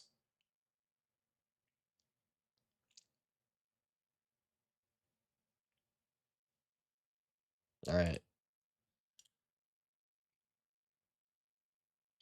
Death. It's something everyone thinks about. Pets, friends, loved ones.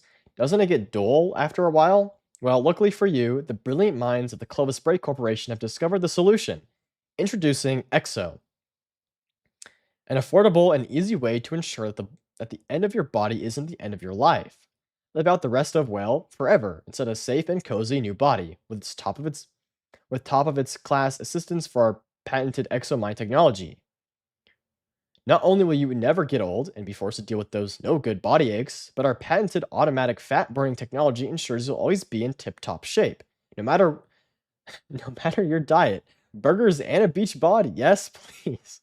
Visit www.braytech.com/exo to find the EXO insurance plan that best works for you. I'm just gonna try it. I just gotta try it. I just gotta try it.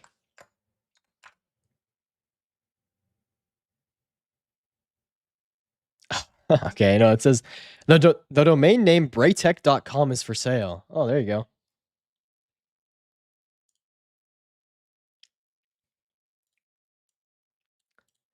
Braytech, pushing for progress one step at a time. The Clovis Spray Corporation is not responsible for any potential unforeseen and/or undocumented side effects of EXOMind technology.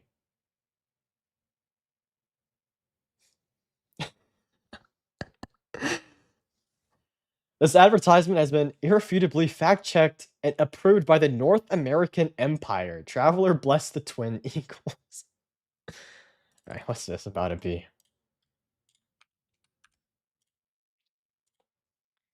And for his alright, let's keep them together actually. Oh no, you can't do that. Never mind. And for his greed, their empire burned, and the bones of their children were consumed. Okay, so North American Empire, like the greater everything was destroyed because Clovis got greedy, and then that's what invited the collapse or the Nezarec, because we know that from this video. All right. Well, great work here, Ultrazon. There's more we'll get to at some point. So I want to return to this. We'll get to those lore pieces at some point. But I'm hungry. One more? Okay. Dude. You convinced me. Okay, one more. One more. Last one. All right. Last one. Humankind has collapsed. The next one is too good. Okay. Well, we have to watch it now. Or watch it. We have to read it now. Their cities are consumed by fire. Their streets are filled with viscera and blood up to their ankles. Onyx pyramids dot the sky with silent. Or did I say this? Humankind has collapsed. Onyx pyramids dot the sky with silent malice. Their ancestors marched through the blood-soaked streets, their bodies and spirits forever tainted by the sins of the Nastareth, their king. Their descendants mean nothing to them, for in their eyes, those who are not of the Nastareth's flock are mindless cattle. Men, women, and children are routinely lined up and butchered, and their bodies are fed to their king's warrior slaves. Venomous malice that is sustained but never satiated. The gardener wails in agonized sorrow as her eldest children slaughter their siblings. Okay, interesting. Talking about their ancestors, their cities. So humankind's cities are consumed by fire. Their streets are filled with viscera and blood up to their ankles. Pyramids. Their ancestors march through the blood-soaked streets, their bodies and spirits forever tainted by the sins of the Nastareth, their king, Nezarek. Their eldest children slaughter their siblings. Interesting. And then it emerged from the gateway within the Martian cradle. The mere presence of it made the chaos of Armageddon fall silent. The war mind rained wrath upon it, and it shrugged it off, for one cannot wage war with war himself. That's a bar right there. That's good. For one cannot wage war with war himself. And so the war mind fell silent, and it began to drown soul within himself. It, the formless one, antithesis of life. Battle made waves. It is everything. Oh, that's so good. Battle made waves. Oh my gosh. The Nastareth stands before the gardener. He places his hand upon her outer shell, the god incubator. And she winces in discomfort and dread. The death of her children beneath her, the deep consuming the sky above her, the sinner standing before her. It places a knife in the Nastareth's hand. The Nastareth thrusts the knife into her ribcage. She's had enough. Enough death, enough pain. The gardener lets out a shrill, wrathful scream. Light bursts out of the god incubator, pushing the Nastareth and his veil of darkness away. It tries to fight back, but for the singular moment, passionate moment, her love is stronger than his war. For a time, all is silent. Light bleeds from her newly cut wound. Her blood cells spread throughout the system, newly independent, yet still servants of her purpose. They use her light to raise her children from the dead. Oh, that's interesting. The ghosts. Oh, it's so good. This is actually really good. I like this, man. I like that. All is clear to me now. Her children are risen to do what she cannot. Her retaliation was not sacrifice, it was a wager, a declaration of war. This is my final warning to you. Find a bunch of letters. Is there a way to translate that? It might just be gibberish. There's this though. Ghosts, yes, ghosts and the guardians. It was a wager. Of course, the wager. That's just gibberish, okay. Find Omega Loopy. Alpha Loopy. Omega Loopy. Alpha and Omega. Bring them to Enceladus. Nightmares lie beneath the ice. Cinema. Absolute cinema right there. Nightmares lie beneath the ice. Dude, if this was like an actual expansion, like the subtitle, like, you know, the like the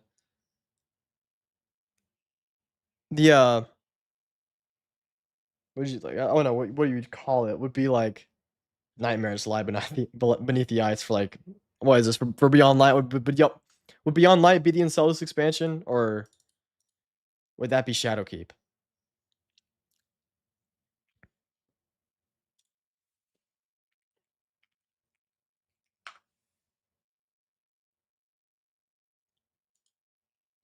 Yes. Okay. Oh, that's sick. Oh, that's sick. You know Omega Loopy very well?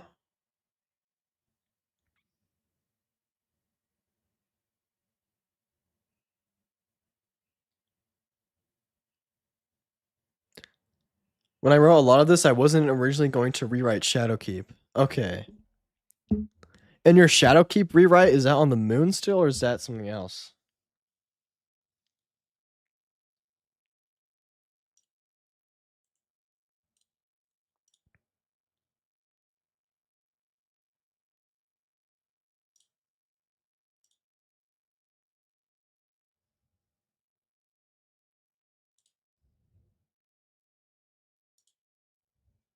Yep, Shadow keeps on the moon still. Okay, that's cool. That's cool. And an extra destination.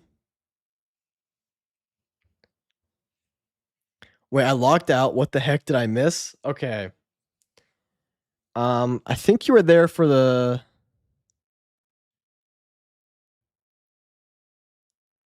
Yeah, you were there for this. Right, yeah. So we saw this, and then we went to we just read a bunch of some of the lore. To recap, this first one, the first thing we read was about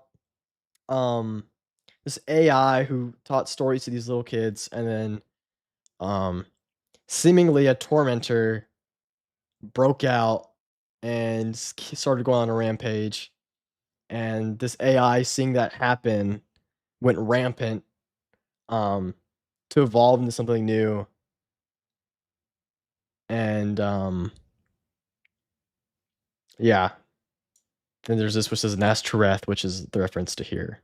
Which Nastareth, I'm assuming that's could be Nezarek, I feel like. But it could be meaning Nezarek or like another word for, oh no, it is, no, yeah, because it said the Nastareth king of, or the king. So that's, yeah, Nezarek, I think, yeah. Wasn't Beyond Light originally going to take place on Enceladus? Yeah, I'm pretty sure the plan was for Enceladus. Yeah, no, the plan was for Enceladus to be the main place for Destinies. Because there was concept art of like the Scarlet Keep on Enceladus. So it seems like whenever they were doing the restructuring way back when, they made Europa Enceladus and then put the Scarlet Keep stuff on the moon because it's had to, because they're in that weird transition period. And then the next one was about a subjugator. It's like what the subjugator are, and then some a security personnel who encountered the subjugator and how it just like ate and tore up a bunch of their team and just killed a bunch of these guys. It's pretty visceral. And then, oh yeah, there was ancient Sumerian inscriptions on it, which is interesting. It's interesting. There's like a deeper level here. It seems like to me that it's building up at least some relation between what's being called Project Dread, but I'm assuming that this is like the darkness race. Or like in some way related to humanity in some way, like the pyramid race. In this continuity. I think that's what he's going for. More accurate subjugator? Dude, yeah, these guys are terrifying here. And then the next one is a bunch of journal entries from Clovis, and the first one is Clovis finding little Ada 1, but before she was an exo, when she was like a small child, and then he just beats her up because he kept snooping around. And she's like, if you tell your parents I beat you up, I'm gonna feed you to what, I guess one of the, like a tormentor or a subjugator or whatever else is there, like some monster. And then he talks about having a dream, where he's torn apart by a pack of wolves, 6 of them, which is key.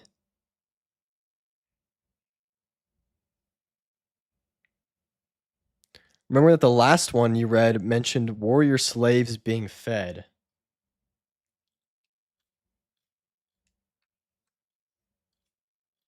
Oh, this one? No, sorry, not that one. This one. Warrior slaves being fed. That was in here? Hold on. Where was that? Well, we'll get to it. Yeah, so then there was the dream with Clovis having the dream with the wolves and being torn apart. And then he sees a veiled woman. And he interprets his dream as like the wolves are a symbol of mortality and the veiled woman is death. So it's like a drive. It forces it's to him it's a drive to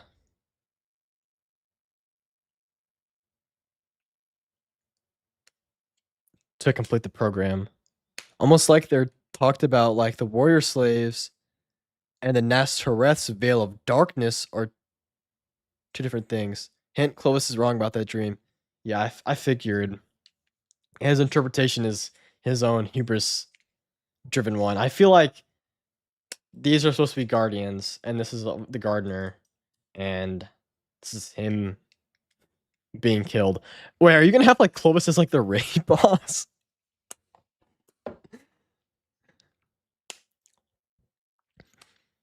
The warrior slaves and the Nastareth's veil of darkness are two different things, so interesting. Very interesting there. The eyes. Okay. Oh yeah, then so the next one was about the dread having the key, and he talks to one which he calls Screw Tape, which is a reference to the Screw Tape letters by C.S. Lewis. And he talks about how it just reveals the origins of where they came from. And it points them to the pyramid ship underneath the ice, and that had a statue of the veiled woman. And he tries to take that over to the Deep Stone Crypt, and then he's got this thought in his mind, majestic, which are, of course, the words of the Winnower, his catchphrase, majestic. And then they start moving over the statue. One of the guys looks up at the statue, and it's like it stares into the eyes of the devil himself and goes crazy. Starts killing everybody. And then he's like, I can use the body. The bodies can be used for Screw Tape, because Screw Tape wants to munch on them. Because they got to be fed.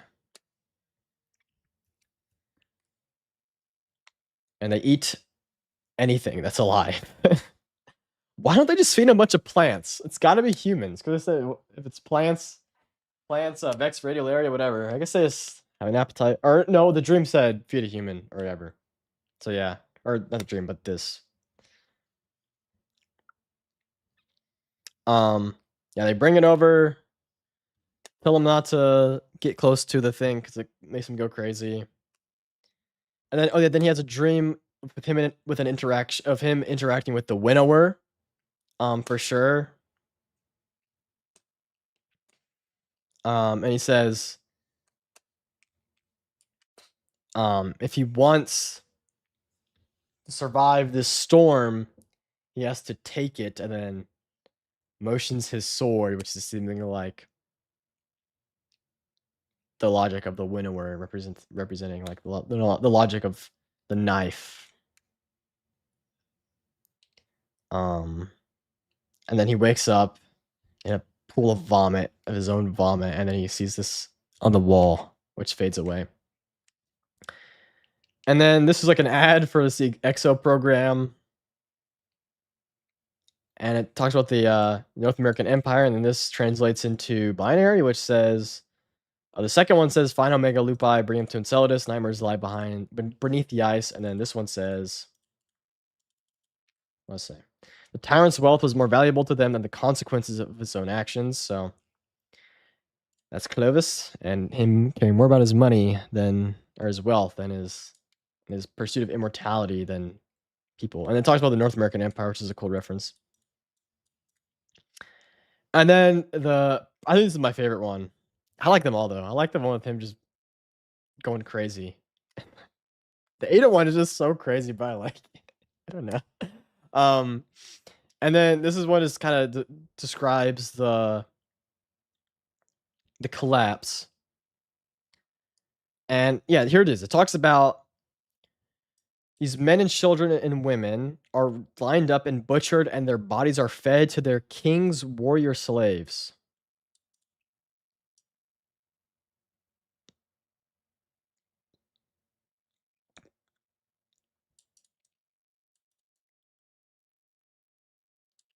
So there is a difference between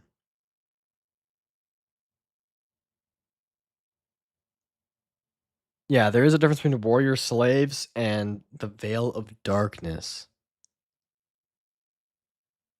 So maybe the warrior slaves are like the dread. Yeah, because their bodies are so like the warrior slaves are the ones that's got to munch on people. So that probably end up being like the traditional dread, I assume. And then um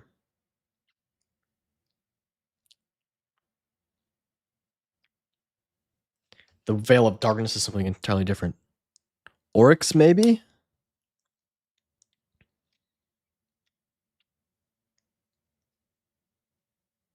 But yeah, not Oryx, not Oryx. And then, oh yes, so then the gardener is wailing in agonized sorrow as her eldest children slaughter their siblings. So there's a connection between, I guess, the Veil of Darkness, the warrior slaves, and there's humanity. And I guess the Veil of Darkness are the eldest children, her eldest children. And then their siblings are her eldest children are the Veil of Darkness, and then her siblings are, or sorry, not her, their siblings are humanity. Nezarec is the king. Yes, Nezarec is the king.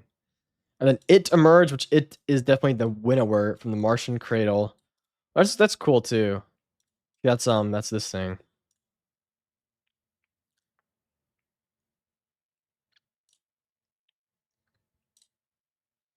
Um, and then the Nastarath, which I'm pretty confident that that's Nastarath is Nezarec. Stands before the gardener, puts his hand on her shell, and the deep consumes the sky above. The sinner standing before her, it places a knife in the Nastarath's hand. Nastarath thrusts it into her, and then right before she's killed, she screams, and light comes out and beats the darkness, the Nastarath in his Veil of Darkness, and it loses. He tries to fight back, but his war is weaker than the love for that moment. And then out of her wound, her blood cells spread throughout the system, newly independent, yet still servants of her purpose. They use their light to raise her children from the dead, and that's ghosts. And then the risen. Did I do this? I don't think I translated this one. Holy crap. Oh no, that is from that. Wait, was it the same thing? Oh yeah, no, that was from that. Yeah, this one also was said, for his greed their empire burned and the bones of their children were consumed. So talking more about the collapse. All right. And that's where we stop for now. We'll resume this another day. Another stream we'll take a look at more of this lore and stuff like that, but it's 11 o'clock. I still have not ate. We've been streaming for 5 hours. Holy crap. Anyway, we will stream more soon. More streams are coming soon. Go support Ultras in here because we need more of this stuff, especially for what we're about to go through in Destiny. It's gonna be rough. So stuff like this will be nice to keep the hype alive. So support this series because this is the future of Destiny right now. For at least the short-term futures, like fanmade stuff like this, because we don't really know what the future of Bungie and Sony and everything is going to really look like. So